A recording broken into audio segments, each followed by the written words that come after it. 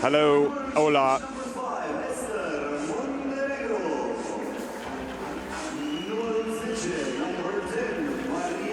Hello everyone, welcome back to Bucharest, Romania. It's day 3 of the FIBA 3x3 European Championships in the very scenic AFI Palace, Quarterfinal. Well, we've had 12 men's teams and 12 women's teams from the old continent going at it the first couple of days, and to get to this point, the quarterfinals. Now it's knockout play. And we're gonna start things off here in the women's tournament. And it's gonna be Hungary and Spain. And Hungary have finished first in their pool. And they are gonna come out and take on a Spanish team. You see right here, Azurmendi, Jimeno Martinez, Montenegro, and Igaravide. And this is a team that is disappointed Spain because they could have won last night, but they lost right at the end to the Czech Republic. For Hungary, Medjesi, Rujak, Zabo, and Teodorian. So Hungary have come out and been very professional. I think this is a balanced game. We'll see as you look at the other quarterfinals. To the upper right there, Ukraine taking on Switzerland, and down the bottom left, Russia, Serbia, and also Czech Republic, Romania. So Romania, the hosts with the mosts. They've come out and they've advanced to the quarterfinals. There's Valencia's own Vega Jimeno. And Monty there, number 5, has been quite important to the cause. And what can you say about Hungary? They've been pushed, but you know, when push comes to shove, they're the ones that do most of the pushing and shoving. They get out and they get after it. I say that as a compliment.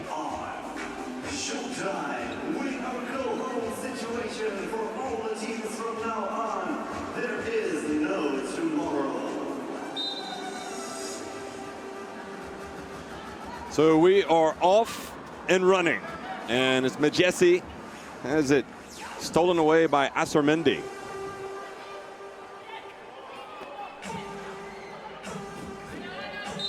And remember, these teams have been here a couple of days. Spain had to play yesterday. You have to wonder about, is there an advantage perhaps to playing on the opening day and then taking a day off, or is it better to play yesterday and then come right back and play today? If you keep winning today, you're going to play a lot of games. Well, Medjesi in the corner, 2 on the shot clock. They get inside to Zabo. She misses.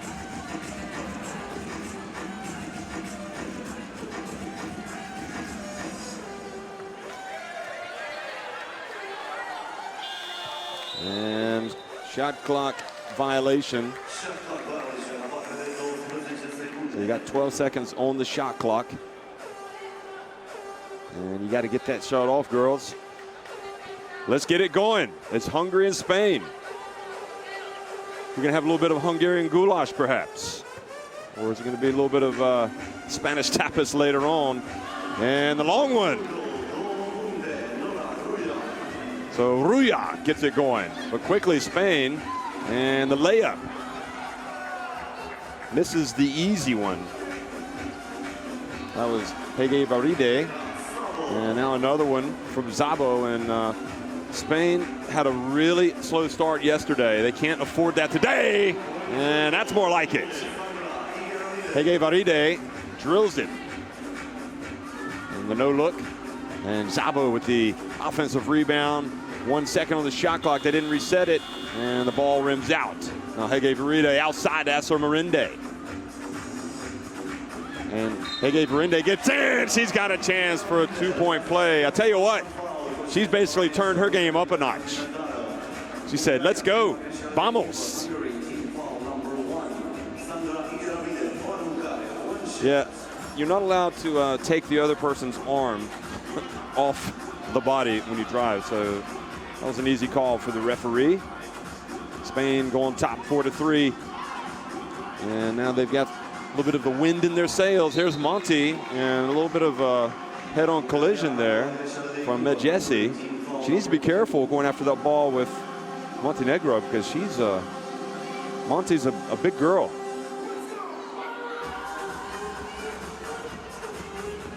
Jimeno, Azurmendi inside to Jimeno, and Jimeno puts it up and in. Ruja misses the layup. And they're going to be pulling their hair out if they lose this game and go back and look at the tape and see the missed layups. And another bat. Nope. Gimeno couldn't get it to go down.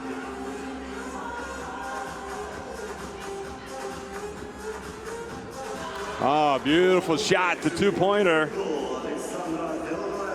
So Teodoran knots it at 5, and now she's got it back inside. Oh, sloppy play from Spain, but they get away with it. Szabo leads the league in missed layups, but then she nails the short little jumper and puts Hungary on top. These passages of play for Spain, they are costly. They play great, and they drop off, but Monty gets back inside, puts it up and in. So Teodoran drills another jump shot, but that was only a 1. Teodoran finding her range. Now Monty puts up a long one late in the shot clock, and she says, I'm coming out. Hege Veride is going to come back in. She was the one that really sparked Spain early on. So we're going to have our first timeout as you look at some of the highlights for both these clubs. Here's Szabo. She banked that one in. And Hege Veride, of course, triggered the revival for Spain. But right now it's Hungary who have their noses in front.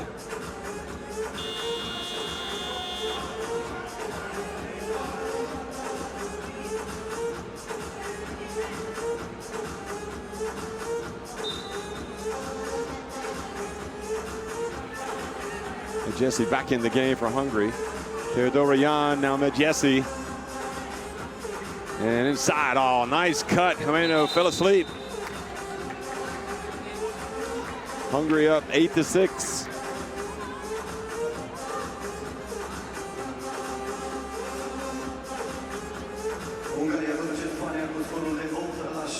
Hungary leads Spain 8-6.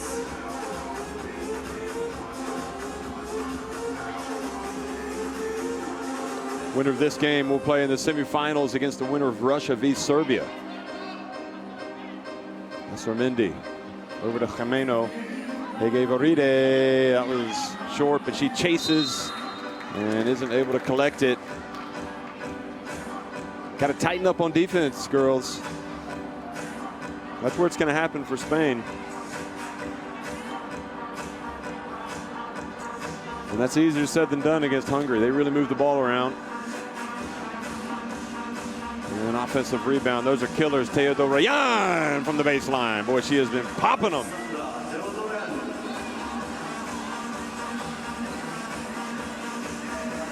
Oh, nice little shimmy. Back to Gimeno. She's a shooter. And that's a 2. And Hege Veride comes from behind, commits the foul. You know, in 3x3, you don't collect personal fouls. It's just the team fouls that build up. And once you get to 7, that's when you're in the bonus, and you get 2 free throws for the fouls. Quick pass, no good. Szabo out on the perimeter. The Jesse. And the ball goes out of bounds. 1 second on the shot clock. Note, they're going to say Spain possession.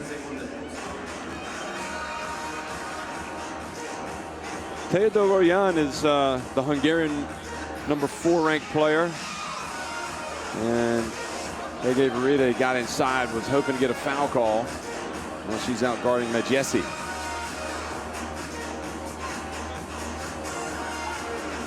Teodoran, and that's off the front of the rim.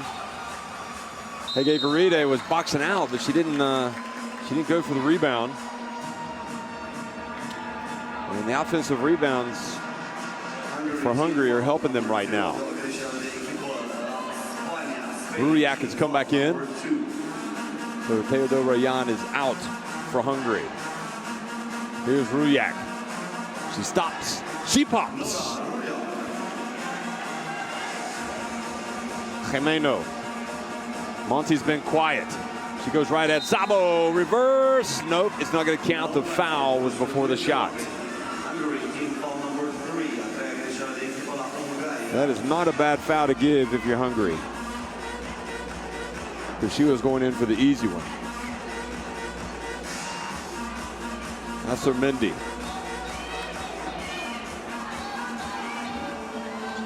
Gimeno puts up a long one.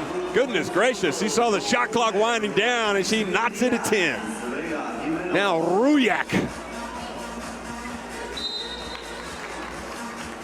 And Gimeno got in there. Look at this play. Gimeno says, how much time's on the clock? I'm just gonna have to shoot it. And she drills it. That's her second 2 of the game. That's what her reputation is. She's got a good perimeter shot. And nice steal from Monty as Teodora Jan comes in and tries to get it back, and she fouls Monty.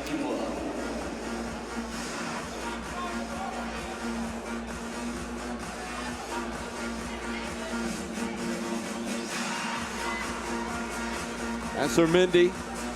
Puts up another 2 off the front of the iron. Now Teodora Jan tries to throw it into a sea of Spanish jerseys, trying to get it to Szabo. A little bit of a questionable decision. So we got 4:20 to go. It's 10-10. We thought maybe Hungary would have just shaded this one, but you know what? Spain are right there. I mean, it's touch and go right now. Mendy. Oh, crosses back and forth. They gave Uride. Monty. That's a little bit out of her range. No, she gets the rim and then gets the kindly roll and bounce. Ruyak has an answer. Mendy wide open. And Hege Veride, I think, got away with a push there to get that rebound. And Monty. Ruyak complaining that she caught an arm or an elbow.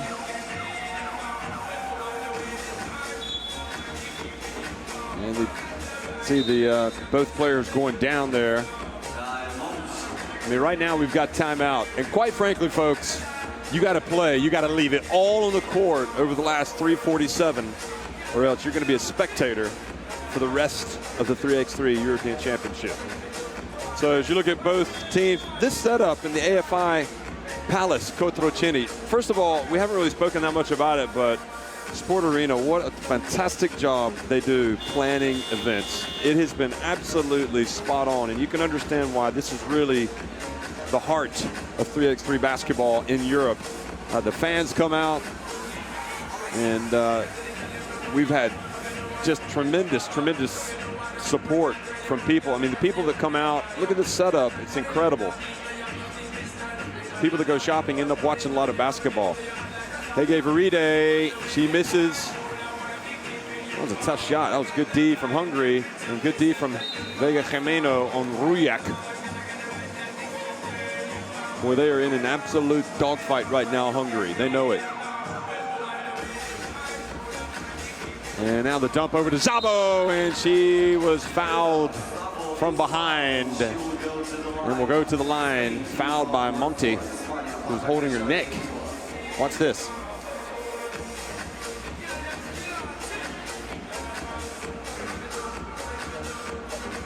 So, tough call on Monty, and Szabo takes advantage. Now Hege Veride goes right down the lane, and they're going to call the foul before. That's too bad for Hege Veride, because she had an open path to the basket. Look at this. And the foul was on Ruyak. Now Hege Veride says, I've got it. I've got the feel. She goes back again. Just get her the rock. Now Ruyak. I have to say, it's Hege Veride has brought a level of physicality to the game today for Spain that they needed against a physical Hungarian team. She decided she's not going to be pushed around. Look at her. She's guarding Ruyak. She's got the hand in the face, and she made Ruyak just take an awful shot. Hege Veride. She's got the wind in her sails. She's scooping. She's hooping. She misses. And Monty gets it, but she did everything right but the finish. And now with 2:54 remaining, we're still knotted at 12.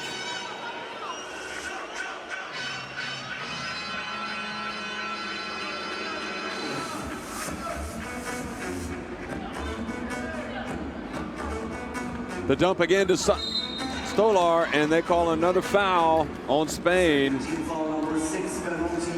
This is 2 free throws for Hungary. Now this is where the bonus becomes a major, major factor in the game. Fouls are committed, 2 free throws, easy points. We just saw Szabo make a free throw. Look at the Spanish men back there supporting the team, supporting the women. So the next foul by Spain will put Hungary on the line, and they're going to get a wide open layup.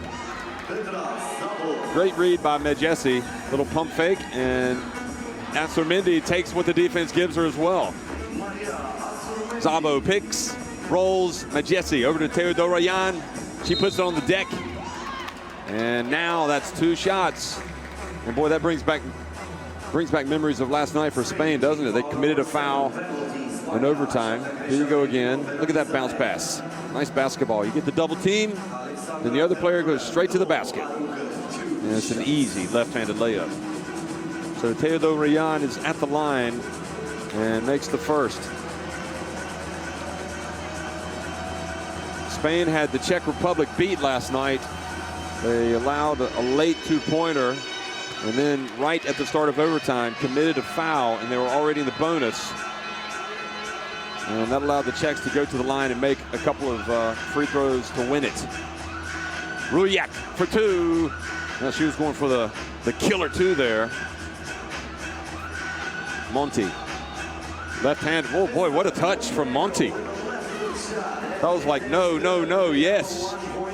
Teodoroyan gets in, has it knocked away. Oh, the ball batted straight to Szabo. What is Spain doing? That was Hege Veride. Just got to grab it. Monti hands it off to Hege Veride. Puts up the jumper. 1:40 to go, Hungary. Now looking good. Can they seal the deal? Another pass inside, and they are killing Spain. Getting the double teams and passing to Szabo every time, cutting to the basket. That is team foul number 6 on Hungary. So they will also be shooting free throws from here on out, Spain, whenever they're fouled.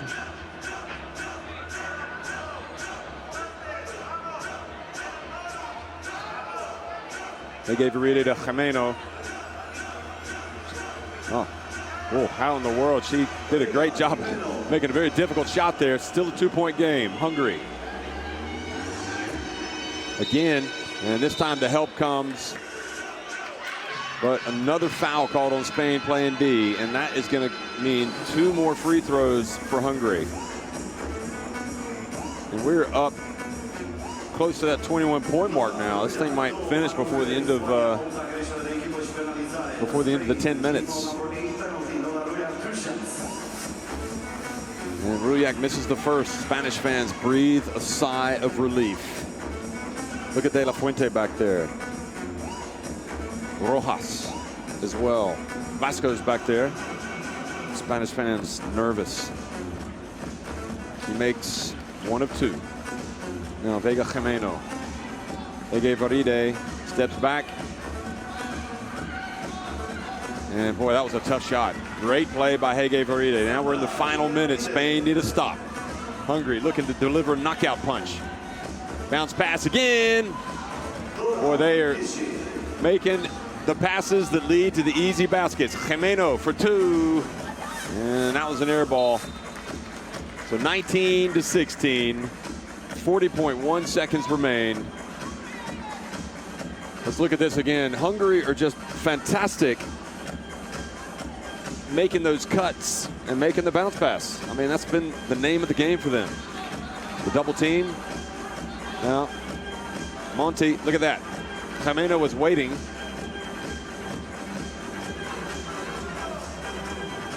Hege Veride. Rujak tried to get the charge. Now to Monti. And shot clock violation. That is a frustrating sequence for Spain. Terrific play by Rujak and Hungary. Good defense. And now Spain's backs are definitely against the wall.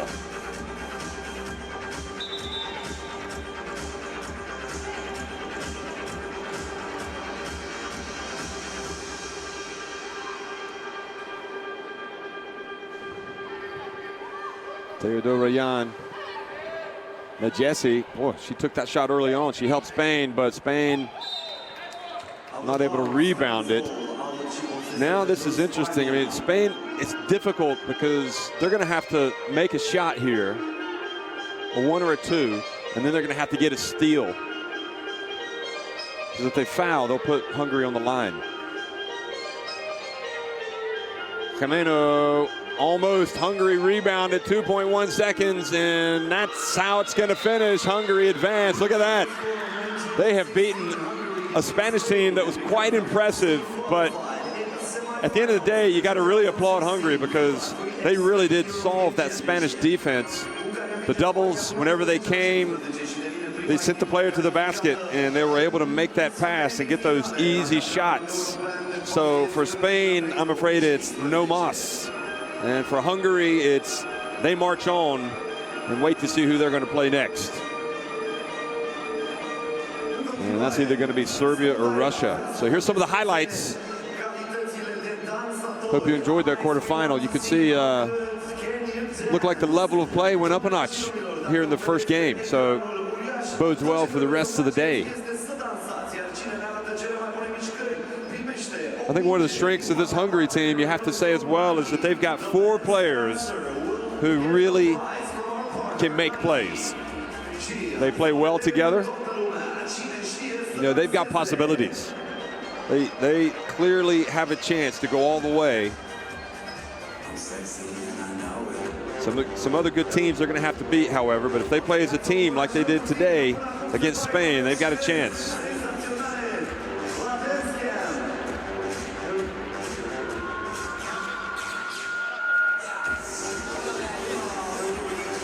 And that's what it means right there. You win, you advance, you're still alive.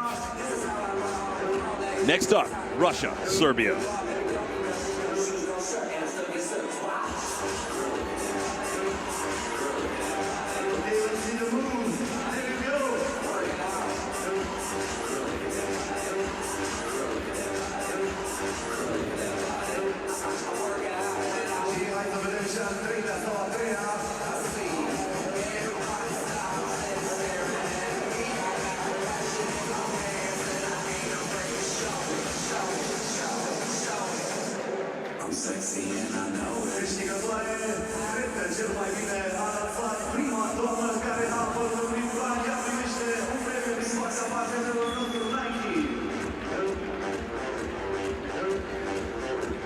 Well, folks, this is going to be an intriguing one. Russia and Serbia.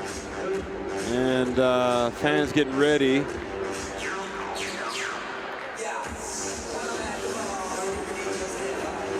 Got a little dancing going on out there. What's that about? Shake it.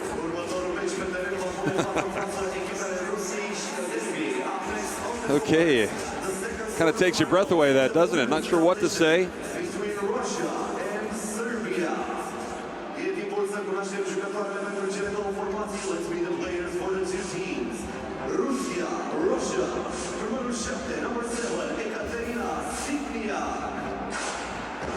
Well, for Russia, as they come out, I think defensively, athletically, that's their strength. Size, they make it difficult for the opponent to score. There's Tatiana Vidmer. Stolar's been very good. Leshkovtseva also is quite a character out there, number 18. But how about this player right here, Vukuye? She's worth the price of admission. If there was a price, there's no price. It's free. One of the beauties of the 3x3.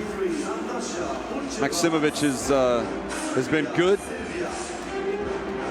Beronia as well. And Bucharest. I think it's an even game. I really don't know how this one's going to pan out. Russia winning both of their games. Serbia going 1-1, but I think it's going to be balanced. So just to confirm it officially for Serbia, Beronha, Bucharest, Maksimovic, and Vukuye. Beronya's a good shooter, remember. Leshkovtseva, Stolar, Sintiak, and Vidmer for Russia. So we're off. It's Serbia with the first possession, and Vukuye playing with a smile on her face.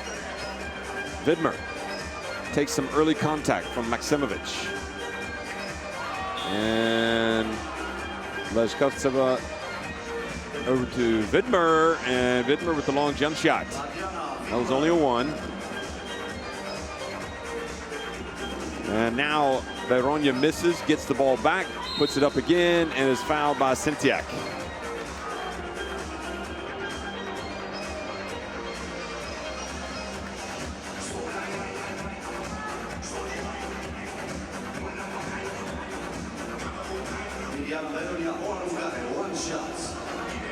So she goes to the line and makes it. Veronia, 29 years of age. She's the world number 14. She's a good player. And she's the Serbia number 1.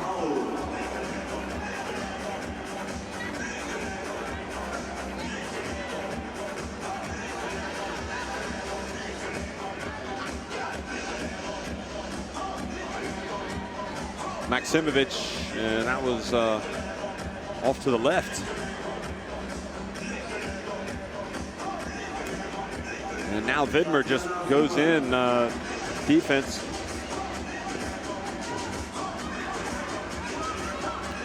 And now Vukuye.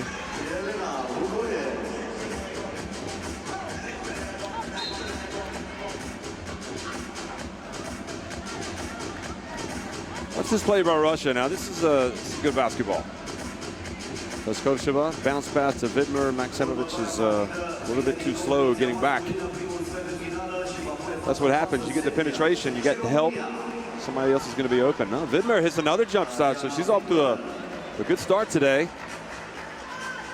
She's played the 5-on-5 game with Russia's national team.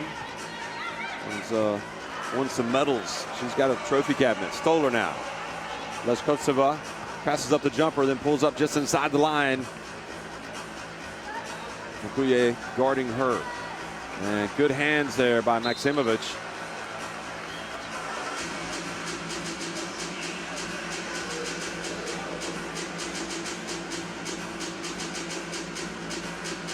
Boy, this is for a Sunday, this 3x3 European Championship is like a shot of espresso. It's early. Some people just waking up. Vukuye. You know, their early start was tough on Spain. Veronia, and now Vukuye with the rebound. Sintiak guarding her. Over to Maksimovic. That could be the key for Serbia. She's going to have to hit that jump shot. She hasn't hit it yet. Now she gets the ball. Gives it back to Vukuye. Vukuye drives. Tries to pass it back to Maksimovic. I think Vukuye had the shot if she'd wanted it. Vidmer, another jump shot. This time clangs it off the side of the backboard.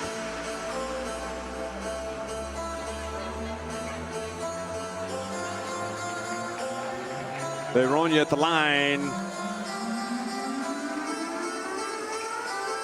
Stoller into Sintiak.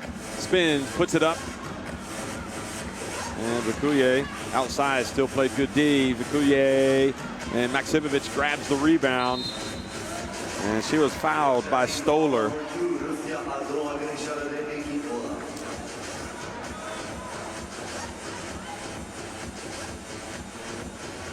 So Vidmer out. Leshkovtseva in with Stoller and Sintiak. Veronia and rattles out. Bucevets in the game. Stoller. So they don't have the size with Maksimovic, but Bucevets gives them a little bit more quickness out on the court. So we've got our first timeout. And it is a 3-2 lead for Russia. Typically in their games, they're low-scoring games.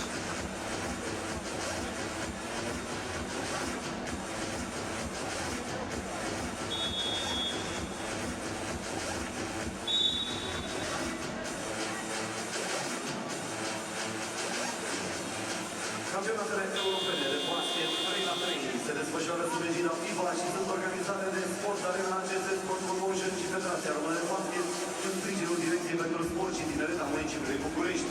Bucharest, turnover. Sintiak now, a quick pass inside to Lechevskova, and she makes it. Quick turnover coming out of the timeout. Not what the doctor ordered for Serbia. Bukuye now tries to take on Sintiak, and Sintiak plays good D, reaches in. Ball goes off of Bukuye.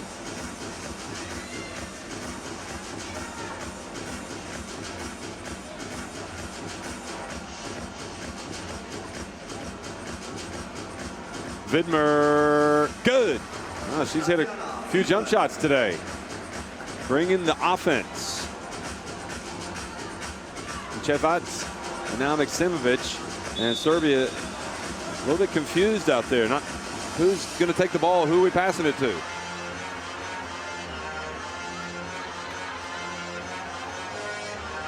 It's just not easy. Oh, the nice backdoor cut. But Lechkovtseva wasn't able to bring it in.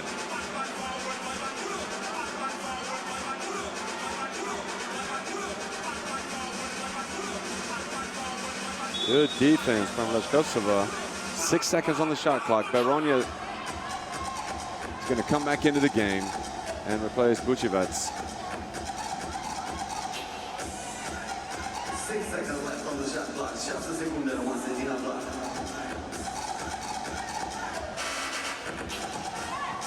The pick by Maxim. Oh, wow, what a play. Oh, and then she missed it. Maksimovic will pick and roll and miss the layup. And she's guarding Vidmer. Vidmer goes up and under, boy. She is playing some quality ball today. Beronia for 2. Good. She's turning out to be the #1 option for Serbia. She's got that look. And then out of bounds is the call against Russia. Look at Vidmer. You can't stop this. I mean, come on. Maksimovic has got to. She's got to move those feet. Beronia gets inside again, but forced that one up. Stoller. Oh, it's a Stoller eclipse. 8-4 now for Russia. Beronia. She's much more effective outside, isn't she? That's another 2 for her. It's 8-6. Good D from Bukuye, but Sintiak stuck with it. Put it back up and in. Bukuye over to Maksimovic, and she takes the shot to the face.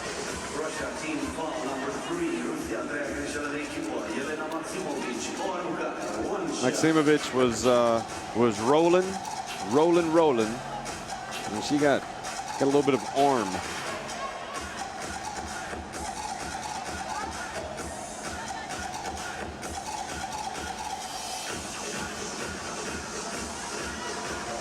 Maybe that free throw will get her on track. There's Stoller. Vidmer, another jump shot, no good, but Maksimovic was in position, but couldn't bend over and get the ball. Well, I have to say the matchup between Vidmer and Maksimovic has been owned by Vidmer so far. So if Maksimovic can get back to her A game, Serbia will have a better chance. Bukuye, oh, look at the D from Stoller. She's good. And shot clock violation.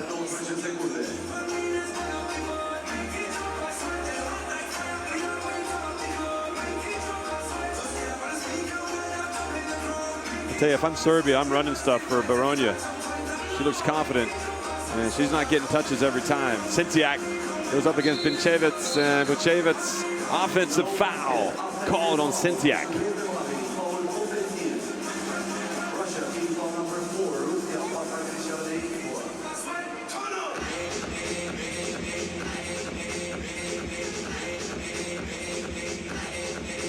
Beronia gets his space and a little bit too long. It was on line. Now quickly inside, and it's another Stoller eclipse.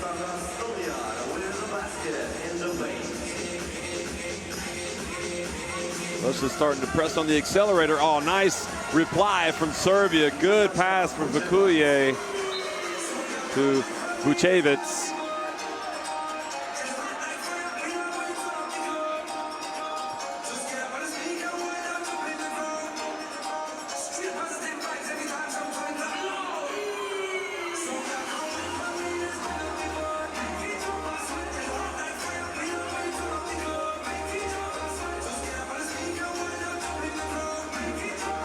4-minute mark. Maksimovic is back in, Vidmer back in. Koskova over to Sintiak, and it's an air ball. Come on, you got to hit the rim with something. Maksimovic. She's open. She puts it on the deck, but then she loses it. But then she's on the deck. She's wrestling for it.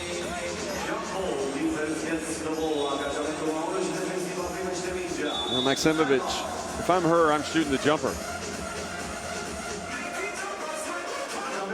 She's got the touch. She wanted to bull her way in there. And there, at least she was able to get in there and force the jump ball situation.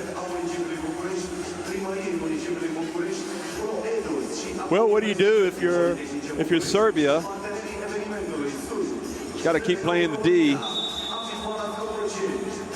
Well, you got to get some flow in that offense, and Baronia is going to come out of the game, and really, she's been their most lethal player on offense.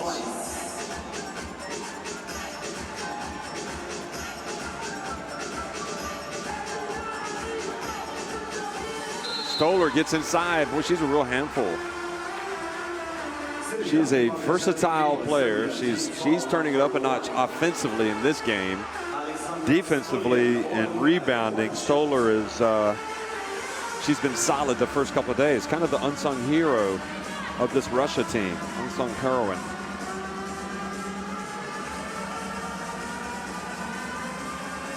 Fukuye looks for the opening over to Maksimovic. She's left open. Rattles out. Gonna be Serbia ball. Sintiak comes back in for Leshkovtseva.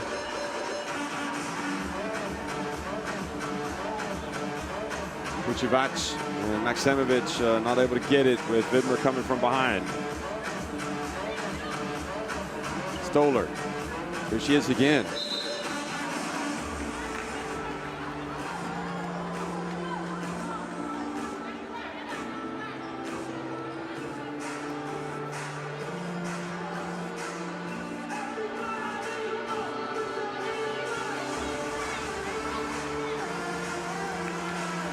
Baronia probes her way in. The ball goes off of Russia, but 4 seconds on the shot clock.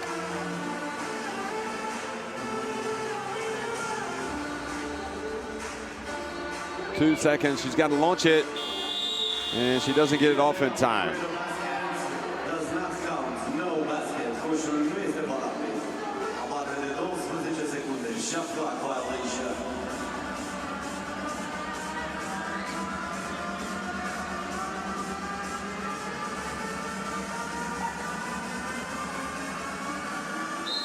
And Vukuye commits the foul, sends Sintiak to the line.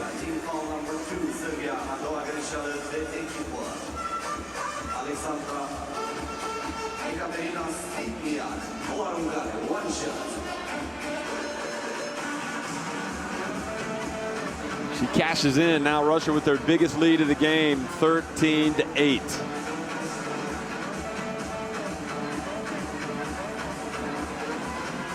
Baronia to Maksimovic, and 3-second violation.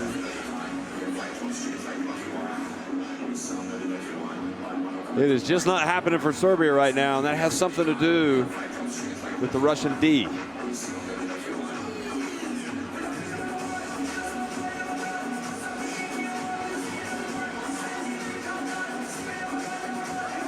And Vucevac reaches in, just 2 on the shot clock.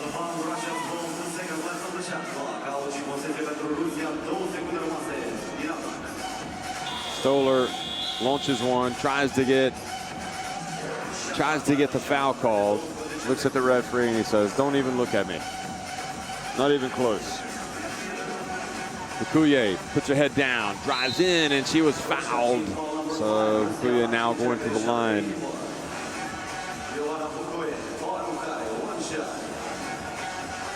I think it's very simple for Serbia. They got to get, obviously, stops. They got to rebound. And I think they got to find Baronia, get her a little breather, and put her back out here and take some twos, because it seems like it's the only thing that's working. I mean, that was good penetration from Vukuye that time. Gets it back to 4. Look at that, the cut, the reverse. Oh boy, Russia.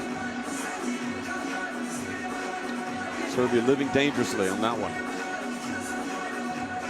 Bucharest, she's got to be quicker. Stoller, that's where Stoller beats you to the ball. And Bucharest has to come out. Veronia comes back in with 1:54 remaining. Look at this. That was a bit too casual from Bucharest.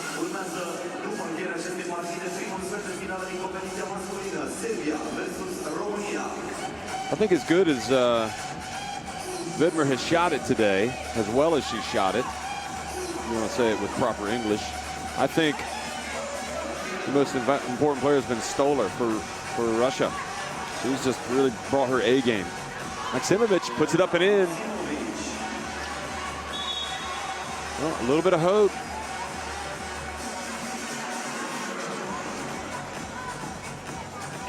It's a 3-point game. I mean, they haven't been able to get Maksimovic going, but maybe, just maybe, she's got a little bit of something she can bring to the table.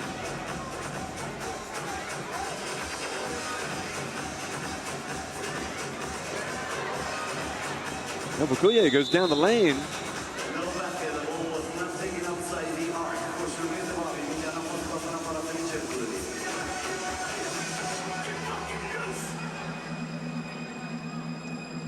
Vukuye tried to pull a fast one there, and Maksimovic commits the foul on Vidmer.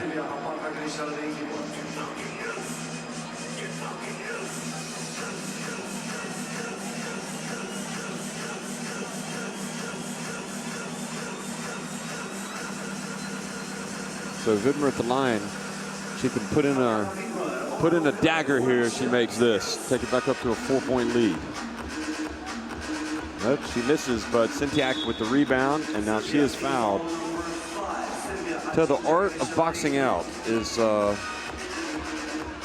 can't underestimate the importance of learning that. And that was evident on that one.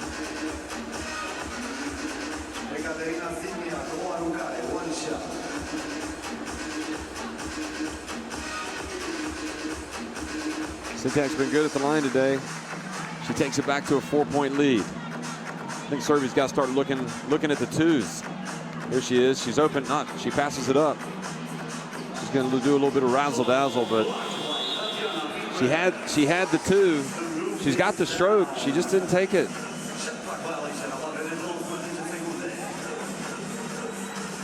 Look at that.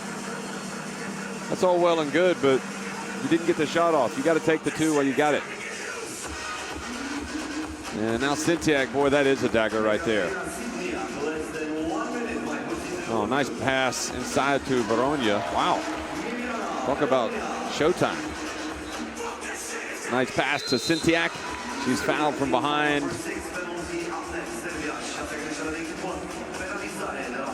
Watch this play. This is a nice one. Bounce pass to Veronia. Puts it high off the glass and in. Nice pass from Maksimovic.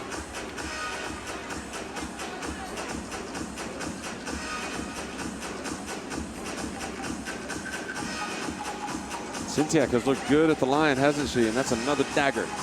That's a 5-point lead. It's desperate times now for Serbia. Beautiful bounce pass. And now it's a 4-point game. Russia shouldn't really be in a rush here. But who cares? They're going to hit the shot. They're going to take it. You got to take the shot. Take it, Maksimovic. She gets blocked by Vidmer. And she puts it up with the left hand. 4 points. Can't stand around, Serbia. You got to do something. You got to get the steal. 4 on the shot clock. 3, 2. Sintiak. Oh, another dagger. She has just been unreal the last few minutes here. She was fantastic. So that ices it for Russia. They win it 19-13, and really, I expected more from Serbia today, but I think it just goes to show you that maybe Russia are a little bit better than they look. Defensively, they're pretty solid. They're pretty difficult to play against, especially with Stolar on the court. And today, some of their players were hitting their shots. Vidmer, Sintiak, they win it 19-13, so they will play Hungary in the semifinals. Serbia, and Romania și Romania.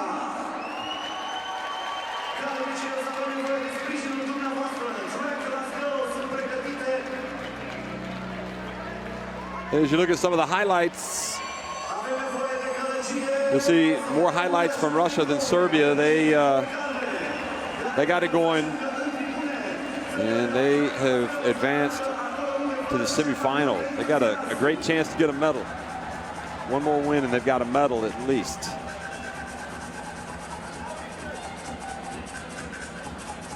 And it's not out of the realm of possibility that Russia could win it.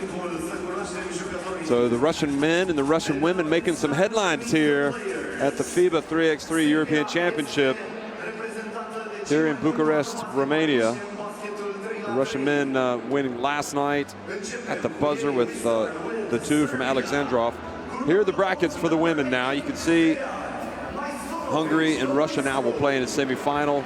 So we await the other two the other two quarterfinals. They'll be played later. We're going to switch over to the men's game now. It's going to be Serbia and Romania, the quarterfinal. Remember, Romania, the hosts, and they suffered the heartbreaker last night with the Alexandrov two-pointer at the buzzer, giving Russia a win. And that forces Romania to go out against probably the favorites, Serbia.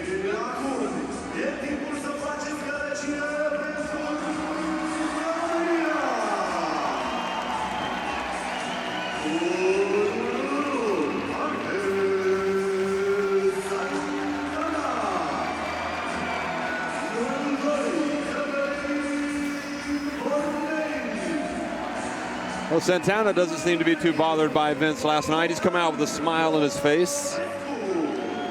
What a great story he is. He actually comes from Spain. Has overcome some personal tragedy in his life. He's made Romania his home. He played the 5-on-5 game here. Was two-time champion in the domestic league. He was a member of this Romanian team that 2 years ago won the 3x3 European Championship. And quite frankly, as you look at the big advertising hoarding above that crowd there, the section, that's his picture. I mean, he is a beloved figure of Romanian sport, not just basketball, sport.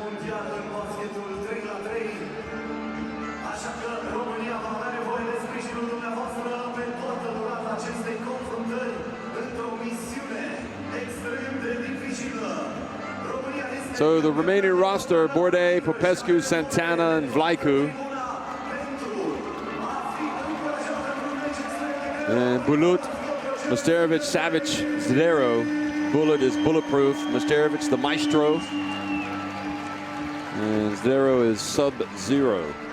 You know, when you got three players with famous nicknames in your team, that you've got a great team. And you're looking at the team that, quite frankly, is probably the most talented. It's also the team that plays in the 3x3 Masters events. They've already won a Masters event this year. They'll play at the World Tour Final, which is what they won last year.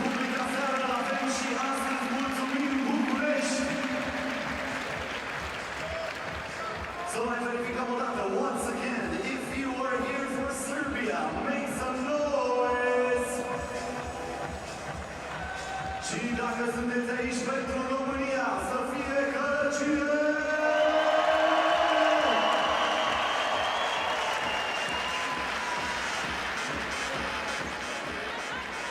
10 minute sau primul la 21. Cine câștigă merge în semifinale. Cine pierde pleacă acasă. 10 minutes or first to 21. The winner goes to the semifinals. The loser goes home. So the winner to the semifinals, the loser goes home, and Romania come out, start with possession. And they are going to start things off with a turnover from Vlaicu, intercepted by Masterovic. Now Bulut, he misses, and Vlaicu with the rebound. And Sub-Zero comes out and harasses harasses Romania into a turnover.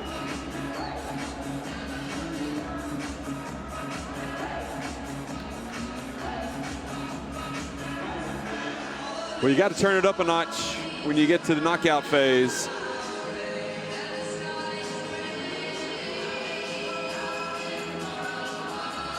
Zadero, 2-pointers good, so he gets him off and running. One thing we know is his shooting percentage is not going to be sub-zero today. First foul, Misterovic.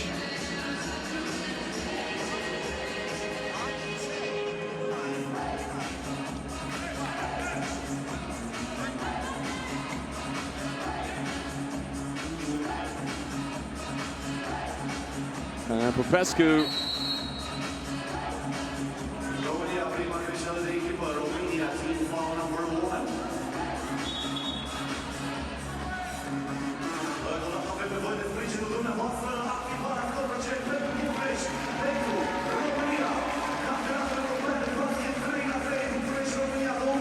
And Bulut hits his first jump shot.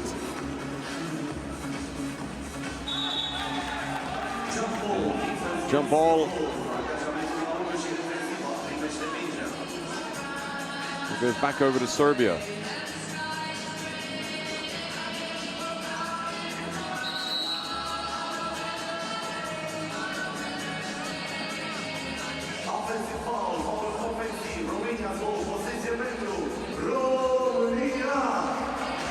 So Romania is still looking for their first basket.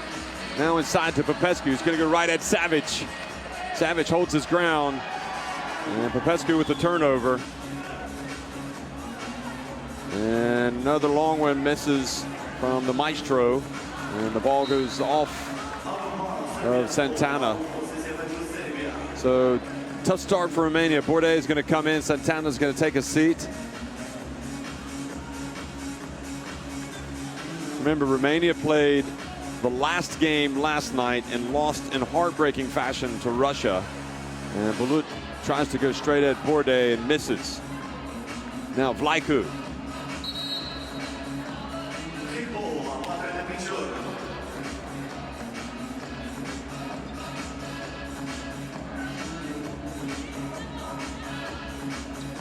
And inside, and Vlaicu is going to put Romania on the board.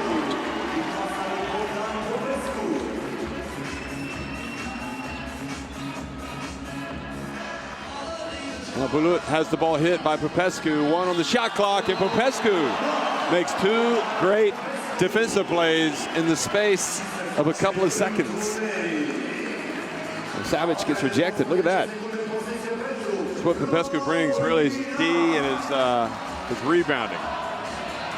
Here he is, and he was held by the Maestro.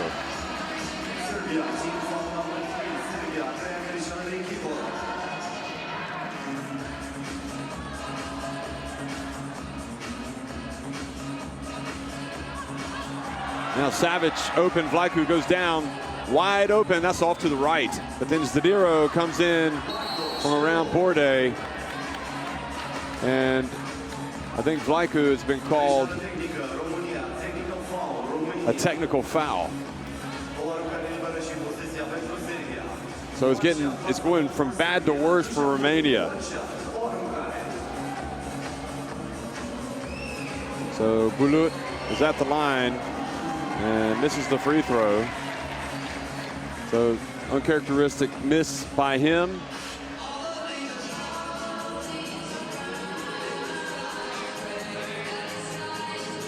Bulut looks for an opening. He's going to put up a two, and it's long, but then he beats Popescu to the rebound and gets a trip to the line. And right now they just look better, faster, stronger, fresher. And Bulut goes to the line where he just missed a free throw. His team, as impressive as they've been, they still only lead at 4-1. So Romania's still in there, but they've got to make some changes. And chiefly, they got to start making some plays.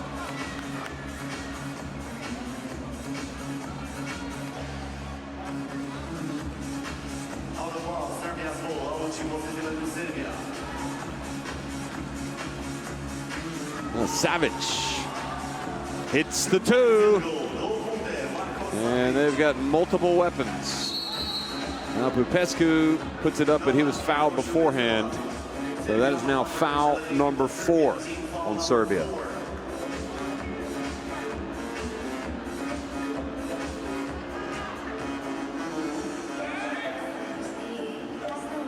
And they tried to get it to Popescu, and the ball goes out of bounds.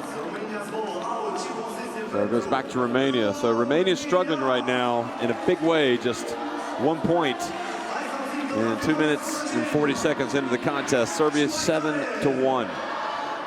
Santana. And Zdero just took it straight away from Santana. Now the Maestro puts it up, and Popescu with the rebound. And quickly to Popescu. He goes to work, and he makes it.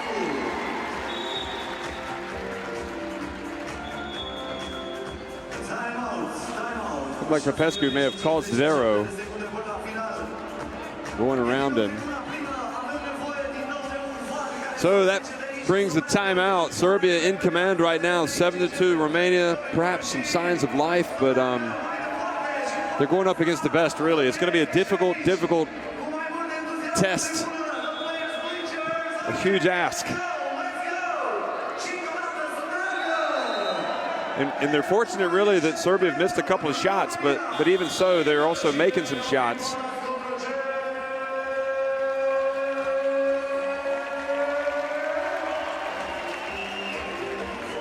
But they've missed a couple of shots they would have ordinarily made. So the fans cling to the hope that Romania can get it going here on both sides. Santana gets the hand up, and Popescu's playing big inside. Now he gets it back, puts it up and in. Much better from Romania that time. Really looks like their best option really is to get it to Popescu. He's really bringing it. There he clears out. And excellent play, backdoor cut, Masterovic. And Popescu again puts it up and in.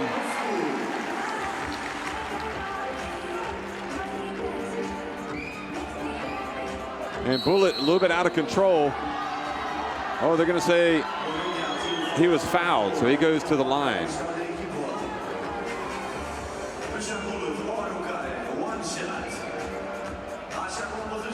Bulut, the #1 ranked player in the world, goes to the line.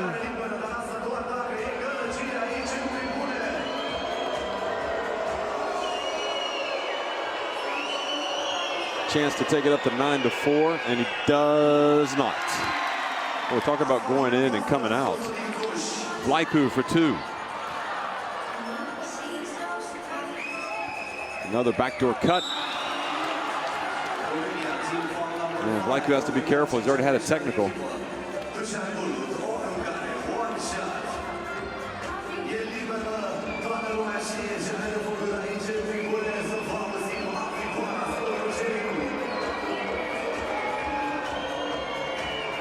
So Bulletproof goes back to the line.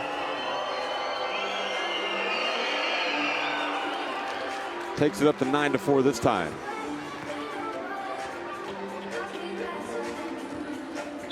Bulletproof riding him. That's foul number 5 on Serbia. Well, that could possibly open up the door for Romania if they could start getting to the line for some free throws, because they're finding it difficult offensively. Santana.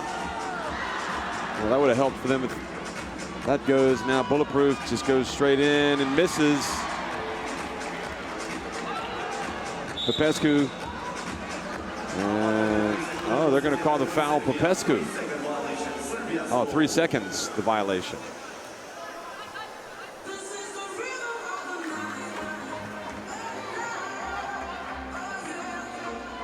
You see the sense of urgency here for Romania. You can see it in the faces of Popescu and the teammates. They know they got to start playing well now. Bulu passes back out to Savic. And great hustle from Masterovic. Oh, they get it over to Vlaicu. Are they going to count it? No, they didn't take it out beyond the arc.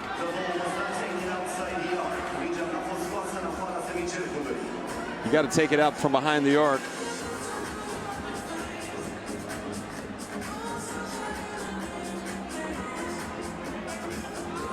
Zero, good. Another two for him. Bordet back into the game for Santana.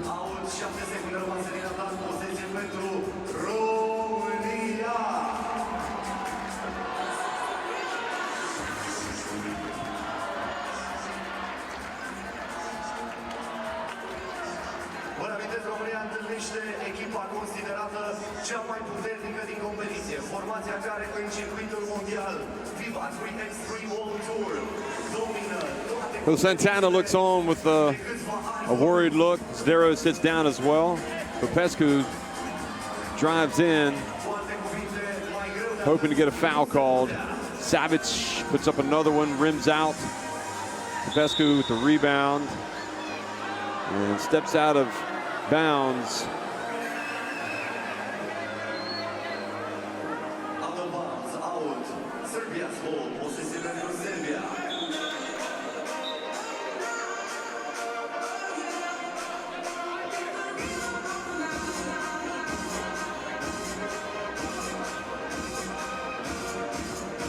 Bulut. Oh, that's his little famous step back. Santana. And Santana loses control. He says he was pushed. Right now it's 12-4, and Romania looking like they're going to need some type of miracle in this one.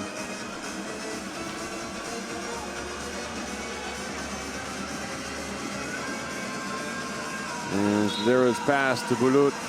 Thought he was going to be cutting forward.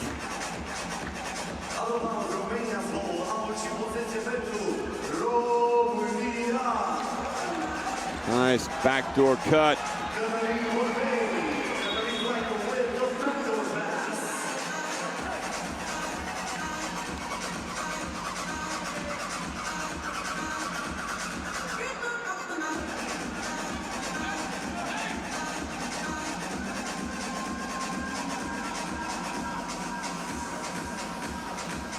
Bulut, another step back, but this just a little bit further away, and he had somebody on him. Vlaicu quickly to Popescu. That's better for Romania. And now a technical foul has been called on Bordet.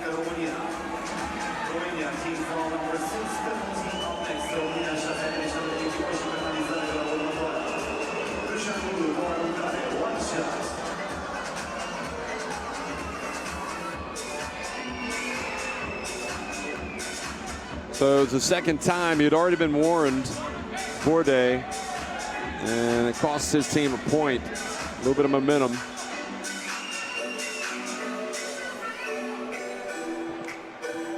Now Misterovic has to guard Bordet inside. Bulut drives in. Misterovic there for the follow. Bordet. Oh, didn't look good that time. Savic, too much for him. Now Misterovic back outside to Savic. Wide open, the two no good. The Maestro with the rebound. Bulut. Look at him pass it. It's a thing of beauty. And the Maestro, though, doesn't convert. 3:38 to go.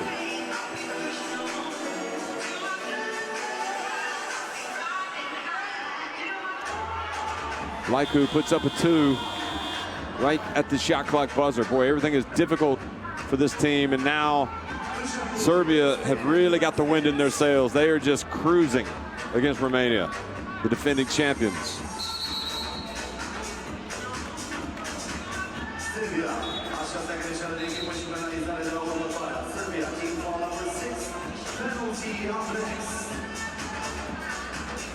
Well, Savic sits down. He's played well.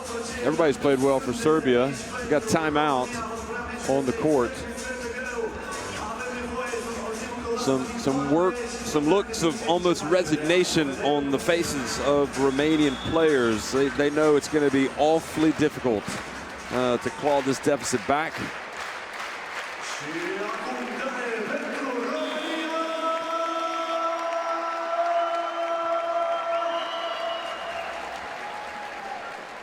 14-6 pentru Serbia, 3-13 până la final, 14-6. And Santana drives in. Oh, he missed the layup. That's how bad it's gotten. Romania just so close last night to avoiding this matchup, but they lost to Russia when Alexandrov hit the game-winning two-pointer at the buzzer. Borde, the two falls, gets it back to 14-8. Now Zdero drives over to Bulut for two. That's it. Boy, that's a dagger. 16-8. Santana now puts it up.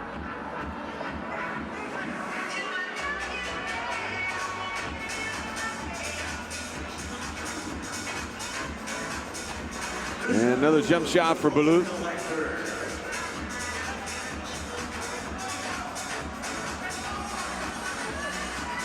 And Popescu stays with it.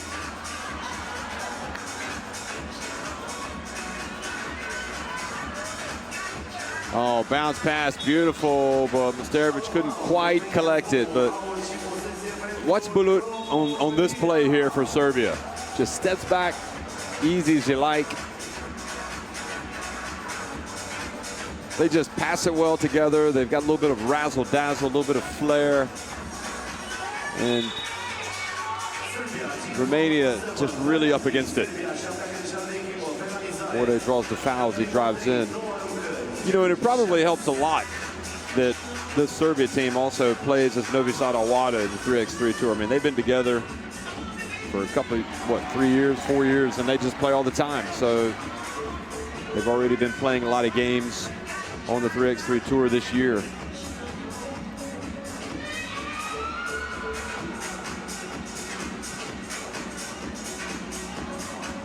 And the rejection. Savic. Romania team foul number 7, penalty.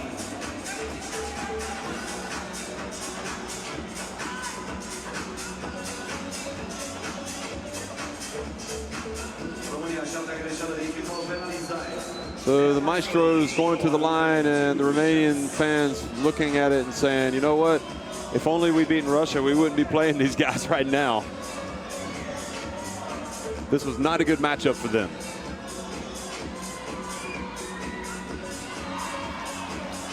And the Maestro misses the first one. Both teams in the bonus.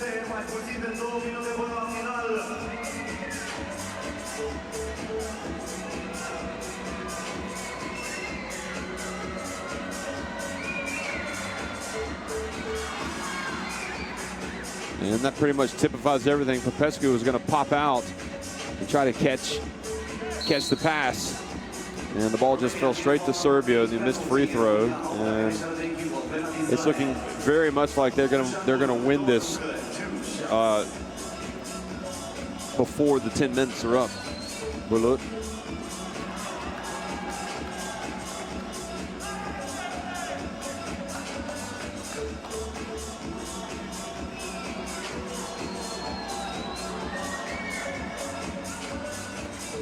And that's what they were trying to do before, and that turns it back over. So 18-9.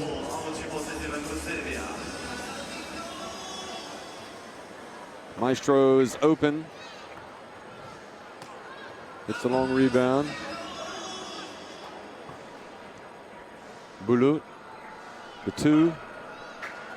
Gets the offensive rebound, passes to Savic, cutting to the basket. It's 19-9.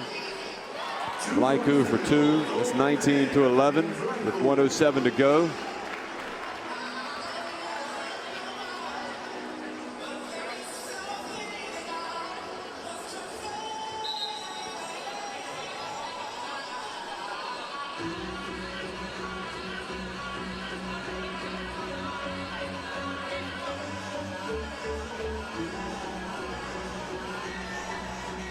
Oh, nice pass.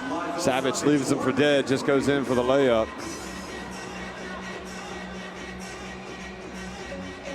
(22-11). One more point, it's Serbia's victory, and the defending champions are done. Popescu puts up a difficult shot. Mesterovic open, ball game, 22-11. 39.6 seconds remaining, and there was no doubt about it. And quite frankly, folks, we expected the win from Serbia. Perhaps not quite as comprehensive, but they took Romania apart like a surgeon. They put them on the operating table, just cut them open. And that's a disappointing way to go out for Vlaicu, Santana, but they'll look back and they'll know there was no doubt. There was no doubt this Serbia team was not going to be denied in this game. And really, who would bet against Serbia going all the way now? They looked very, very good in that one. So they've won against Romania. They will play the winner of the Netherlands against Italy, which is coming up next. So you don't want to go away.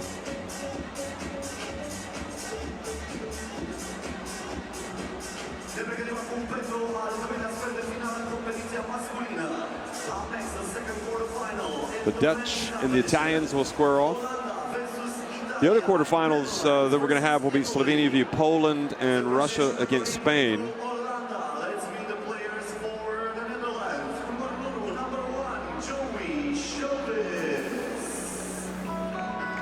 So those are the highlights of Serbia's comprehensive victory.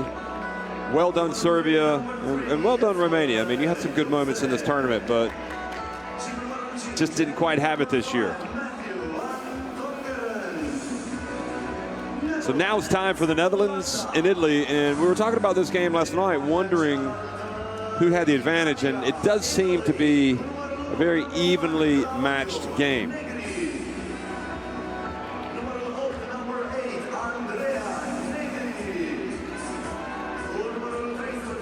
So Italy and the Netherlands, blue against orange.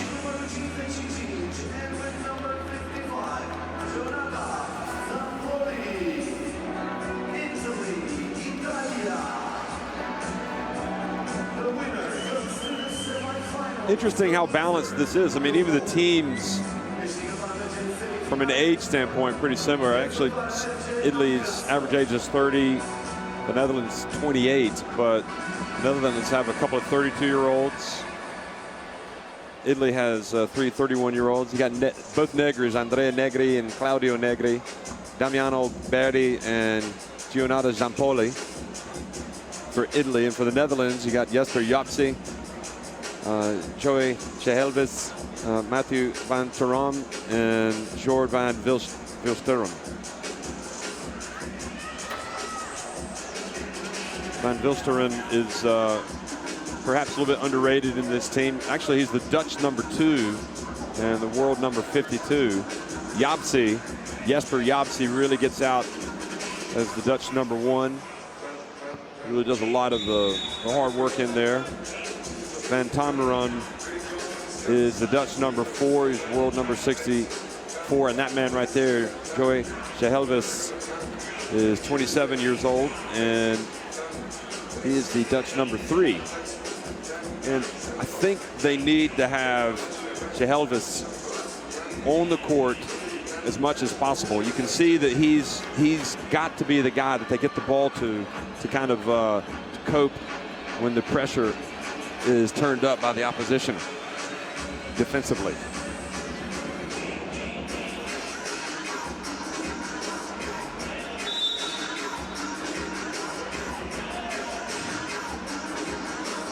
So disappointment for Romania, but here we go, another quarterfinal, and the Dutch out quickly with Japsi. Now Veri puts up a 2. Giampoli with the rebound. He's going to go up against Chehelvis. Nope, he's going to get it back out to Veri, and he's going to bank it in. The bank. It's Sunday, folks, but it is early, and believe it or not, the bank is open. Look at that. And Japsi there with the offensive rebound putback. So a good start. Andrea Negri. Giampoli, Chehelvis. Well, that's a tough matchup. And he misses the 2. Giampoli's got all the moves. So Chehelvis is going to be busy. Oh, strong move from Van Tongeren. And then Giampoli Again, he's got all the moves, but he didn't finish. He does finish that time.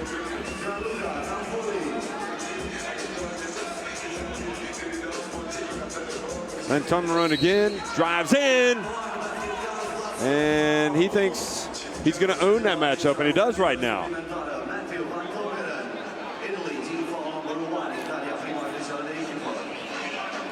So Van Tonmeron goes to the line with a potential 2-point play.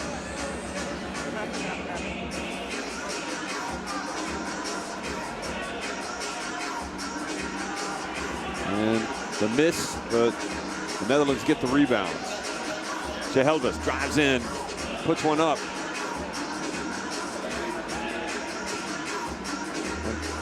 And Van Vilsteren in there playing D. Italy trailing 4-3 now. Or 4-4, excuse me, after that basket. Chehelvis. A little bit too long.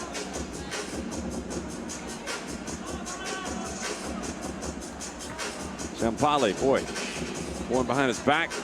Andrea Negri passes back outside to Giampoli, puts it on the deck, and shot clock violation.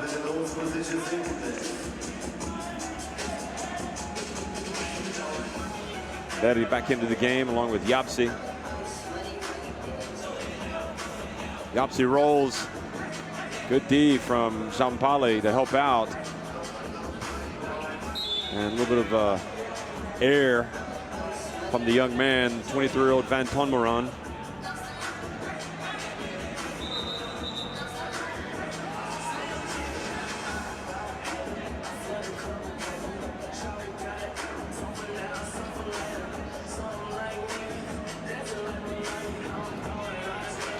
That was a good move from Betty.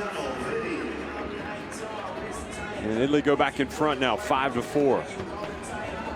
And great D from Negri. And great D from Van Tonmeron to deny the pass.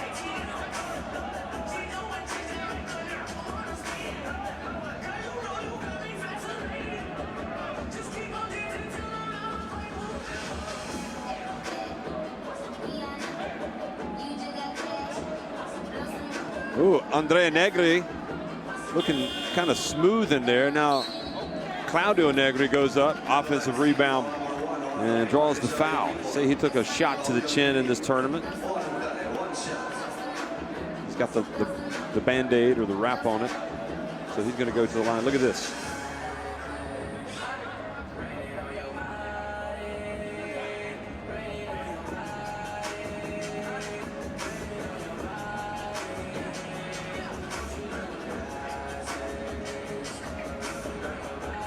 Negri misses the free throw. Yapsi spins, gets in, and the lefty, it goes in and out. And fortunately, Van Vilsteren was there for the rebound and putback. We're back at 5 apiece. Giampoli right at the shot clock buzzer. Ball goes out of bounds over to the orange. You got some Italian, got some French players frustrated still.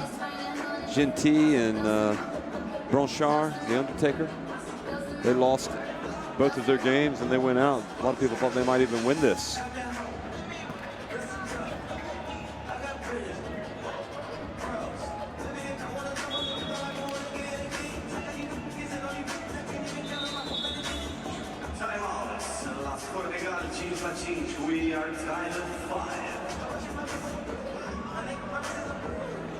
It's a timeout on the court, and we're all square.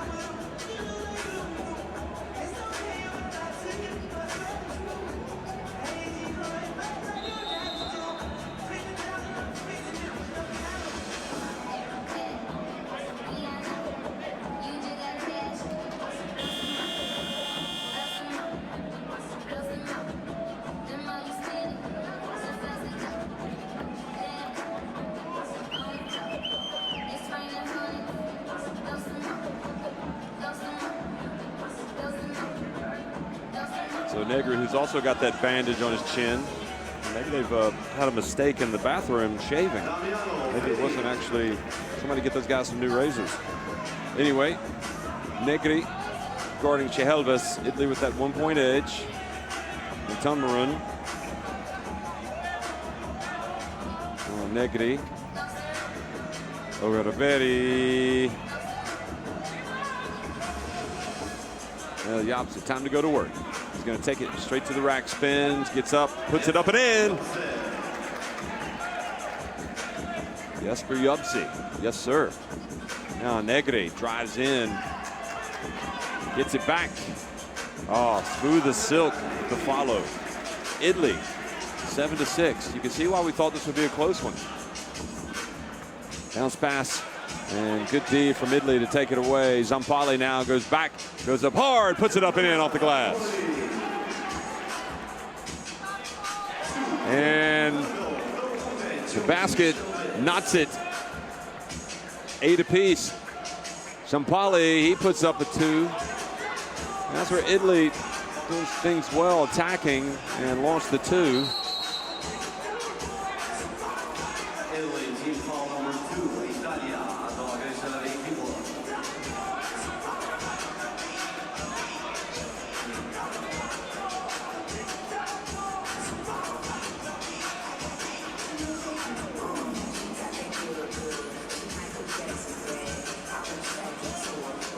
Chehelvis for 2.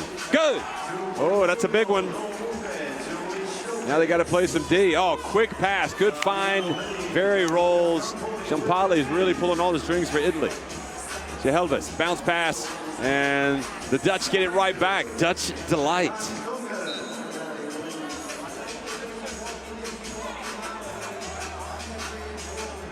I'd like to see a windmill dunk from the Dutch if they have it in them today. Wonder if anybody could deliver that one. And Zampali drives down the lane. The offense now taking over for both teams. Chehelvis again.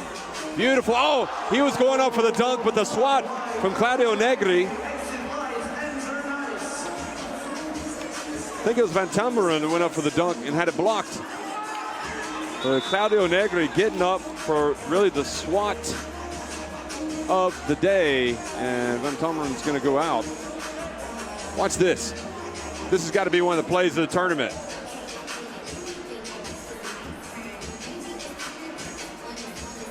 We thought we were going to get the dunk. It wasn't going to be a windmill dunk, but it was going to be a dunk nonetheless. And that man right there, Negri, said, "Not in my house." And now Betty drives, bulls his way up, puts it up off the glass and in. And now Negri's defense forces the turnover. Italy turning up their game a notch, and now it's up for the Dutch to match. Oh, and now Zampali just drives right down the lane. The Dutch 6s and 10s. And they're in a little bit of trouble. Chehelvis now at the line, puts up a jumper, good. And he knocks it back at 12. Zampali puts up a 2. No, Chehelvis with the rebound. What a thriller. Yapsi.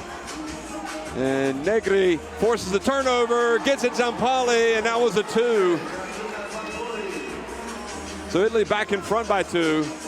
Chehelvis drives in. Great play by Chehelvis. He's playing well. Negri for 2. Chehelvis is starting to feel it and doesn't get it to drop. Zampali and Italy with a 1-point lead. Boy, this thing can go either way. Zampali for 2. Calm down, guys. Let's catch our breath. And a bounce pass and a foul called on Negri. Andrea Negri.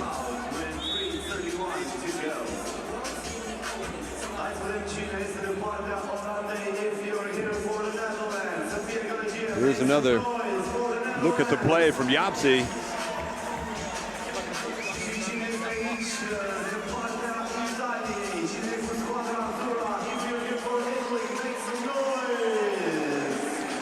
I'll tell you, it is, we knew it was going to be tight. It is tight, and There is absolutely right now no way of knowing who's going to win this game. It could go either way. It is about as even as it gets. It is even Steven.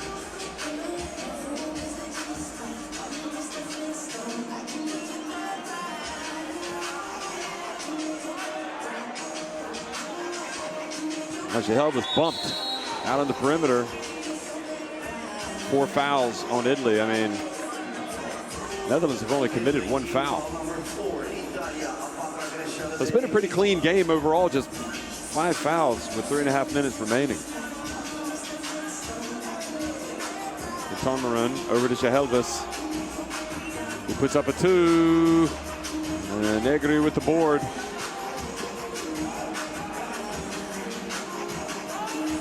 Andrea Negri with a pump fake. Tries to get it to Betty. Now Shahelvis.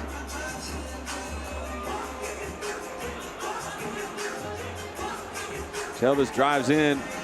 Tries to get some contact.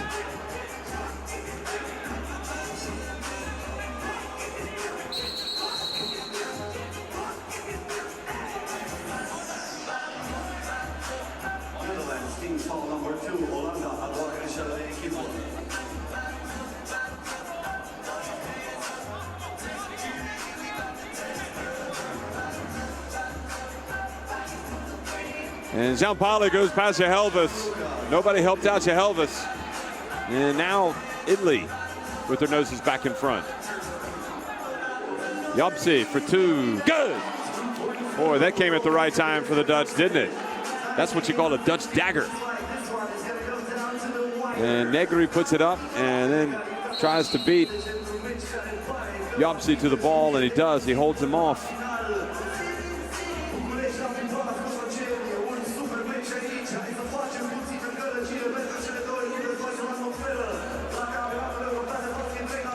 So now 2 quick fouls by the Dutch. They've got 3. That was a big 2 right there.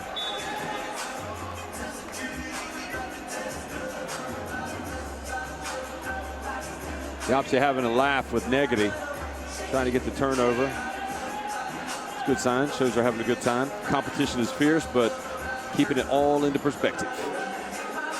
And Tomarun didn't reach in. Negri got the ball. Now the other Negri, Andrea, misses. And Van Vilsteren gets the important rebound with 2:05 remaining. Who are you betting on? Could we have overtime? Could we have our first overtime quarterfinal? Could happen. 2:05, not much separating these teams. Of course, Italy have 5 team fouls, so the free throws could come into play, but we saw the Dutch miss some free throws last night. Van Tomarun, good! That was a 2, and now the Dutch lead at 17-15. Giampaoli drives, tries to muscle his way in. Nobody was there to get the offensive rebound and put back. Yopsi, and fouled by Betty. Watch this play right here. Betty thought he fouled him before, but look at this 2 from the Netherlands, from Tomarun.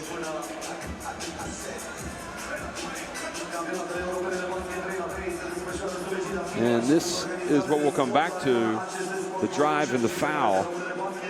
So the Netherlands, they've shown themselves to be pretty mentally tough here. They've been, they trailed. A little bit of doctoring of the court there. One of the lines has come up. Now we're going to see how tough mentally this Italian team is.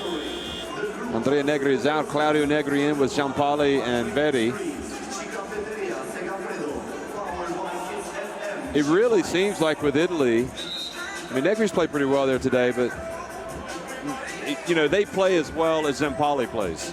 If he's making the plays, they're getting it done. And Shahelvis and Giampaoli, the point guards, have had the ball in their hands a lot today. But when Yopsi's on the floor, the Dutch #1, this Dutch team is also perhaps has the advantage. Although he misses the free throw, he missed a lot last night as well. And Tomarun gets the rebound. He's going to go at the basket, tries to hand it off to Yopsi. 4 on the shot clock. Shahelvis is going to have to launch one, and is nothing but air, an air shot, an air ball.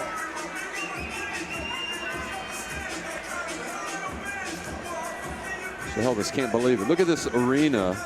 We're inside the AFI Palace. Quarterfinal. And Giampaoli drives in. Oh, looked like he'd done the hard work and was going to get the basket.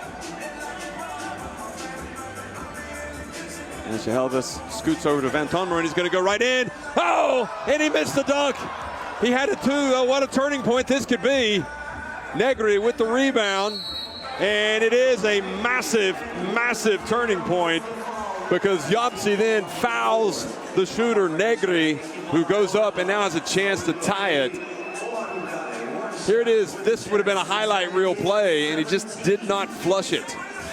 And then Giampaoli misses, but Negri had the position and goes up and draws the foul from behind by Yopsi.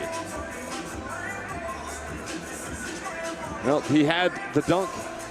And Italy do not take full advantage. They miss the free throw. Now Shehelvis. Shehelvis drives, gets it to Yopsi, and Yopsi misses the layup. So does Shehelvis, but then the follow. And Van Tonmer this time gets the offensive rebound and put back. And the Netherlands have a chance to go up by 3 if he can make this. They've already got an 18-16 lead.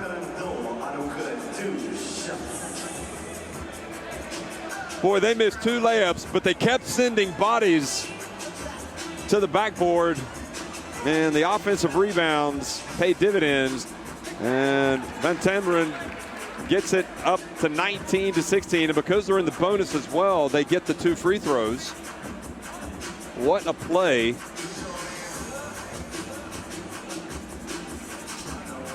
Only makes 1 of 2. He challenges for the rebound. And now they're going to say the ball goes over to the Netherlands.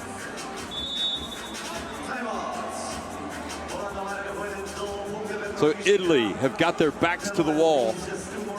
47.2 seconds remain.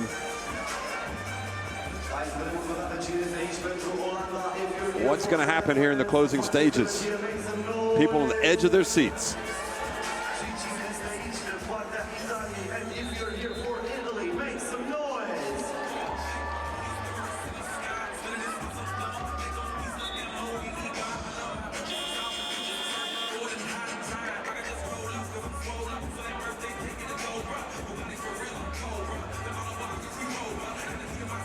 Where I tell you, you've got to be focused if you're Italy right now. The Dutch can go for the killer blow. Do they want to take some time off the clock? Yopsi's going to put up a 2. And the Italians, now what do they want? Do they want to get some penetration?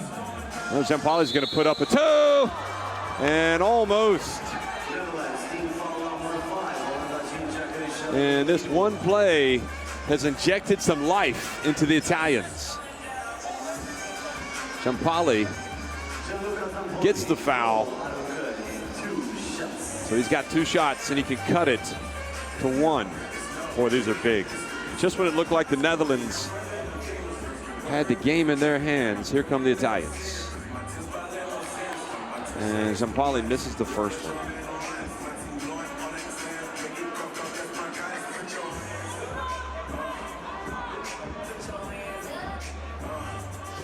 He makes 1 of 2. The Dutch still have some work to do, and they know it. Offensive foul called on Van Vilsteren. Setting the pick. Yep. So this gives now Italy another chance with 26.2 seconds. The Dutch not doing a good job of putting this thing away. Giampaoli drives in, puts it up and in, 19-18. And now Italy told not to interfere with the ball in that part of the court after the basket. Watch this though, this is a tough shot. Long way to go. This is a long 17 seconds. Trust me, folks, anything can happen. Shehelvis. He's left wide open. He's got to take it. He misses. Yopsi. They get it back to. They got a new 12 on the shot clock with 2.6 seconds left. And that was very smart basketball by the Netherlands with time winding down.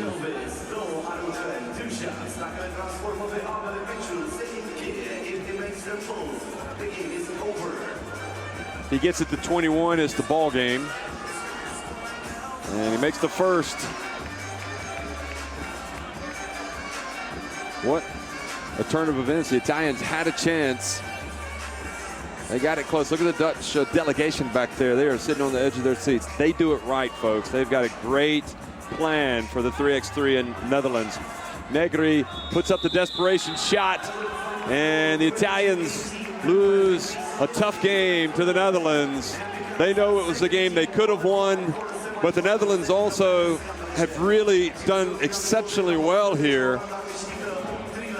They have remained unbeaten, and they win it 20-18, and they advance to the semifinals to take on Serbia.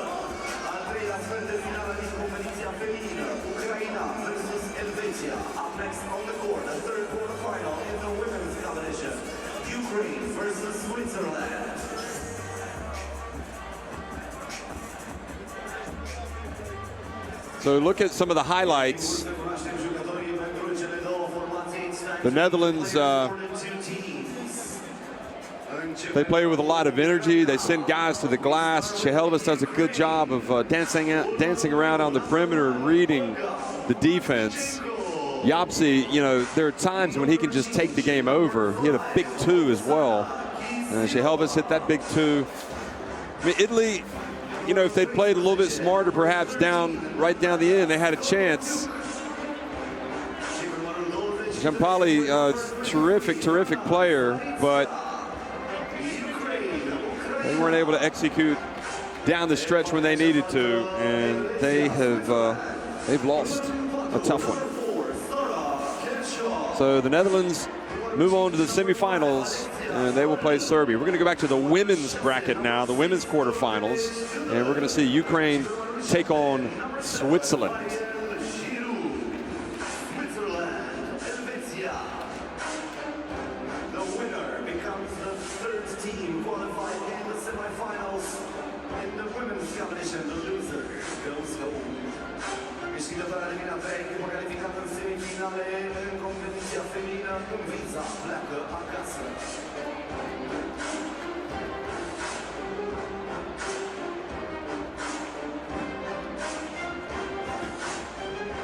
Well, we didn't know if in this game who would play for Ukraine, but let's look at, first of all, the Swiss lineup: Giroud, Kershaw, Roll, and Studer.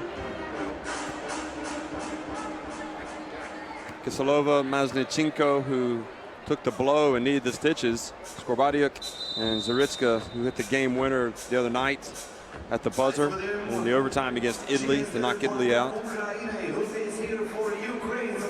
So it looks like Maznichenko is going to play. She's got the stitches. She's going to rebound the ball here, right here. She was the one who got bowled over by Maksimovic of Serbia, although it was Skorbatienko who pushed her, Skorbatic rather, who pushed her into her teammate. And well, the plot thickens for Ukraine. We'll see if Maznichenko, how many minutes they can give, how many minutes she can give, because it would be awfully difficult for them to win a lot of games today with just 3 players. So we're off. The third women's quarterfinal of the day. We've already seen Hungary and Russia win quarterfinals. They will play each other in one semifinal. Kershaw misses. Zaritska dumps it down low to Kiselova. Giroud outside. Roll. And it gets blocked by Kiselova. Well, here she is. Maznichenko puts it up. Stitch is not bothering her on that shot. And there's Zaritska, famous for the game-winning shot against Italy. Well, famous for all of her shots the other night. Roll misses. Kiselova. And roll with the foul.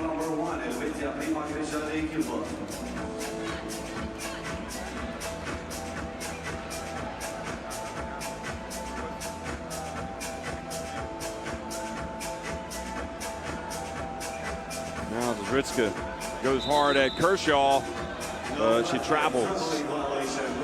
Good job by Kershaw.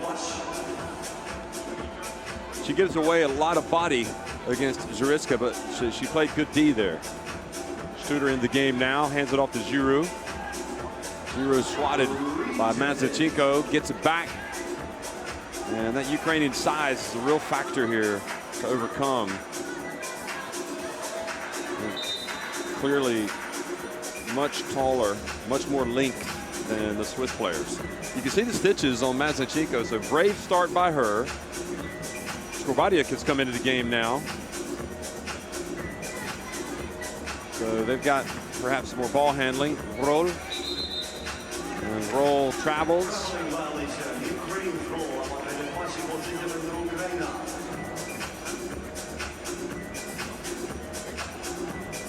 Switzerland have got to play D because it's going to be awfully tough against this Ukrainian defense.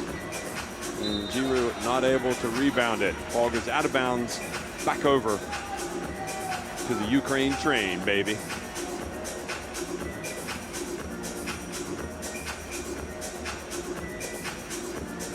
Kisilova.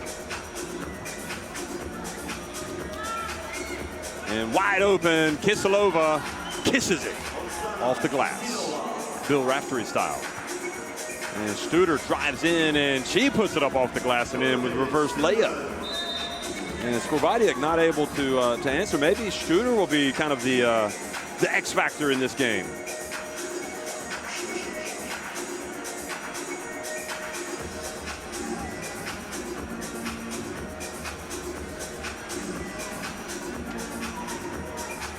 Kershaw, she can pop it.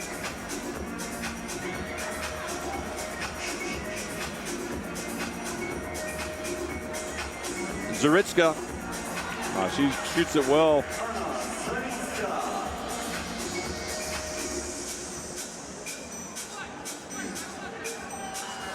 Studer again. Fair ball.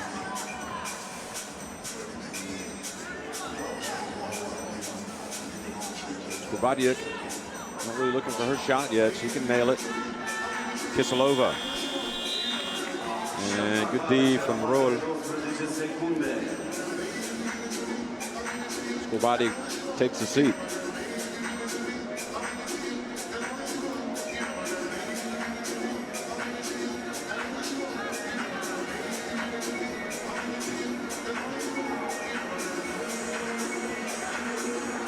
Roll. Airball City. And Kershaw comes up with the loose pass. You got to drive. Giroux for the jumper, follows up the miss, puts it up and in. Well, what was Kisilova doing there?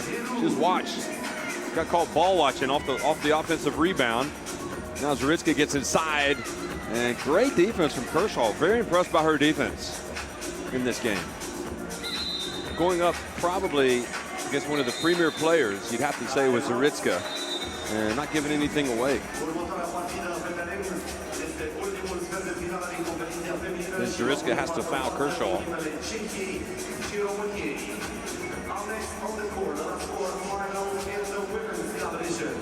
So Switzerland hanging in there. They're only trailing 2-2. Excuse me, they're only knotted at 2-2. I think a lot of people would have said this would have been a big Ukraine win. Myself included. Ukraine better wake up or they're playing with fire.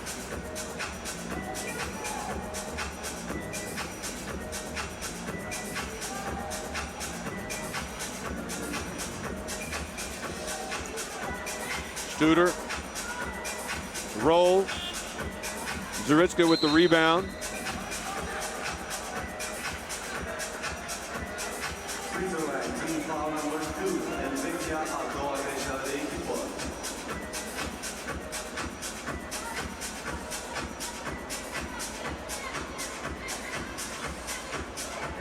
Zaricka, bounce pass back to Mazdachenko.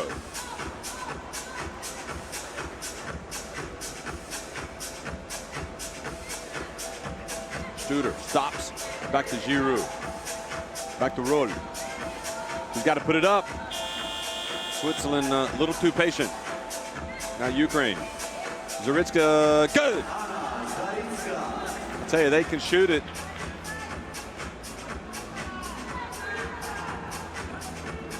Giroud back outside the roll. She passes up the 2. Oh, nice play. I thought for a minute there maybe she should have shot it, but she knew what she was doing. Mazdachenko fakes the 2, drives in, travels. Now, if I'm Switzerland, I think I let Mazdachenko shoot it. I don't think she's really, obviously hasn't shown that part of her game yet in this 3x3. Instead of giving her the drive, but then she ended up traveling. Giroud. Kershaw's been quiet offensively.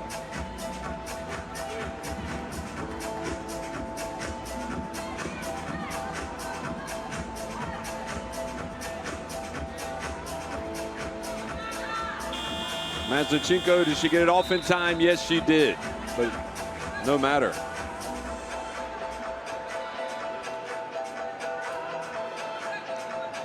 So the night she lost a couple of teeth in that collision, she had to go to the hospital, the dentist, and then she had to go to the hospital yesterday and back to the dentist again.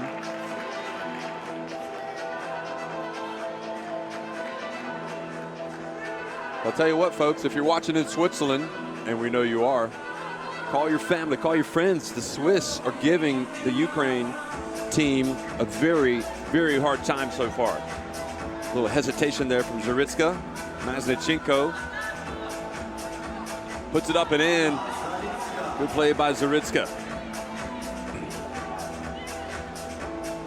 Kershaw, she can hit the 3 or the 2. She misses.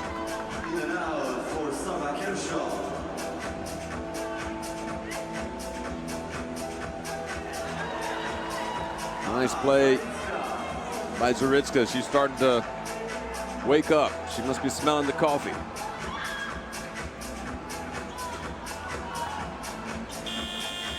And shot clock violation. All of a sudden, Switzerland, if you haven't made that call yet to your friends in Switzerland, maybe put the phone down for a second. Swiss looking out of sync all of a sudden. And we've got timeout. Ukraine with a 5-3 lead. Just under 4.5 minutes remaining. Zaricka is starting to heat up.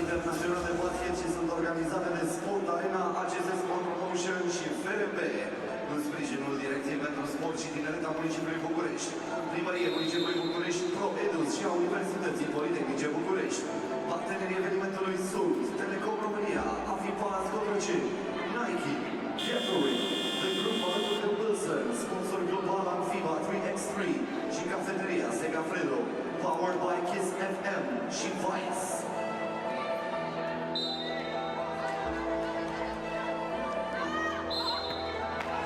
Got live action. Giroud commits the foul. 3 fouls now against Switzerland.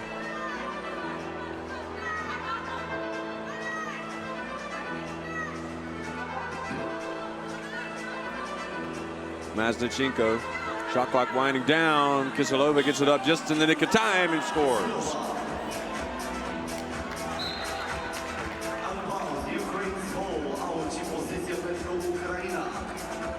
The Swiss just with 3 points. They've been playing great defense. They had a little breakdown on that last one with Kiselova catching it down the low blocks and scoring the easy one. And right now the Swiss in a little bit of bother, a little bit of trouble. Zaricka spins in the lane, and that soft touch of hers, it's a 4-0 run. And Kershaw gives the Swiss some hope, gets it back to 7-5 with a 2. Now Kiselova, and that was a quick 2 by Ukraine, but fortunately for them, Mazdachenko gets the rebound, puts it up and in. You got to find Kershaw. She just dropped one on him. She's going to put up another one, but she rushed it. And Giroud puts it up quickly. You can see that the Swiss are in a rush, that they're worried about the Ukrainians getting on top of them and playing D because they don't have much daylight. Good D from Kershaw. Look at that. She's getting on the ground. She wants it. Get her the rock. Here she is inside. Great play by Kershaw. The Swiss are coming back. It's 8-6. These are no Swiss misses. They're getting after it. Look at them again on the ground. They want to make history. The Swiss not the favorites to get the medals arriving here, but boy, they are playing hard right now. They are refusing, not allowing Ukraine the chance to pull away. So timeout on the court. It's Ukraine leading it 8-6, 3 minutes remaining.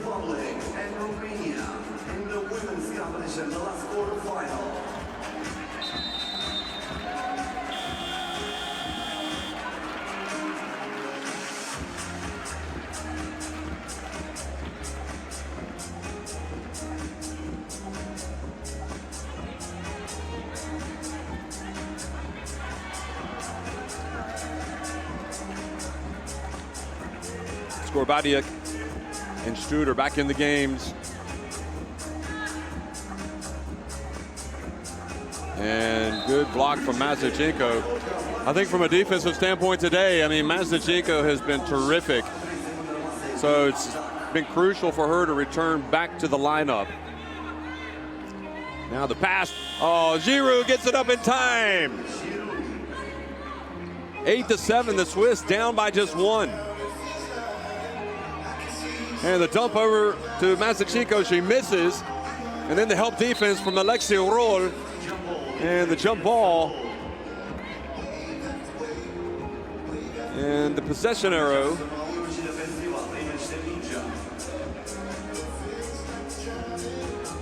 Whose ball is it? It's going to be Ukraine ball.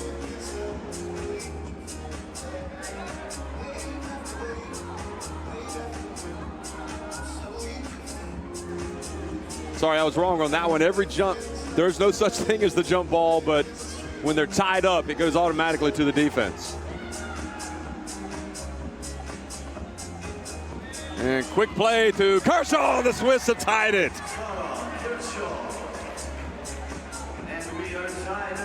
And now Giroud reaches in, takes it away from Skorbadiak. And Ukraine have been playing with fire. It looked like they got up in front, but really the play of the Swiss, especially led by Kershaw, has been sensational. And they have come back. They've got possession now. Studer. Kershaw turns, shoots. She nails it. That was a 1, but Switzerland have taken the lead. Now Studer got a hand on it and denied the pass to Kiselova.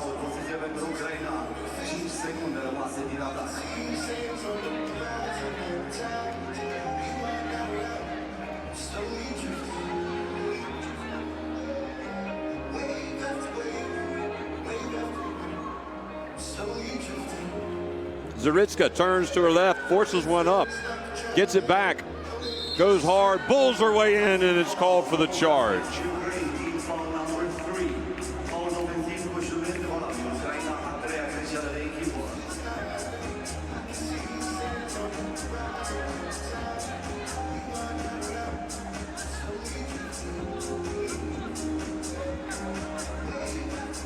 Well, Switzerland, what a dream situation they're in now. Just a minute 45 away from a spot in the semifinals, and Kershaw has nailed a 2. Mazichenko, oh, there's your answer. She can nail the 2 as well, so you got to guard her. We were wondering about that part of her game. And the quick pass inside, and the ball goes back over to Ukraine.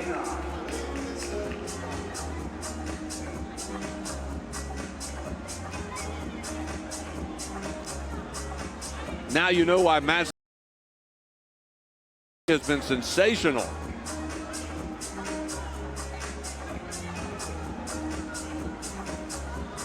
Kiselova gets in the lane, turns, puts it up, forces it up, misses. Giroud out the roll, Giroud goes to the basket. Out the roll. And Struder is going to get the ball back. A new 12 for Switzerland. 1 minute to go. What a game, folks. Roll drives in, puts it up and in. Switzerland back in front by 2.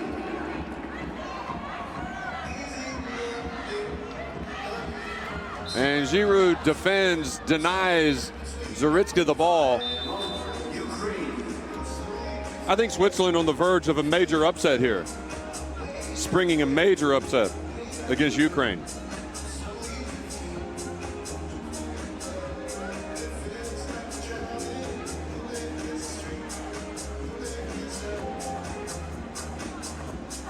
They have really shown tremendous resiliency. They fell behind 8-4. Did Switzerland, but they didn't pack it in. And led by Kershaw, they came battling back. She had some shots. She made some big plays inside. She played D. She was diving on the floor. She was leading by example, and it was contagious. And Switzerland have taken their game to new heights.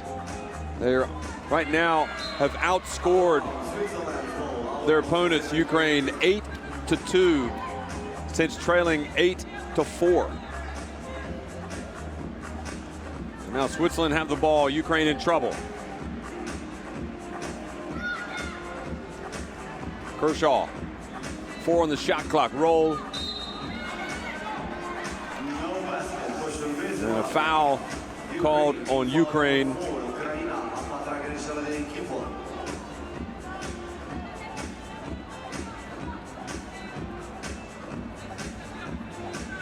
And the foul called on Kiselova.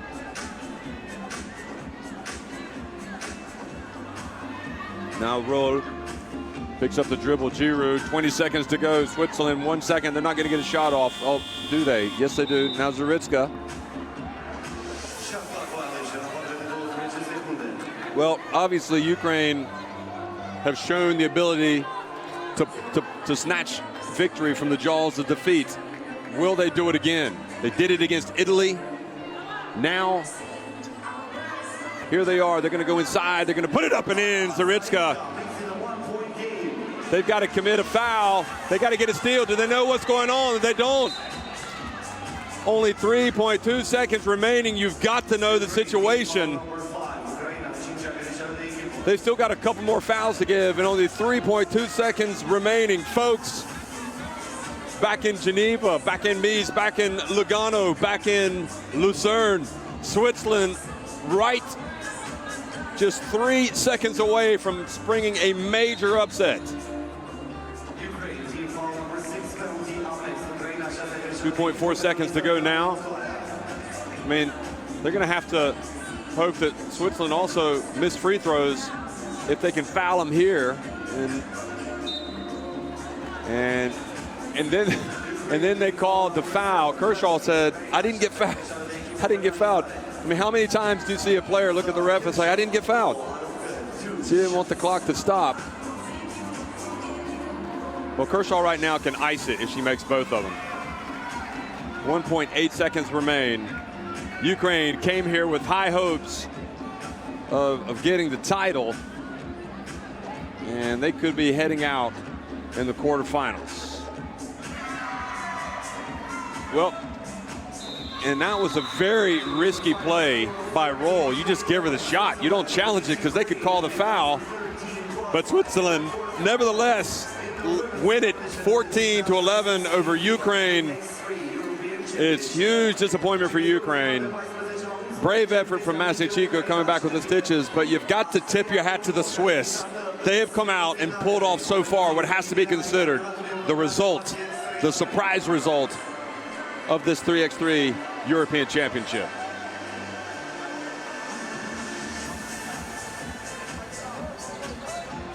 Enjoy these highlights, folks.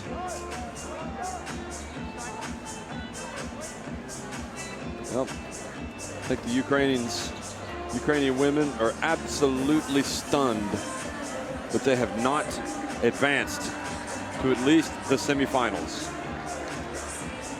And Switzerland will now play the winner of the Czech Republic against Romania, and Romania probably can get some, draw some inspiration from that performance by Switzerland.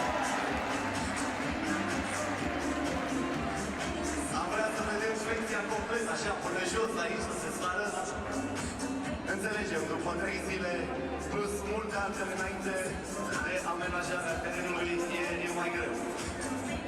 Doamnelor și domnilor, echipa României joacă în continuare pe teren. So here are the brackets. In the quarterfinals, you see Switzerland, Ukraine. Switzerland winning it, so they'll play either the Czech Republic or Romania.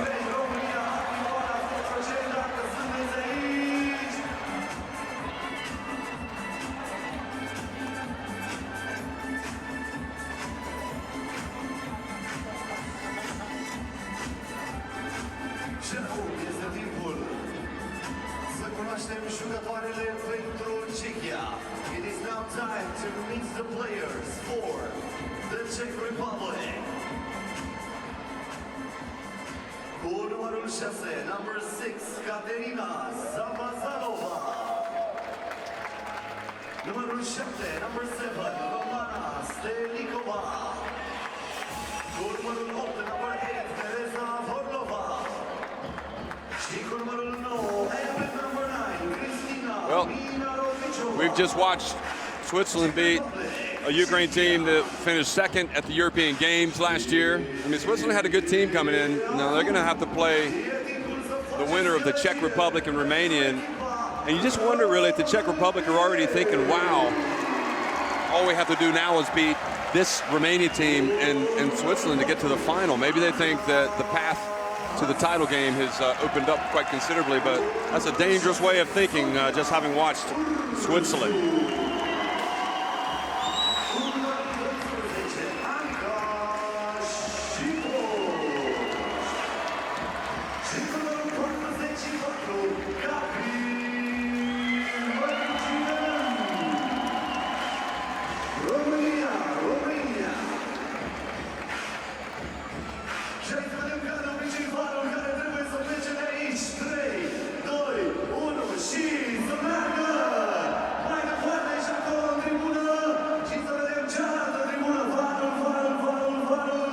Well, here are the lineups: Andra Haas, Marjanin, Shipos, and Urshu.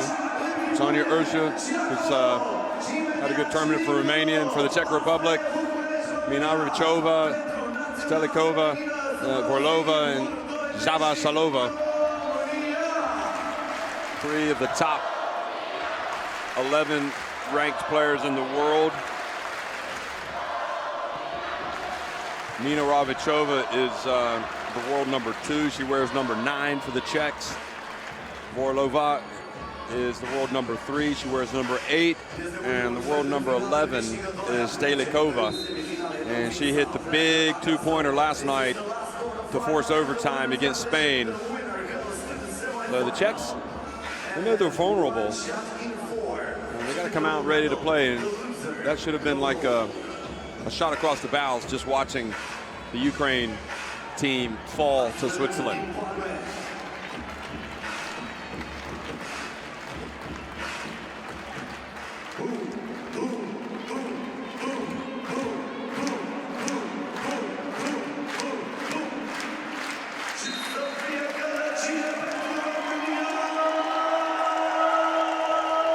So Romania start things off. Marjanin and Urshu. Romania in the blue.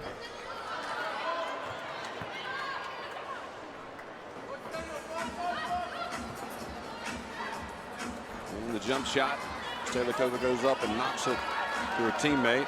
Shipos with the miss. And I think that was Zavazalova.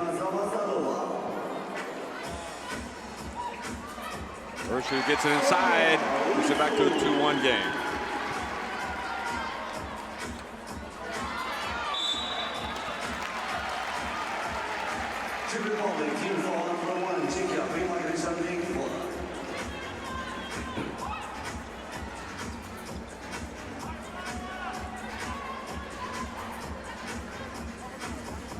And the defense down low and the foul.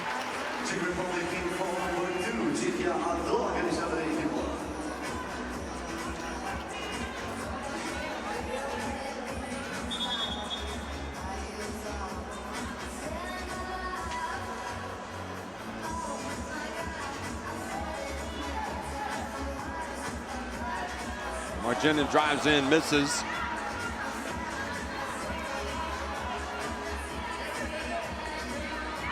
Here she is, the world number 2, Mina Rabachova.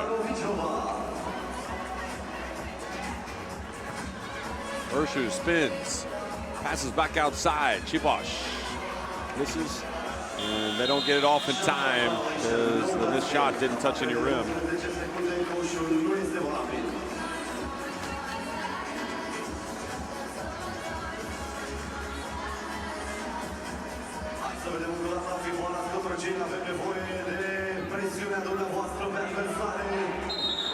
And Vorlova bumped, and up she travels.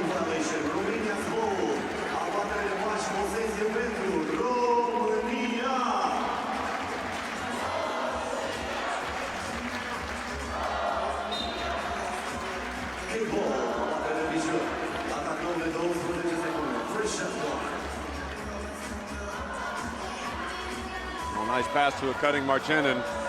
Not able to finish. Mina Rabachova was playing some D. Now here's Mina Rabachova for the 2. What a sequence there from the world number 2.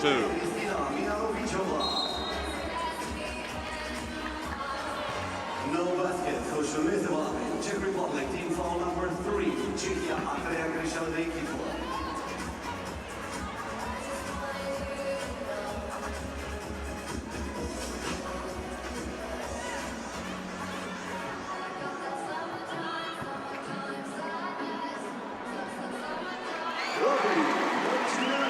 Shot inside. Puts it back to a 3-point deficit. Mina Rabachova then drives in and draws the foul. Number 1, Romania, prima greșeală de echipă. Cristina, Mina Rabachova, o aruncare, one shot, și ca de obicei, publicul. So Mina Rabachova is at the line. She's had a great start.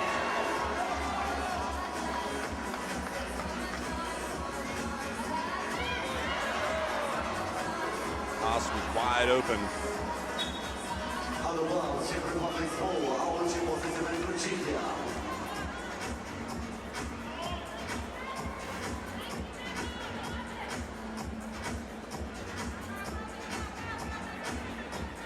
And the scrap for the ball goes out. Nope. Save it. Zalazalova misses. Volova reaches over Haas and gets the rebound. Offensive foul, offensive, Czech Republic, team foul number 4, Czechia, a patra greșeală de echipă.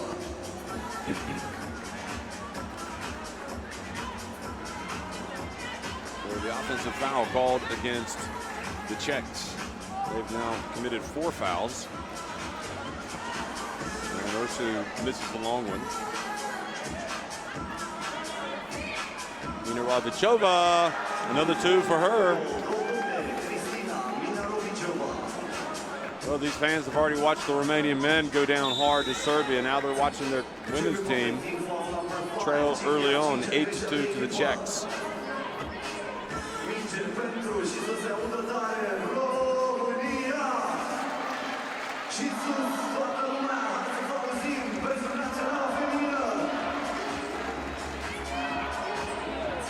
Marchinin misses from 2, but Haas has the ball.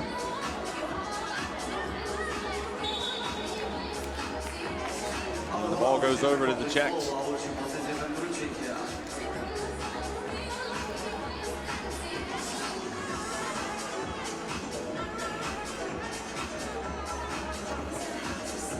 Mina Rabachova gets it to Stelikova.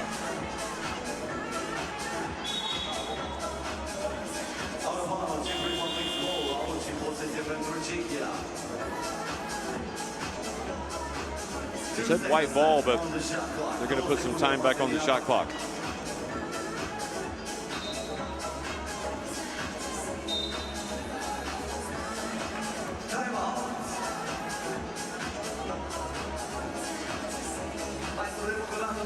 The timeout on the floor.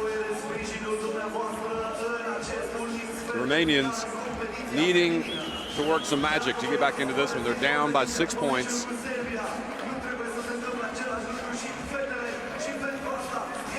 And the Czechs playing like a team that can dream of getting that title. get that gold medal.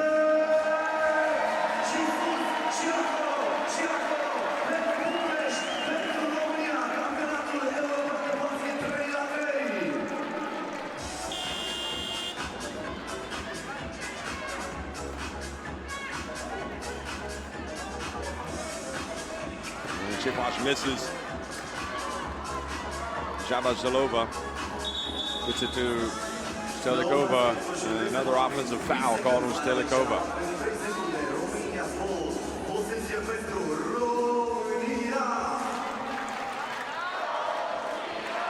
Chance of Romania. Romania marching on now, drives in and stops the bleeding. Gets it to 8-3. Zavazalova goes to work against Chiposh.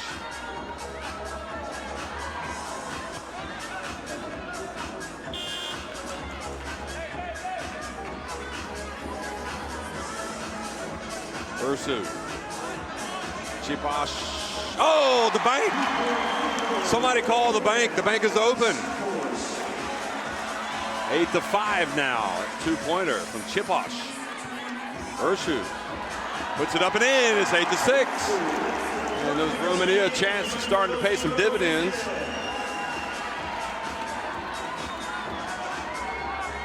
Minarovichova drives in and ball goes out of bounds. I think it'll be whose ball? Just 1 second on the shot clock, so it's Czech ball.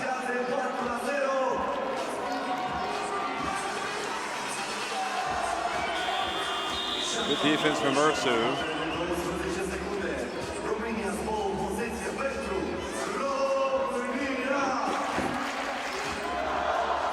So 8-6. It was looking pretty grim there, but 4 unanswered points.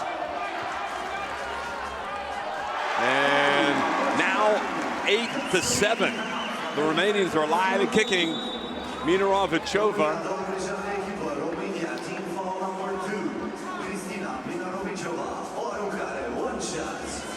So Minarovichova goes to the line.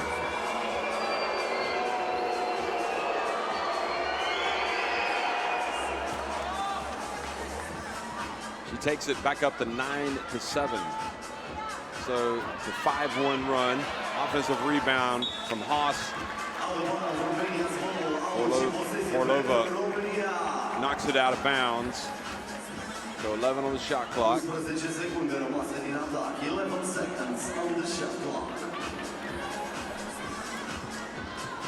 Chiposh. And Orlova reaches in, knocks it away. Now Stelikova. Inside to Vorlova. Romania might need a timeout. 2 straight baskets. Marchenin drives in, tough shot. Maybe tried to force it. Vorlova with the fake, drives in, puts it up and in. And now a 3-0 run for the Czechs. Chiposh off target.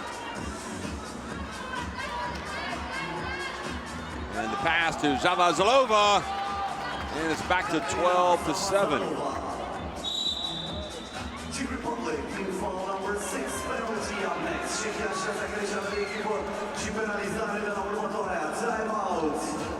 So team foul number 6 on the Czech Republic. We've got timeout, and the Czechs, having seen their 6-point lead cut to 1, have now stretched it back out to 5.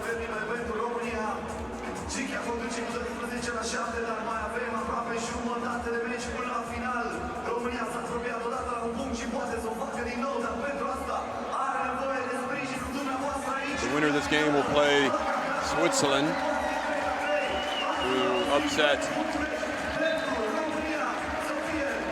Ukraine in the last game.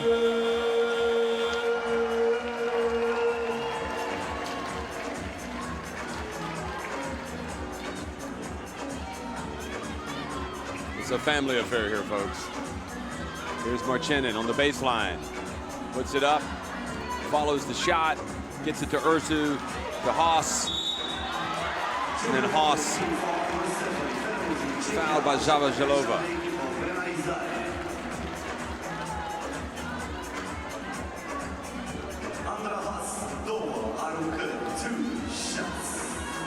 So 2 shots since they're in the bonus. So this is an opportunity without question for this Romania team.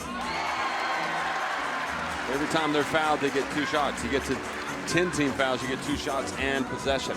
So this has just opened the door really for them to come back.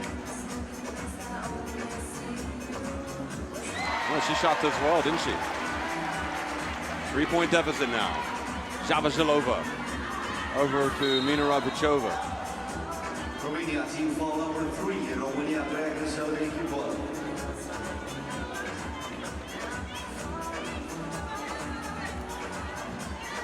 Great view of this venue here in the AFI Palace. Urshu to Marchinin, puts it up and in. Or no, Chiposh, excuse me. And now the Czechs throw it away, and Romania, who had fallen back behind by 5, now trail by 2. And now the chance of Romania.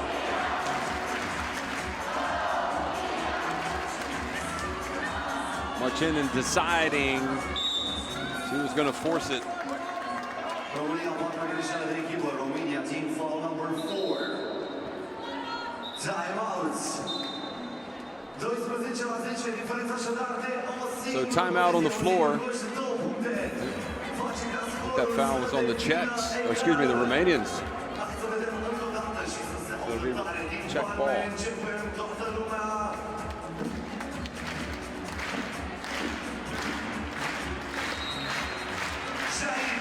That was the Chiposh 2-pointer that went in off the bank.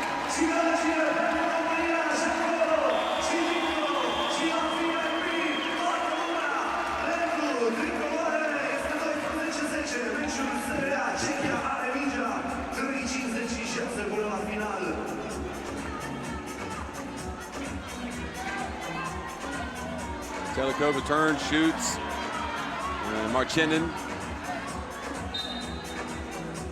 played good D, and now Chiposh was harassed. The ball knocked out of bounds. It'll be Romanian ball. They can tie it with a 2. They can pull it within 1. And Chiposh drives in, almost scored. Good D though. Orlova. Now Mina Rabichova drives in, and then Urshu just watches her go up and score with the layup. And then Urshu a little bit out of control, but Chiposh gets it. And Chiposh gets blocked by Stelyakova.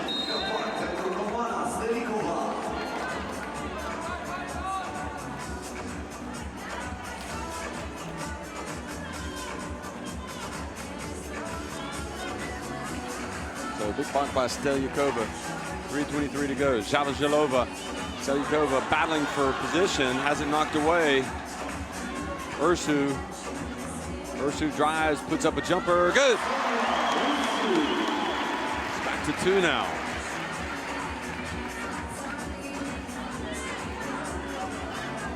Stelyakova had her foot on the line, but doesn't make it anyway. Now Urshu,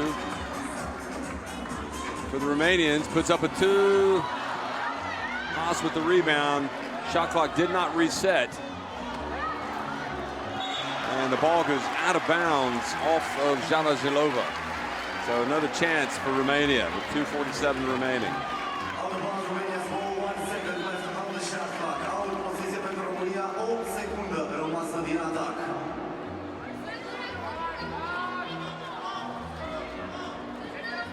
Look at Marchinin and Stelyakova bending over, and with the end of the shot clock. So what they did was they only put 1 second back on the shot clock, since Javazilova never actually had possession.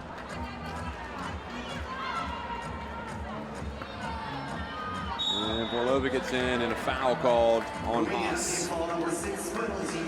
So that'll only be 1 free throw. 2:39 remaining.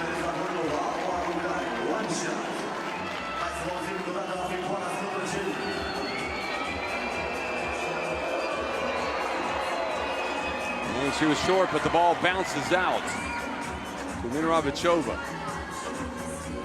Orlova double teamed. 3 seconds was the call on Orlova. Well, tip your hat to Romania. They have really, just like Switzerland in that last game, I think come out and played better than some people expected. Marchinin quickly to Chiposh. He puts it up. It's a 1-point game.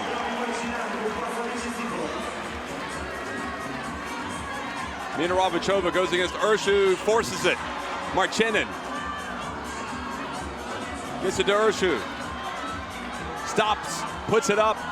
Marchenin with the rebound. She decides to go for it instead of passing it back out to Chiposh. I think he got to pass it in that situation. And good D from Urshu.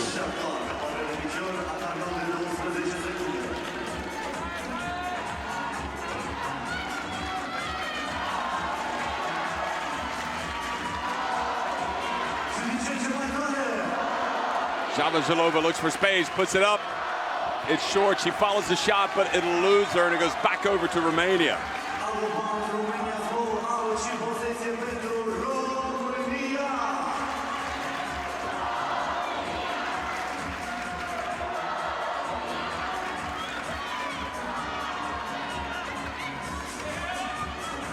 Marchenin battling for position with Vorlova and tries to force it up again. I just don't think that's a matchup they're going to win down low. They keep going to it. Zavazilova, Urshu almost with the steal. Mina Ravachova is going to have to put it up on the baseline. She puts up an air ball. Shot clock violation. Well now, 13-12. Might Chiposh, might Urshu find some space for three. Haas is coming back in for Marchenin.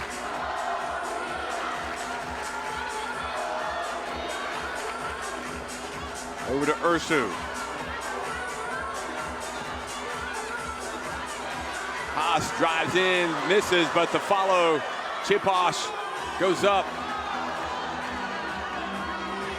Mina Ravachova drives down the lane, puts it up and in for the Czechs.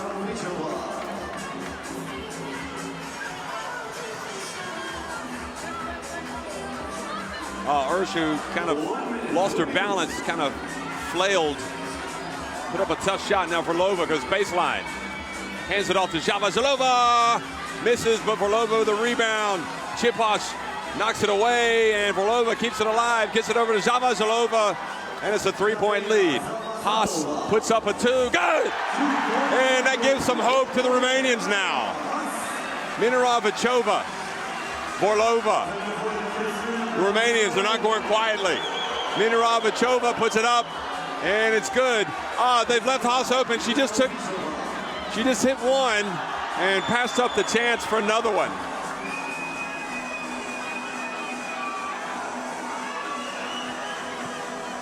Mina Ravachova drives in. Haas has it now. Urshu, the clock is the enemy. They've got to put up a two. They do. Urshu, good! Urshu has tied it! Now Vorlova puts it up, and we've got overtime. Incredible scenes once again. These Romanian women do not understand what it is to quit. They are digging deep, and Urshu has popped a game-tying two-pointer. We've got OT. Look at this crowd. We saw Haas bury a two, then she passed up an opportunity for another one, turned it over to Mina Ravachova, who scored with a layup. But here Romania are getting the Urshu two-pointer to tie it with about 3 seconds remaining. And the Czechs did not get a decent shot. So what happens now is the first team to 2 points that scores 2 points will win this game.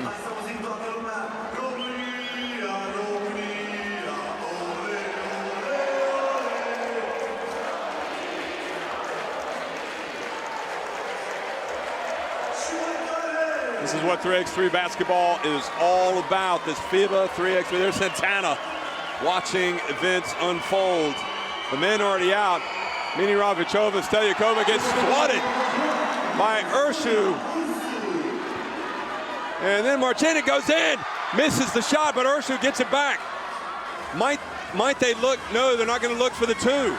I thought they might look for the two. They've hit a couple. They had a great chance there. It's going to be Romania ball.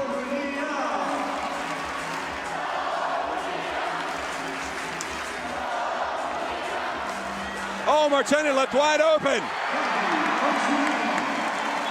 Romania leads 17-16. The Czechs, will they go for a 2?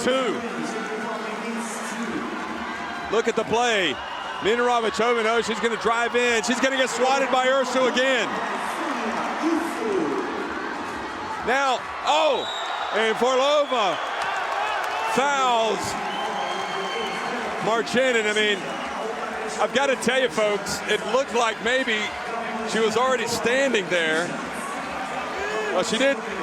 She had her feet on the ground, kind of leaned forward a little bit, and Marchenin came in. And if she makes this shot, this crowd is going to erupt because Romania will stun 3x3 basketball. They have made it to the semifinals. They have absolutely shocked the Czechs. The Czechs cannot allow the game to go to overtime because by doing that, they set themselves up even worse. But you just have to tip your hat to the Romanians. They hit some big shots at the end. And really, they seem to step it up a gear defensively. Very extremely difficult loss for the Czechs. You feel for Forlova. It's a tough call to make in that situation. But at the same time, you tip your hat to the Romanians. They make the shots and then they make the game-winning free throw at the end. Marchenin, after getting floored. What incredible drama we're watching at the 3x3 European Championship. 2 big-time results in a row that we didn't expect, and now it's going to be Switzerland against Romania with a chance to get to the final. And you know, both of those teams now are licking their lips at the possibilities of getting into the final to play either Russia. Gosh, I got to catch my breath here.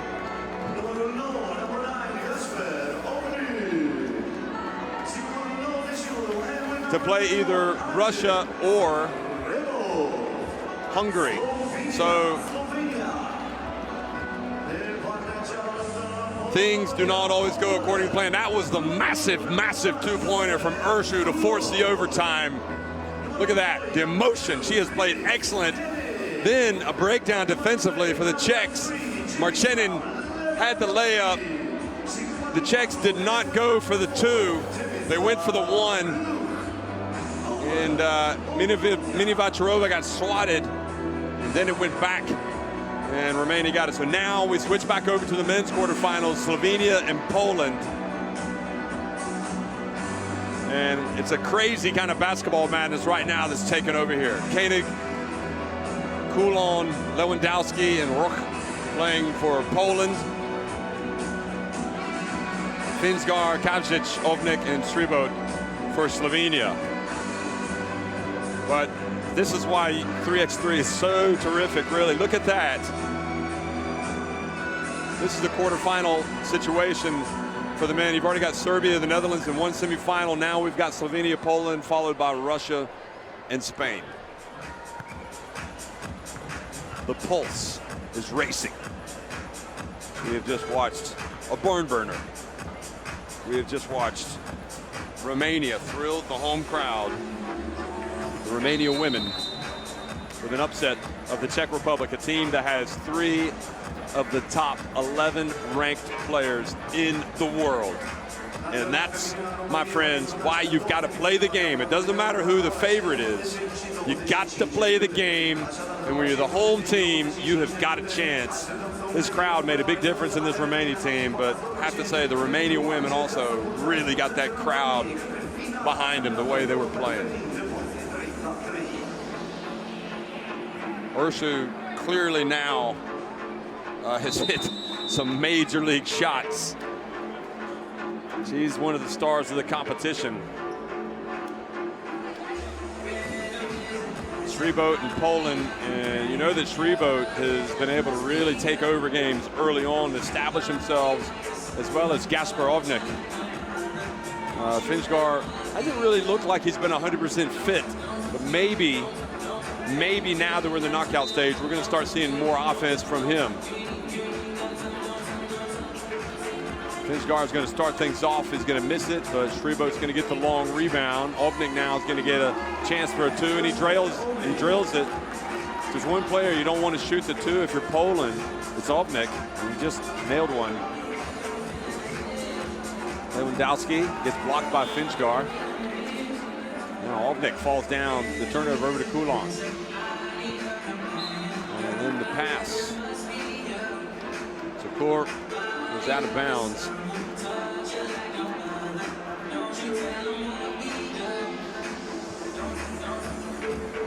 Finsgaard. Ovnik, another 2. I mean, folks, you got to find Ovnik out there. Poland, what you been watching, man? This is a team that's been living off of Ovnik's 2-pointers and Striebo's power inside.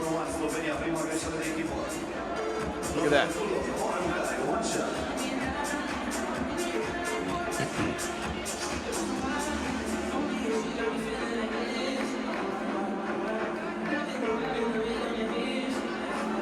And Kulon, nice drive, gets his team on the board finally. Ovnik is to Striebo, and Striebo was fouled by Poland.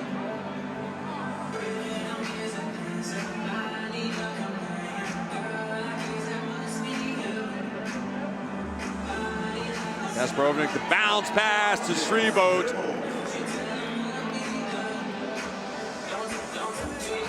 Oh, now opening, and Koenig scores for Poland.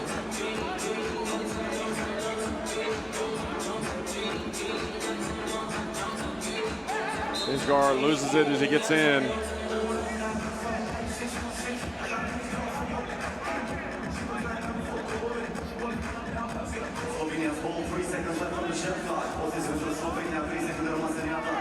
And the pass to Striebo led him just a little too much.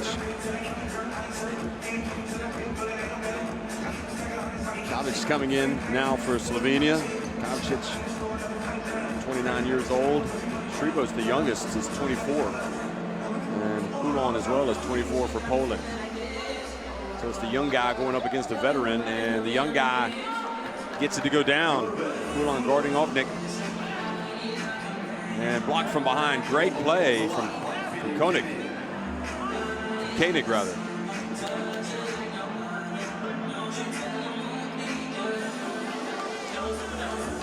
Interesting matchup here, Koenig. And Koenig seems to be doing pretty well here against Finsgaard. Koenig guarding Kavcic.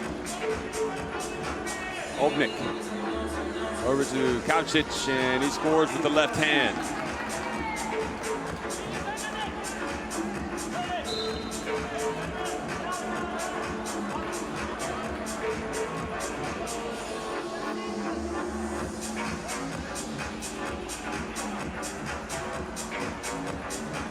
Poland have done a good job of not allowing Slovenia to get out to that huge lead, which has allowed them to cruise before this. So Poland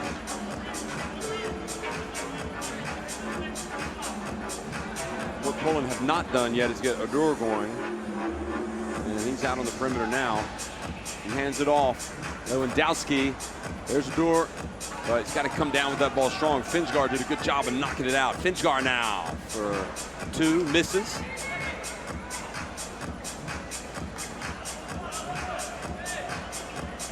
And Lewandowski. The Sphinx has it now. That's what you call Finsgaard. The Sphinx.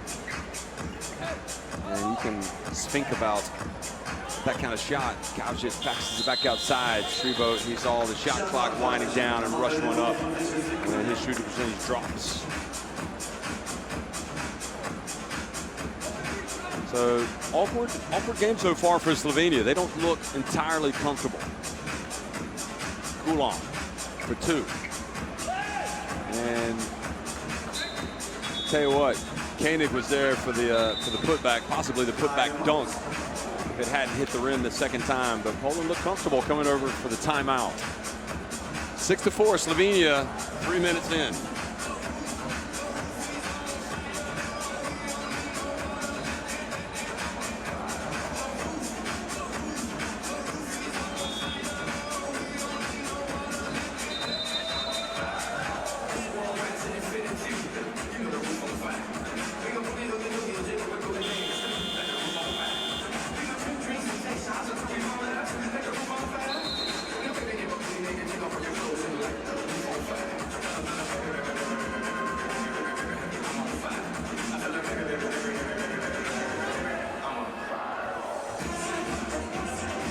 Kulan outside, guarded back, live play here, guarded by Ovnik.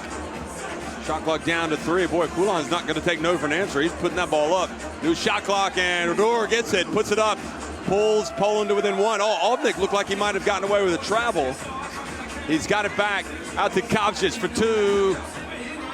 And Ovnik, boy, Ovnik is just kind of like running the show.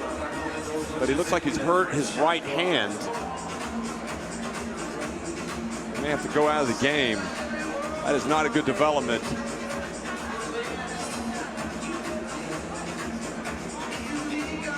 Ovnik, 34 years of age. The Slovenia number 5. You know, the top-ranked Slovenians, the top-ranked 4 Slovenians not in this team. Ovnik. And makes you wonder if that injury is affecting his shot there. Lewandowski. And Lewandowski thought Koenig was going to cut forward, but instead he stayed out, and the pass went out. Odor goes out of the game, and pulling back in.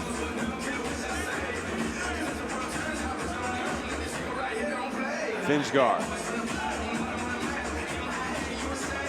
Behind the back, Kovcic. It's good. 2-pointer. Now the open man, Koenig. Lewandowski. And the travel, Koenig. Lewandowski is telling Koenig, you got to shoot it.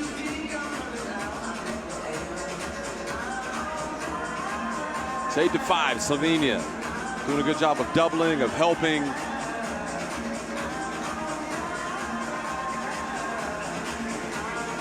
Finjgar, and the Sphinx misses. Kovcic goes in, battles for the rebound, gets it. Now inside to Finjgar, he's blocked, but he's fouled.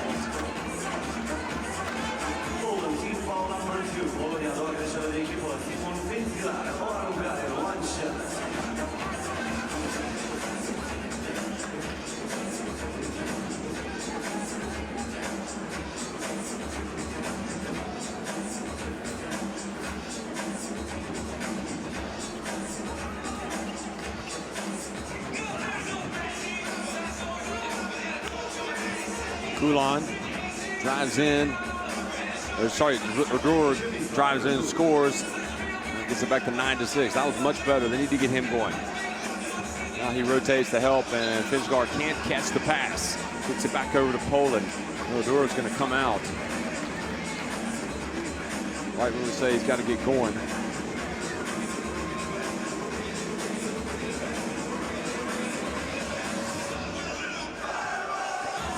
Kulan drives in and scores with the left hand. Nice play by the young man, Norbert Kulan.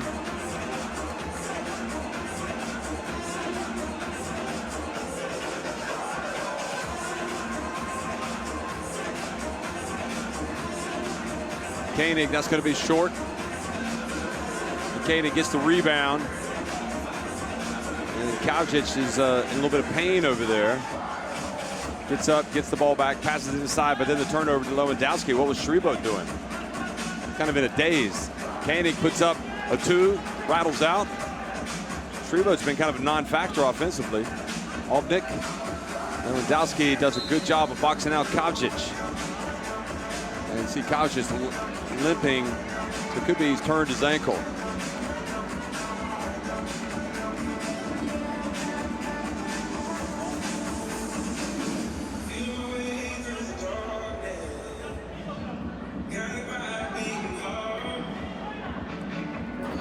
Kulan misses, but Odor's there. Here comes Poland. 9-8. They trail with 4.5 minutes remaining. Kasper Ovnik for 2. Short. And good box out by Odor. Now Odor gets it inside, and the defense backfires. That plan by Slovenia to trap, it allowed Odor to stay inside. Shribo, he banks it in. He has banked in 3 2-pointers in this tournament. Lewandowski. Basically, whenever he wants to make a withdrawal or a deposit, Shribo goes to the bank and it's open. They lead it 11-10.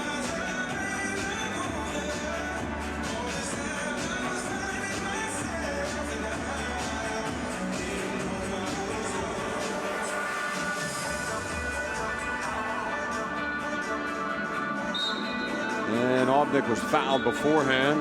Poland team foul number 4. Polonia poate greșeală de echipă.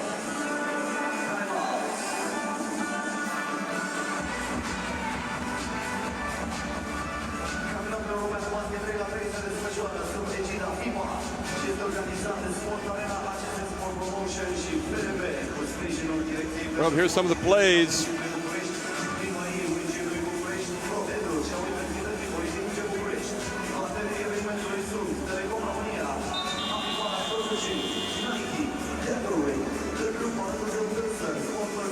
Poland doing a great job.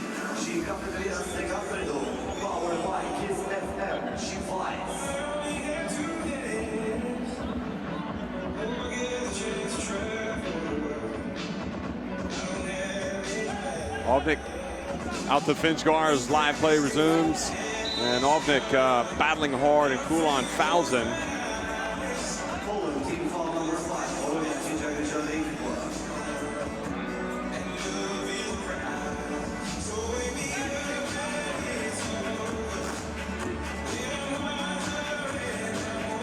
Ovnik open, puts up a 2.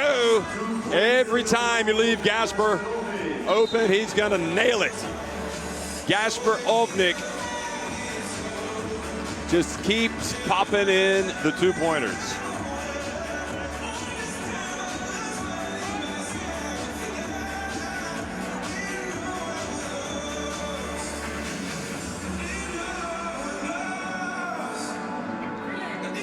Oh, what arc he had on that shot to get it back to 2. He was really heating up.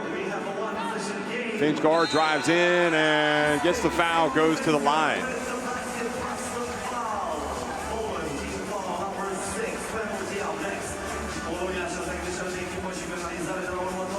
Look at this again. And Koenig just complaining that he was pushed, but quite clearly he wasn't. He tripped over his own feet, and that's what the referee told him.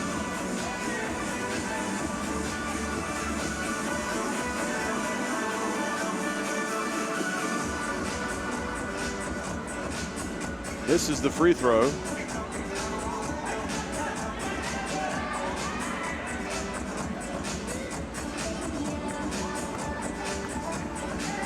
And Lewandowski was kind of nudged out of position there. Now Ovnik goes down, hoping to get the foul.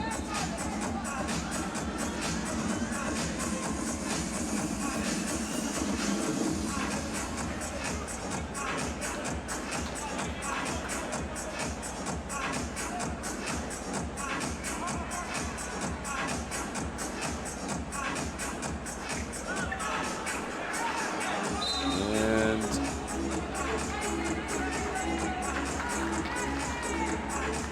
14-11.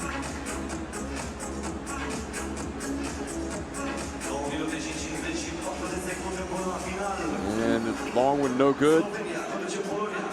Koenig chases it down inside and out the door.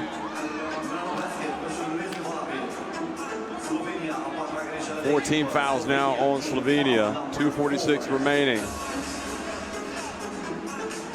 Slovenia, difficult to play when they've got the lead. Difficult to claw it all the way back. There's the door. Ovnik guarding him. The door puts it up. The jump shot is good. Boy, he's got a nice touch, doesn't he?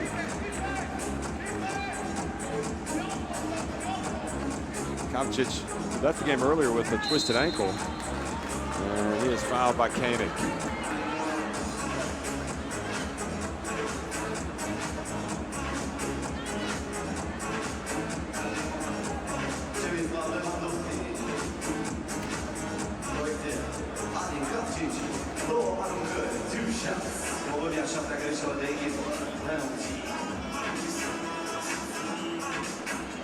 And the first free throw is good.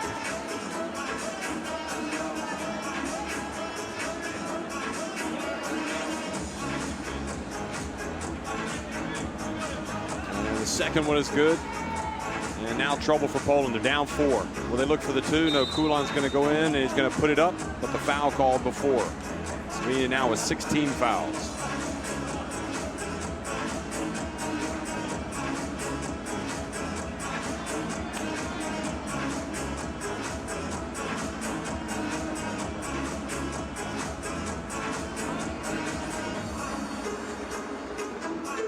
Koenig for 2 misses. And Poland's level just dropping off here a little bit at the wrong time. And Kulon pulls Shrivo down.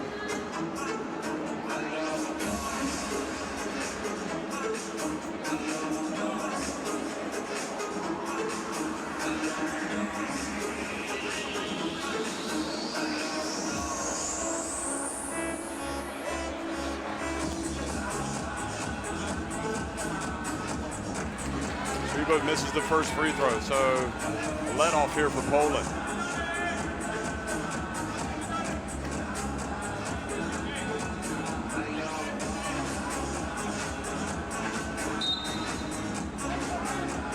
And misses it again.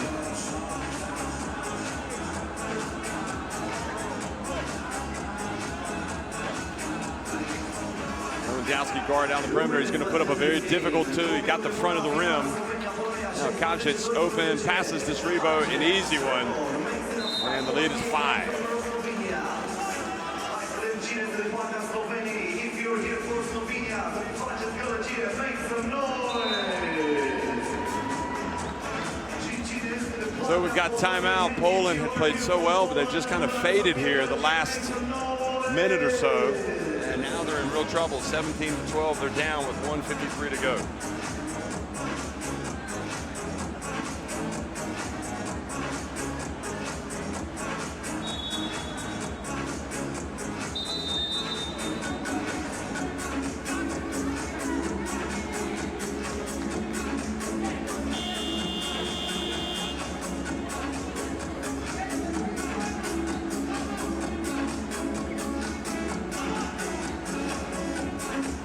Quick pass inside, back to live action. Lewandowski missed an easy one. Nur chases the ball down, is fouled by Shrivo, And that is now 6 fouls on Slovenia.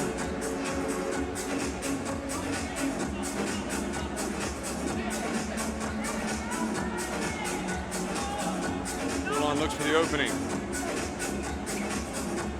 And just kind of put up a prayer there, missed.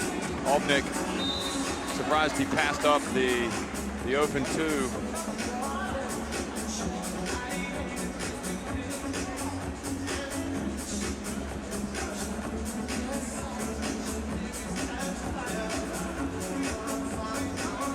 Kacic to Obnik, quickly to Kacic, that's off to the right.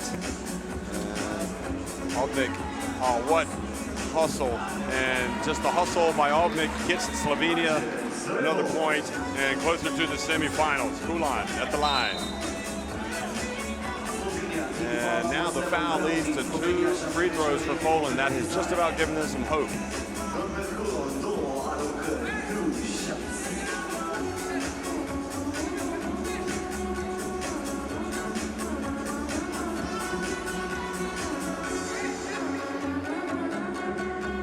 And the first one is good. So it's back to 5.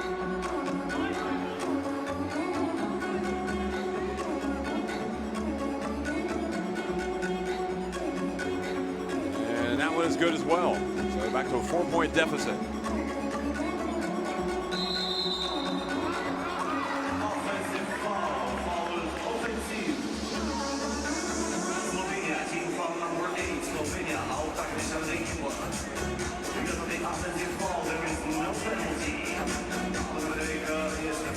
So Poland knocks down a 2 here, and it's going to be very interesting. It's going to be difficult. Kulon, well, he had the 2, but he missed.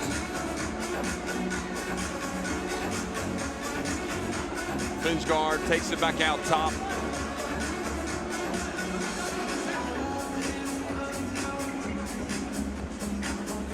Well, Obnik is just not going to give much away, is he? Kasper Obnik, bounce pass to Finchgard. What a play, great passing, and the shot. They don't get it off in time, but a well-run, executed play. They just did not finish at the end.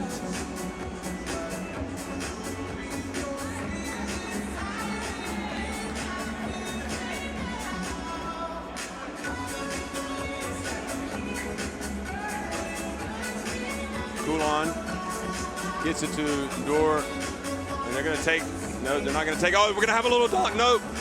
Maybe. Nope. Dor takes it back, puts it up, misses. And Poland really have shot themselves in the foot on that possession. Finchgard.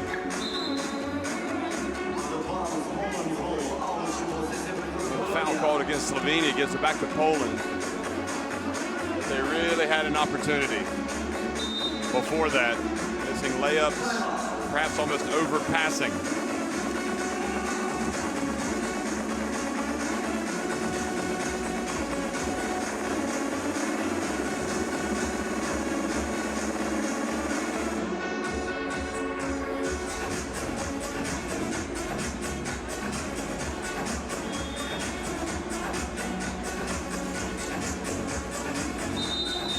So 29.1 seconds remain. Poland trying to get to the semifinals, but they trail by 4 to Slovenia. No surprise, really. Slovenia, one of the top teams here.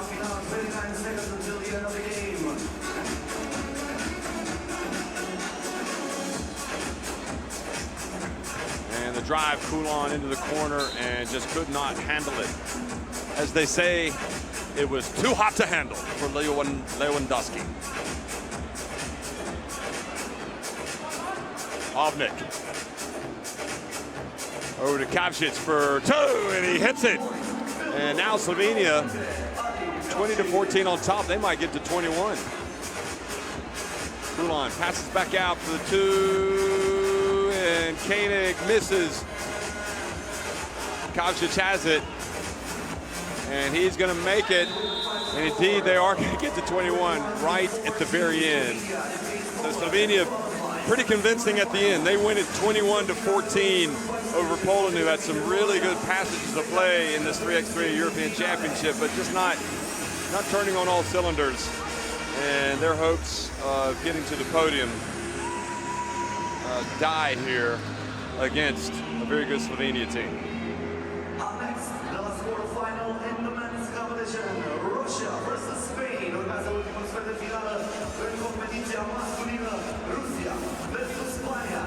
E timpul să cunoaștem jucătorii pentru Rusia. So as you look at some of the highlights, Slovenia look well organized. They understand how to react when the defense moves constantly. They've got a great team.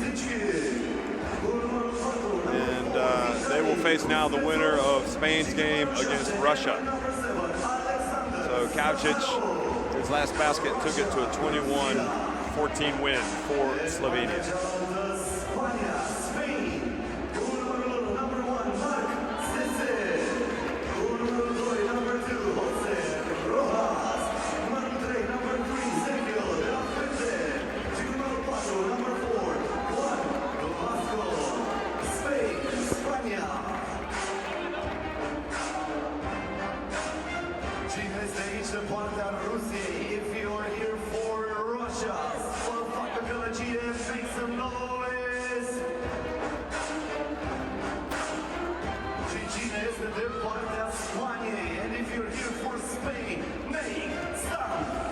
Okay, everybody, we're ready for the last quarterfinal. Spain with De La Fuente, Rojas Martin, Cese, and Vasco Trabado.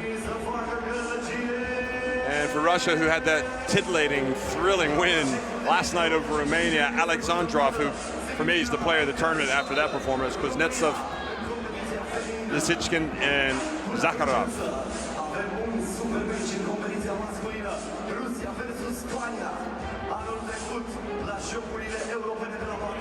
And here's the setup you see is the last quarterfinal down to the right. Russia, Spain, they will play, the winner will play Slovenia.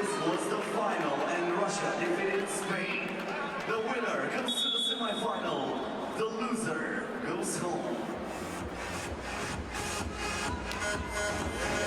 So a rematch of last year's European Games final that Russia won last year in terms of nations. A couple of new players here for Spain. Alexandrov spins, gets inside, passes outside, and no box out on Zakharov, but it doesn't cost Spain. Lisichkin missed the long one. Here's Cese. And Zakharov now over to Alexandrov, and that's a familiar sight for these fans. He hit that big game-winning 3 at the buzzer, or excuse me, 2 at the buzzer last night against Romania. That was the highlight of his first 2-pointer here, probably of many. But De La Fuente has drawn the foul and goes to the line.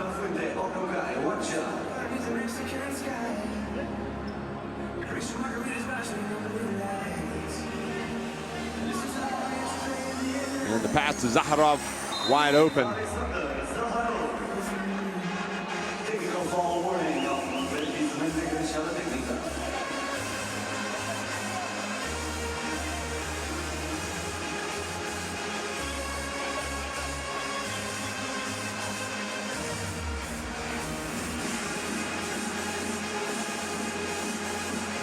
Rojas going up against Kuznetsov, and Kuznetsov missed the foul. So 2 quick fouls now on Russia. Rojas goes to the line.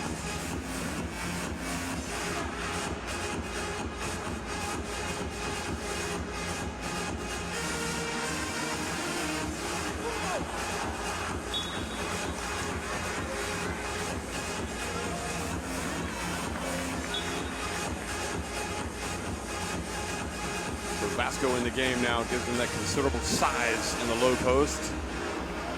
Zakharov with the attempted 2, and Vasco with the rebound. Behind the back pass to De La Fuente, and he gets blocked by Zakharov. The SWAT team put Zakharov on there.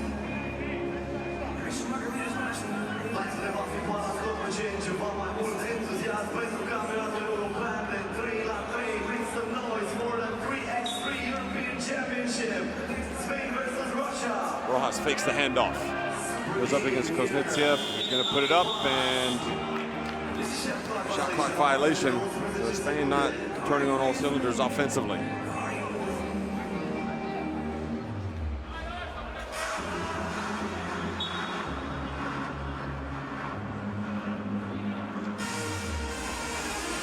And Rojas takes it away. A quick pass inside. De La Fuente, Spain on the board. Kuznetsov, good, that was a 2.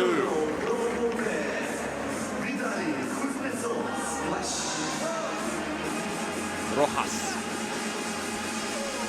And puts it in off the glass and in. Kuznetsov now to Lisitsky. It's good. Sase, 2 is good. 6-4. And the game moving fast offensively here, ticking right along.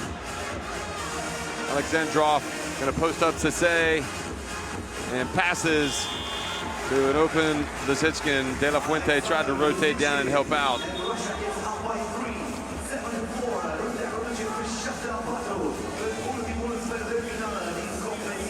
Look at that shot.